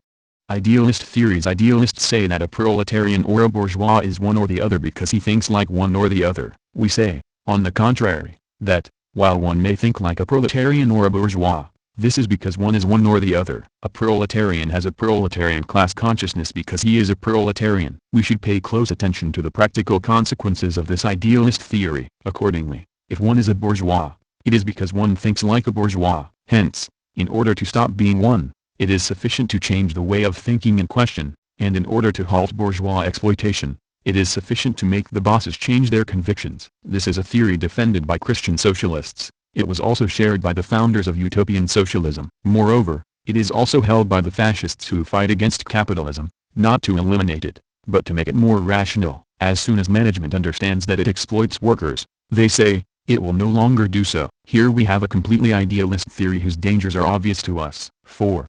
Social being and the conditions of existence. Marx speaks of social being. What does he mean by this? Social being is determined by the material conditions of existence in which men live in society. It is not the consciousness of men which determines their material conditions of existence, but these material conditions which determine their consciousness. What are the material conditions of existence? In society, there are rich people and poor people. and their way of thinking is different. Their ideas on the same subject are different. Taking the subway, for someone poor and unemployed, is a luxury, but it is a disgrace for someone rich who has a car. Does a poor person entertain these ideas about the subway because he is poor or because he takes the subway? Because he is poor. Being poor is his condition of existence. So, we must see why there are rich people and poor people in order to be able to explain men's conditions of existence in the economic process of production. A group of people occupying an analogous place, that is, in the present capitalist system, possessing the means of production, or, on the contrary, working on the means of production which do not belong to them, and consequently having to a certain extent the same material conditions of existence, form a class. However, the notion of class is not simply that of wealth or poverty. A proletarian may earn more than a bourgeois. He is, nonetheless, a proletarian because he is dependent on a boss and because his life is neither secure nor independent. The material conditions of existence consist not only of money earned, but also of social function. Therefore, we have the following sequence. People make their history through their actions according to their will, which is the expression of their ideas. The latter are derived from their material conditions of existence, that is, their membership in a class. 5. Class struggle. The motor of history. People act because they have certain ideas. They owe these ideas to their material conditions of existence, because they belong to one class or another. This does not mean that there are only two classes in society. There are a number of classes, of which two are principally in conflict, the bourgeoisie and the proletariat. Hence, beneath ideas there are classes. Society is divided into classes which struggle against each other. Thus, if we examine the ideas which man has, we see that these ideas are in conflict, and that, beneath these ideas, we find classes which are themselves in conflict as well. Consequently, the motor forces of history, that is, the explanation of history, is class struggle. If we take the permanent deficit of the budget, for example, we see that there are two solutions. One consists of continuing what is called financial orthodoxy, savings, loans, new taxes, etc. The other solution consists of making the rich pay. We observe a political struggle around these ideas. Generally, one is sorry that one cannot reach an agreement on this matter. The Marxist,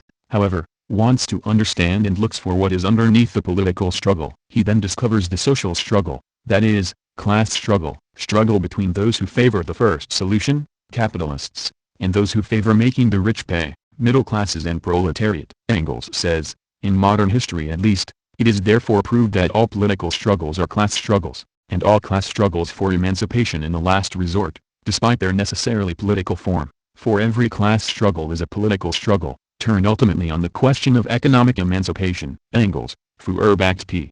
52. Thus we have another link to add to the sequence we have used to explain history. We now have action, will, ideas beneath which are found classes, and, behind classes, is the economy. Hence, it is indeed class struggles which explain history, but it is the economy which determines classes. If we wish to explain a historical fact, we must examine which ideas are in conflict, look for the classes beneath these ideas and, finally, define the economic mode which characterizes these classes. One may still wonder where classes and the economic mode come from, and dialecticians are not afraid of asking how these successive questions because they know that we must find the source of everything. This is what we shall study in detail in the next chapter, but we can already say, in order to know where classes come from, one must study the history of society, and then one will see that the existing classes have not always been the same. In Greece, slaves and masters; in the Middle Ages, serfs and lords; next, to simplify the enumeration, the bourgeoisie and the proletariat. In the above description,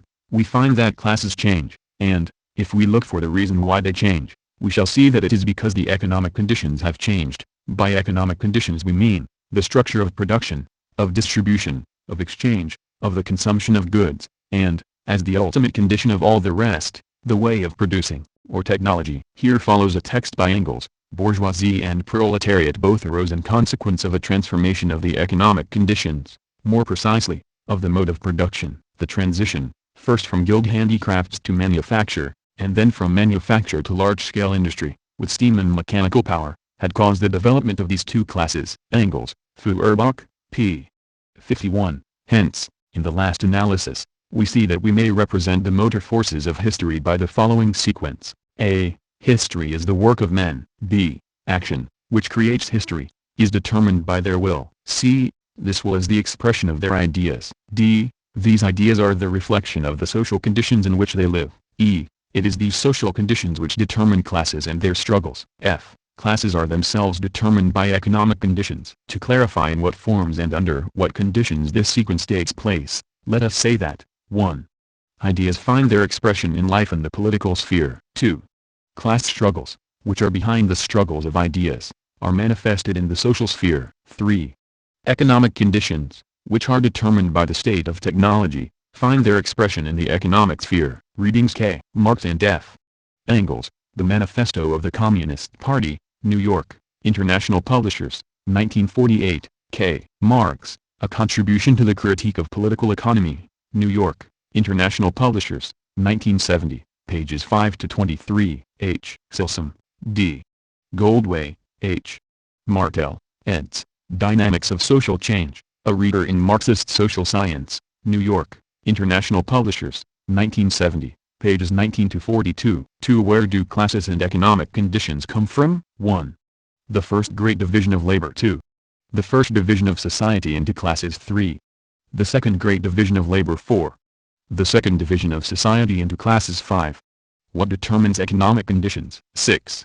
Modes of production. 7. Comments. We have seen that, in the last analysis, the motor forces of history are classes and their struggles determined by economic conditions. This may be expressed by the following sequence. People have ideas in their heads which make them act. These ideas are derived from the material conditions of existence in which they live. These material conditions of existence are determined by the social place they occupy in society, that is, by the class to which they belong, and classes are themselves determined by the economic conditions in which society evolves. But it remains for us to see what it is which determines economic conditions and the classes they create. This is what we propose to study below. 1. The first great division of labor. By studying the evolution of society and taking into account the events of the past, the first observation one makes is that the division of society into classes has not always existed. Dialectics demands that we search for the origin of things. Now we find that, in a far distant past, there were no classes. In the origin of the family, private property and the state, Engels tells us, production at all former stages of society was essentially collective. There was not one class, one category, then another. Likewise, consumption of the products created by men was collective. This is primitive communism. All men participate in production. The individual instruments of labor are private property, but those which are used in common belong to the community. The division of labor exists at this lower stage only between the sexes. Man hunts, fishes, etc. Woman takes care of the house. There are no private interests at stake. But men did not remain in this period. The first change in the life of men will be the division of labor in society. But the division of labor slowly insinuates itself into this process of production. Frederick Engels, Origin of the Family, Private Property, and the State, New York, International Publishers, 1942, p. 233. This first event occurs where men found animals which could be tamed and, when once tamed, bred. The wild buffalo cow had to be hunted. The tame buffalo cow gave a calf yearly and milk as well. A number of the most advanced tribes, the Aryans, Semites, perhaps already also the Turanians, now made their chief work first the taming of cattle, later their breeding and tending only. Pastoral tribes separated themselves from the mass of the rest of the barbarians. The first great social division of labor. Engels, Origin of the Family, p. 218. Hence we have, as the first mode of production, hunting and fishing; as the second mode of production, cattle raising, which gives rise to pastoral tribes. This first division of labor is the basis for 2. The first division of society into classes. The increase of production in all branches, cattle raising, agriculture, domestic handicrafts, gave human labor power the capacity to produce a larger product than was necessary for its maintenance. At the same time it increased the daily amount of work to be done by each member of the gens, household, community or single family. It was now desirable to bring in new labor forces. War provided them. Prisoners of war were turned into slaves. With its increase of the productivity of labor and therefore of wealth, and its extension of the field of production, the first great social division of labor was bound, in the general historical conditions prevailing, to bring slavery in its train. From the first great social division of labor arose the first great cleavage of society into two classes, masters and slaves, exploiters and exploited. Engels, Origin of the Family, p. 220. We have now reached the threshold of civilization. Civilization conditions opens with a new advance in the division of labor. At the lowest stage of barbarism men produced only directly for their own needs. Any acts of exchange were isolated occurrences, the object of exchange merely some fortuitous surplus. In the middle stage of barbarism we already find among the pastoral peoples a possession in the form of cattle which, once the herd has attained a certain size, regularly produces a surplus over and above the tribe's own requirements, leading to a division of labor between pastoral peoples and backward tribes without herds, and hence to the existence of two different levels of production side by side with one another and to the conditions necessary for regular exchange. Engels, Origin of the Family, p. 224. Thus, at this moment, we have two classes in society, masters and slaves. Thereafter society will continue to live and to undergo new developments. A new class will appear and grow. 3. The second great division of labor wealth increased rapidly, but as the wealth of individuals, the products of weaving, metalwork and the other handicrafts, which were becoming more and more differentiated, displayed growing variety and skill. In addition to corn, leguminous plants and fruits, agriculture now provided wine and oil, the preparation of which had been learned. Such manifold activities were no longer within the scope of one and the same individual. The second great division of labor took place, handicraft separated from agriculture. The continuous increase of production and simultaneously of the productivity of labor heightened the value of human labor power. Slavery, now becomes an essential constituent part of the social system. Slaves are driven by dozens to work in the fields and the workshops. With the splitting up of production into the two great main branches, agriculture and handicrafts, arises production directly for exchange, commodity production. With it came commerce. Engels, Origin of the Family, p. 222. 4. The second division of society into classes in this way. The first great division of labor increases the value of human labor, and creates a growth of wealth, which again increases the value of labor and makes a second division of labor necessary, handicrafts and agriculture. At this moment, the constant increase of production and with it of the value of the human labor power makes slaves indispensable and creates commercial production and with it a third class, merchants. Hence, at this moment in society, we have a triple division of labor and three classes, farmers, artisans, merchants. For the first time we see a class appear which does not participate in production, and this class, the merchant class, will dominate the other two. The upper stage of barbarism brings us the further division of labor between agriculture and handicrafts, hence the production of a constantly increasing portion of the products of labor directly for exchange, so that exchange between individual producers assumes the importance of a vital social function. Civilization consolidates and intensifies all these existing divisions of labor, particularly by sharpening the opposition between town and country.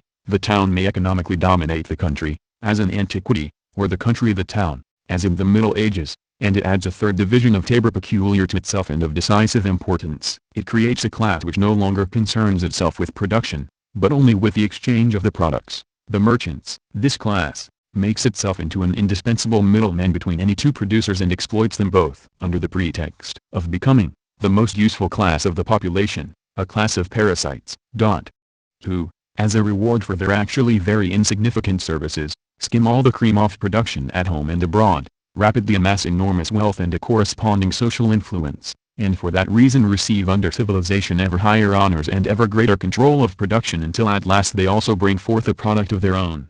The periodical trade crises. Engels, Origin of the Family, pages 224 to 225. Hence, we see the sequence which, beginning with primitive communism, leads us to capitalism. 1.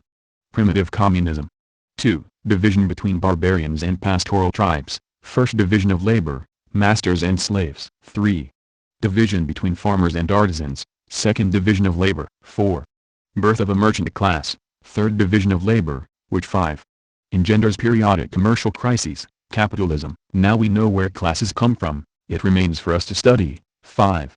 What determines economic conditions? We should first review very briefly the different societies which have preceded us. We lack documents with which to study in detail the history of societies condemns which preceded those of antiquity. But we know, for example, that with the Greeks, masters and slaves existed and that the merchant class was already beginning to develop. Then, in the Middle Ages, feudal society, with its lords and serfs, enabled the merchants to gain more and more importance. They clustered near the castles, in the heart of the burgs, whence the name bourgeois. Moreover, in the Middle Ages, before capitalist production, there were only small enterprises, whose primary condition was that the producer be the owner of his instruments of labor. The means of production belonged to the individual and were adapted only to individual use. Consequently, they were paltry, small, and limited. The historical role of capitalist production and the bourgeoisie was to concentrate and enlarge these means of production, transforming them into the powerful levers of modern production. Since the 15th century this has been historically worked out through the three phases of simple cooperation, manufacture and modern industry. But the bourgeoisie, as is also shown there, could not transform these puny means of production into mighty productive forces, without transforming them, at the same time, from means of production of the individual into social means of production only workable by a collectivity of men. F. Engels, Socialism, Utopian and Scientific, p. 56. Hence, we see that, parallel with the evolution of classes, masters and slaves, lords and serfs, there is an evolution of the conditions of production, of distribution and of exchange of wealth, that is, of economic conditions, and that this economic evolution follows step by step and coincides with the evolution of the modes of production. It is therefore the 6 modes of production, that is, the condition of instruments and tools, their utilization, labor methods, in a word, the state of technology, which determines economic conditions. The spinning wheel, the hand loom, the blacksmith's hammer were replaced by the spinning machine, the power loom, the steam hammer, the individual workshop, by the factory, implying the cooperation of hundreds of thousands of workmen. In like manner, production itself changed from a series of individual into a series of societies, and the products from individual to social products. F. Engels, Socialism, Utopian and Scientific, p. 56. Here we see that the evolution of modes of production totally transformed the productive forces. Now, while the tools of labor have become collective, the ownership of property has remained individual. Machines which can function only through collective implementation have remained the property of a single man. For this reason we see that, the productive forces, press forward to the practical recognition of their character as social productive forces. They command the socialization of great masses of means of production, which we meet within the different kinds of joint stock companies. This form also becomes insufficient. The official representative of capitalist society, the state, will ultimately have to undertake the direction of production. This shows how unnecessary the bourgeoisie are for that purpose. All the social functions of the capitalist are now performed by salaried employees. F. Engels, Socialism, Utopian and Scientific, pages 65 to 67. Thus the contradictions of the capitalist system become clear to us. On the one hand, perfecting of machinery, made by competition compulsory for each individual manufacturer, and complemented by a constantly growing displacement of laborers. On the other hand, unlimited extension of production, also compulsory under competition, for every manufacturer. On both sides, unheard of development of productive forces, excessive supply over demand, overproduction, glutting of the markets, crises every 10 years, the vicious circle, excess here, of means of production and products, excess there, of laborers, without employment and without means of existence. F. Engels, Socialism, Utopian and Scientific, p. 74. There is a contradiction between work which has become social and collective and property which has remained private. And so, with Marx, we shall say, from the forms of development of productive forces these relations turn into their fetters. Then begins a period of social revolution. Marx, Preface, Critique of Political Economy, p. 21. 7. Comments. Before ending this chapter, we must make a few comments and underline the fact that, in this study, we find all the characteristics and laws of dialectics which we have just studied. Indeed, we have just very quickly traced the history of societies, of classes and of modes of production. We see how dependent each part of conditions this study is on the others. We find that this history is essentially in motion and that the changes which occur at each stage of the evolution of society are provoked by an internal struggle between the different conservative and progressive elements. A struggle which ends in the destruction of one society and in the birth of a new one. Each society has a character and a structure quite different from the society which preceded it. These radical transformations occur after an accumulation of events which, in themselves, seem insignificant, but which, at a certain moment, create by their accumulation a situation which provokes an abrupt, revolutionary change. Hence, here we recognize the characteristics and the great general laws of dialectics, namely, the interdependence of things and events, dialectical motion and change, autodynamism, contradiction, reciprocal action, and evolution by leaps, transformation of quantity into quality. Readings. F. Engels, The Origin of the Family, Private Property and the State, New York, International Publishers, New Edition 1972. F. Engels, Socialism, Utopian and Scientific, New York, International Publishers, 1935, H. Silsom and H. Martel. Reader in Marxist Philosophy, From the Writings of Marx, Engels and Lenin, New York, International Publishers, 1963, Part 6. Dialectical Materialism and Ideologies. 1. The application of the dialectical method to ideologies. 1. Of what importance are ideologies for Marxism? 2. What is an ideology? The ideological factor and ideological forms. 3. Economic structure and ideological structure. 4.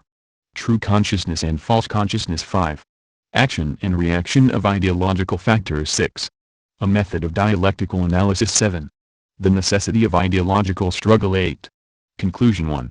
Of what importance are ideologies for Marxism? We are accustomed to hearing that Marxism is a materialist philosophy which denies the role of ideas in history, denying the role of the ideological factor.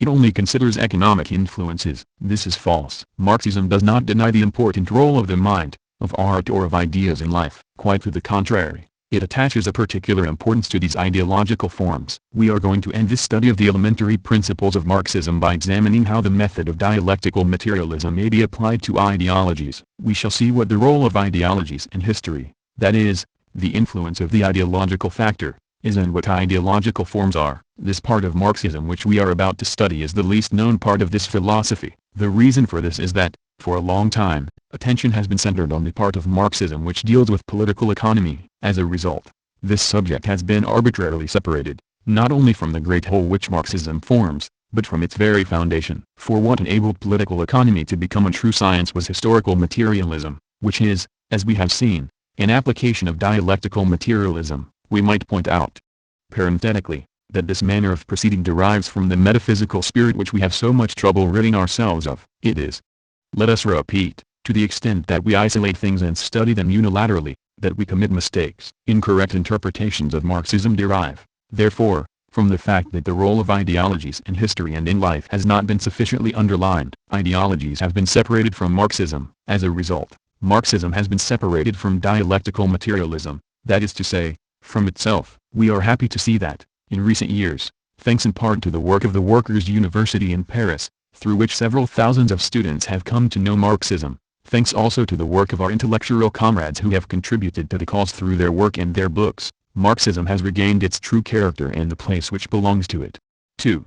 What is an ideology? The ideological factor and ideological forms. We shall open this chapter, which is dedicated to the role of ideologies, with a few definitions. What do we call an ideology? Ideology implies, above all, ideas. Ideology is a collection of ideas which form a whole, a theory, a system, or even at times simply a state of mind. Marxism is an ideology which forms a whole and which offers a method of resolving all problems. A republican ideology is the collection of ideas which we find in the mind of a republican. By republican is understood someone who supports a republic, rather than a monarchy. Translator's note: but an ideology is not only a collection of pure ideas, supposedly void of any feeling. This is a metaphysical concept. An ideology necessarily includes feelings, likes, dislikes, hopes, fears, etc. In the proletarian ideology, we find the ideal elements of class struggle, but we also find feelings of solidarity with those who are exploited by the capitalist system, application with the imprisoned, as well as feelings of revolt,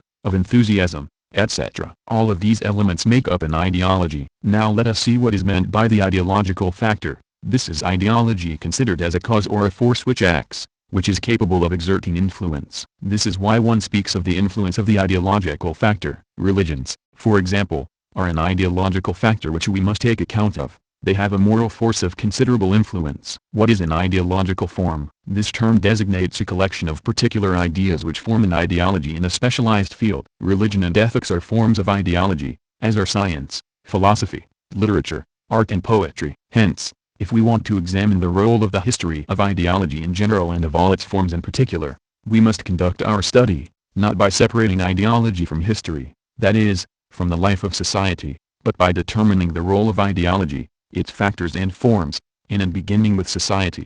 3. Economic structure and ideological structure. In our study of historical materialism, we saw that the history of societies may be explained in the following sequence. Men make history by their actions, the expression of their will. The latter is determined by their ideas. We have seen that what explains men's ideas, that is, their ideology, is the social milieu in which we find classes, themselves determined by the economic factor. That is, in the last analysis, by the mode of production.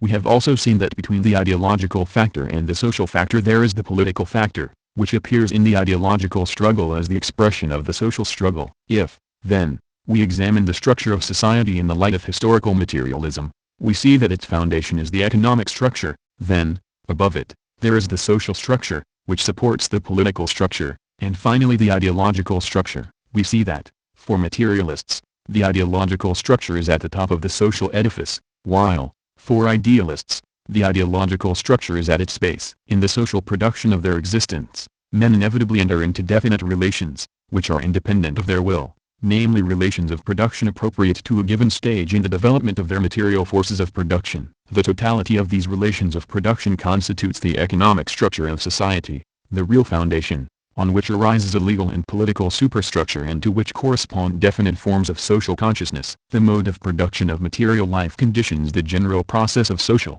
political and intellectual life. Marx, Preface, Critique of Political Economy, pages 20 to 21. Consequently, we see that it is the economic structure which forms the foundation of society. We might also say that it is the infrastructure, which means inferior, or lower, structure. Ideology, including all its forms, ethics, religion, science, poetry, art and literature, constitutes the supra, or superstructure, which means structure at the top. Since we know, as materialist theory shows, that ideas are the reflection of things, that it is our social existence which determines our consciousness, we may say that the superstructure is the reflection of the infrastructure. Here is an example by Engels, which clearly shows this to be so. Calvin's creed was one fit for the boldest of the bourgeoisie of his time. His predestination doctrine was the religious expression of the fact that in a commercial world of competition success or failure does not depend upon a man's activity or cleverness, but upon circumstances uncontrollable by him. It is not of him that willeth or of him that runneth, but of the mercy of unknown superior economic powers,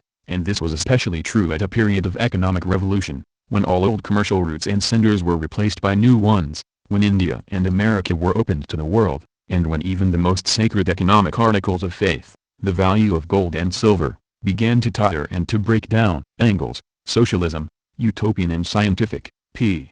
18. What happens in the economic life of merchants? They compete with each other. Merchants and bourgeois alike have experienced this competition, in which there are victors and vanquished. Quite often, the most resourceful and intelligent are defeated by competition, by a crisis which crops up and downs them. For them, this crisis is unpredictable, a blow of fate. It is this idea, that, for no apparent reason, the least clever sometimes survive crises, which is transposed in the Protestant religion. It is this observation, that some accidentally make it, which creates the idea of predestination according to which men must submit to a fate which is fixed, for all eternity, by God. From this example of the reflection of economic conditions, we see how the superstructure is the reflection of the infrastructure. Here is another example. Let us take the mentality of two non-union, that is politically undeveloped, workers. One works in a big factory, where the work is rationalized, the other for a small craftsman. It is certain that both of them will have a different conception of their boss. For one, the boss will be the ferocious exploiter, characteristic of capitalism. The other will see the boss as a worker, certainly well off, but a worker and not a tyrant. It is surely the reflection of their conditions of work which will determine their conception of management. This important example causes us, in order to be precise, to make certain observations. 4. True consciousness and false consciousness. We have just said that ideologies are the reflection of the material conditions of society, that social being determines social consciousness. One might conclude from this that the proletariat must automatically have a proletarian ideology, but such a supposition does not correspond to reality, for there are workers who do not have a worker's consciousness. Hence, we must make a distinction. People may live in certain conditions, but their consciousness of it may not correspond to reality. This is what Engels terms having a false consciousness. Example, some workers are influenced by the doctrine of corporatism, which is a return towards the Middle Ages and handicrafts. In this case, there is a consciousness of the misery of workers, but it is not a true and correct consciousness. Ideology certainly is, in this case, a reflection of the conditions of social life, but it is not a loyal or exact reflection in people's consciousness. This reflection is often upside down. To observe the existence of misery is a reflection of social conditions, but this reflection becomes false when one thinks that a return to handicrafts would be the solution to the problem. Hence, here we see a consciousness which is partly true and partly false. The worker who is a royalist also has a consciousness which is both true and false. True because he wants to eliminate the misery which he observes, false because he thinks a king can do that, and, simply because he has reasoned badly, because he has poorly chosen his ideology, this worker can become a class enemy for us, even though he belongs to our class. Thus, to have a false consciousness is to be mistaken or deceived about one's true condition. We can say, then, that ideology is the reflection of the conditions of existence, but that it is not an inevitable reflection. Moreover, We must point out that everything possible is done to give us a false consciousness and to develop the influence of the ideology of the ruling classes on the exploited classes. The first elements of a life conception which we receive, our education and instruction, give us a false consciousness. Our connections in Fife, a peasant background for some of us, propaganda, the press, the radio also falsify our consciousness at times. Consequently, ideological work is of extreme importance for us as Marxists. False consciousness must be destroyed in order for us to attain a true consciousness. Without ideological work, this transformation cannot be realized. Those who consider Marxism to be a fatalistic doctrine are, therefore, wrong, since, in reality, we believe that ideologies play a large role in society and that one must teach and learn the philosophy of Marxism so that it may become an efficient tool and weapon. 5. Action and reaction of ideological factors. From the examples of true and false consciousness above, we have seen that we mustn't always try to explain ideas only by the economy, thereby denying that ideas exert any influence. To proceed in this way would be to interpret Marxism incorrectly. Ideas can be explained, certainly, in the last analysis, by the economy, but they also have an activity of their own. According to the materialist conception of history, the ultimately determining element in history is the production and reproduction of real life. More than this neither Marx nor have ever asserted. Hence if somebody twists this into saying that the economic element is the only determining one, he transforms that proposition into a meaningless, abstract, senseless phrase. The economic situation is the basis, but the various elements of the superstructure also exercise their influence upon the course of the historical struggles and in many cases preponderate in determining their form. There is an interaction of all these elements in which, amid all the endless host of accidents, that is, of things and events whose inner interconnection is so remote or so impossible of proof that we can regard it as non-existent, as negligible, the economic movement finally asserts itself as necessary. Karl Marx and Frederick Engels, Selected Works, New York, International Publishers, 1968, p. 692. Hence, we see that we must examine everything before looking for the economic factor and that, while the latter is the cause in the last analysis, we must always remember that it is not the only cause. Ideologies are reflections and the effects of economic conditions, but the relation between the two is not simple, for we also observe the reciprocal action of ideologies on the infrastructure. If we want to study the mass movement which developed in France after February 6, 1934, we shall do so from two angles, in order to demonstrate what we have just discussed. 1. Some explain this movement by saying that its cause was the economic crisis. This is a materialist, but unilateral, explanation. This explanation takes only one factor into consideration, the economic one, in this case, the crisis. 2. This reasoning is, therefore, partly correct, but on the condition that another explanatory factor be added, what people were thinking. Their ideology. Now, in this mass movement, people were anti-fascist. These feelings were due to the propaganda which gave rise to the Popular Front. But, in order for this propaganda to be effective, a favorable terrain was necessary. What one was able to do in 1936 was not possible in 1932. Finally, we know how, afterwards, this mass movement and its ideology in turn influenced the economy by the social struggle which they inspired. Polizer is referring to the Popular Front, a coalition of left-wing parties, socialists, communists and radicals, which came to power in France in 1936. The riot of February 6, 1934, was crucial to this movement, for it led first to a spontaneous grouping of the masses with the leaders of the left-wing parties and, later in the year, to an agreement against fascism and war, signed between communists and socialists. After the success of the Popular Front in the elections of May 1936, Leon Blum constituted a left-wing government which was to remain in power until June 1937. Translator's note. Hence, in this example we see that ideology, which is the reflection of social conditions, becomes in turn a cause of events. Political, juridical, philosophical, religious, literary, artistic, etc. development is based on economic development. But all these react upon one another and also upon the economic basis. It is not that the economic situation is cause, solely active, while everything else is only passive effect. There is, rather, interaction on the basis of economic necessity, which ultimately asserts itself. Karl Marx and Frederick Engels, Selected Correspondence, Moscow, Progress Publishers, 1955, p. 467. Accordingly, the basis of the right of inheritance, assuming that the stages reached in the development of the family are the same, is an economic one. Nevertheless, it would be difficult to prove, for instance, that the absolute liberty of the testator in England and the severe restrictions in every detail imposed upon him in France are due to economic causes alone. Both react back, however, on the economic sphere to a very considerable extent, because they influence the distribution of property. Marx and Engels, Selected Works p.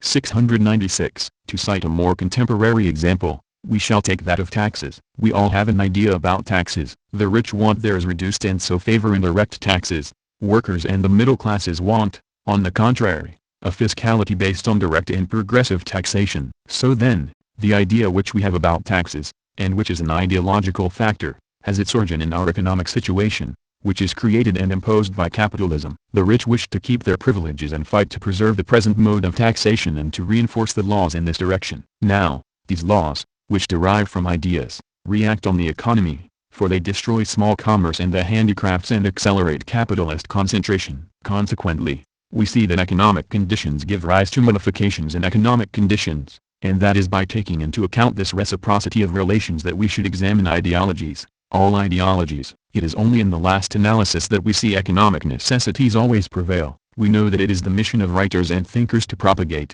if not defend, ideologies. Their thoughts and writings are not always very typical or straightforward, but, in fact, even in simple tales or stories, upon analysis we can always find an ideology. To make this type of analysis we can always find an ideology. To make this type of analysis is a very delicate operation, and we must be very prudent. We are going to indicate a dialectical method of analysis, which will be a great assistance, but we must be careful not to be mechanical and try to explain the unexplainable. 6.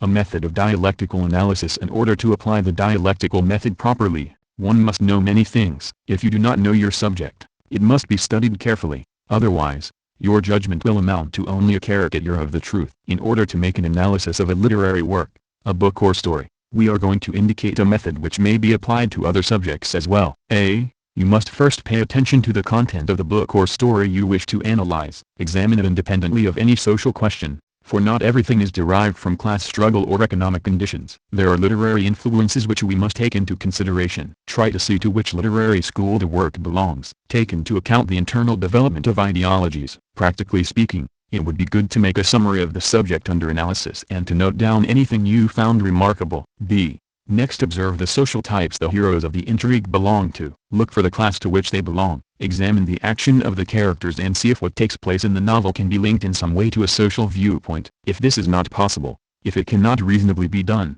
it is better to abandon the analysis rather than invent. You must never invent an explanation. C. After you have discovered what class or classes are involved, you must determine the economic foundation, that is, the means of production and the way of producing at the moment when the action of the novel takes place. If, for example, the action is contemporary, the economic system is capitalism. At present we see numerous stories and novels which criticize and fight capitalism. But there are two ways to fight capitalism. 1.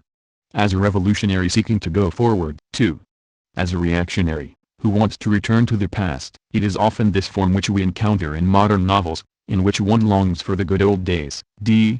Once we have obtained all this, we can then look for the ideology, that is, see what the ideas and feelings, the way of thinking, of the author is. While searching for the ideology, we shall keep in mind the role it plays, its influence on the minds of those who read the book. We can then conclude our analysis, by saying why such a story or novel was written at such a moment, and criticize or praise, according to the case, the author's intentions, often unconscious. This method of analysis can be effective only if one remembers, while applying it, everything which has been said previously. We must remember that dialectics, while it provides us with a new way of conceiving things, also demands that we know them well in order to discuss and analyze them. Consequently, now that we have seen what our method consists of, we must try, in our studies and in our personal and militant lives, to see things in their motion, in their changes, in their contradictions and in their historical significance and not in a static, immobile state. We must try to study them as well in all their aspects and not unilaterally. In short, we must always try to apply the dialectical spirit everywhere. 7.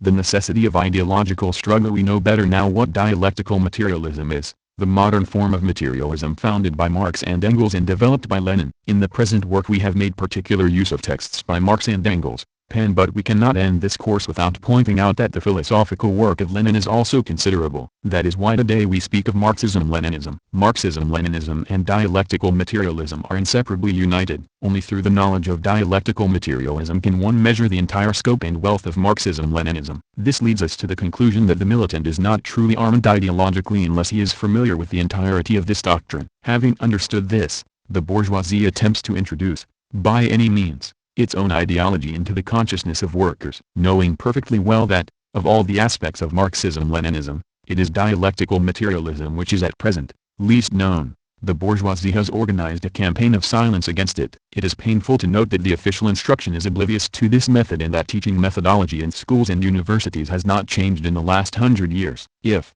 formerly, the metaphysical method dominated the dialectical method, this was due, as we have seen, to the ignorance of people. Today, science has provided us with the means to demonstrate that the dialectical method is most suitable to scientific research. It is scandalous that our children continue to be taught how to think and study with a method born of ignorance. While in their scientific research scientists can no longer study, in their specializations, without taking into account the interpenetration of the sciences, in this way unconsciously utilizing a part of dialectics. Too often they apply the intellectual training given to them and which is infused with the metaphysical spirit. How much progress would have been realized by those great scientists who have already contributed to humanity, for example, Pasteur and Branly, who were idealists and believers, if they had had a dialectical training. But there is a form of struggle against Marxism-Leninism which is even more dangerous than this campaign of silence, namely, those distortions which the bourgeoisie tries to organize even within the workers' movement. At this moment, we witness the blossoming of numerous theoreticians, who claim to be Marxists and who pretend to be renewing or rejuvenating Marxism. Campaigns of this nature often choose for their foundation those aspects of Marxism which are least known, in particular, materialist philosophy. Thus, for example, there are people who claim to accept Marxism as a concept of revolutionary action, but not as a general conception of the world. They maintain that one can be perfectly Marxist without accepting materialist philosophy. In conformity with this general attitude, diverse attempts at adulteration occur. People who still call themselves Marxists try to introduce into Marxism concepts which are incompatible with its very foundation, namely, materialist philosophy. We have seen such attempts in the past. It was against them that Lenin wrote Materialism and Empirio-Criticism. At the present time, in a period of large diffusion of Marxism, we are witnessing the rebirth and multiplication of these attempts. How can we expect to recognize and uncover those who attack Marxism in its philosophical aspect, if we do not know the true philosophy of Marxism? 8. Conclusion. Fortunately, for several years now, and in the working class in particular, we have observed a tremendous thrust towards the study of the whole of Marxism and a growing interest precisely in the study of materialist philosophy. This is clearly an indication that, in the present situation, the working class has perfectly understood the justice of the reasons which we gave in the beginning for studying materialist philosophy, through their own experience. Workers have learned the necessity of linking practice to theory and, at the same time, the necessity of extending theoretical study as far as possible. The role of every militant must be to reinforce this tendency and to give it a proper direction and content. We are happy to see that, thanks to the Workers' University in Paris, today Université Nouvelle, New University, 8, Avenue Mather and Moreau, Paris, France, several thousand have learned what dialectical materialism is. While this illustrates in a striking manner our struggle against the bourgeoisie and shows us which side science is on, it also shows us our duty. We must study, we must know and make Marxism known in all circles. Parallel with the struggle in the streets and at work, militants must lead an ideological struggle. Their duty is to defend our ideology against all forms of attack and, at the same time, to lead the counter-offensive for the destruction of bourgeois ideology in the consciousness of workers. But, in order to dominate all aspects of this struggle, we must be armed. The militant can truly be armed only through the knowledge of dialectical materialism. Until we have constructed a classless society in which nothing will thwart the development of science, such is the essential part of our duty. Part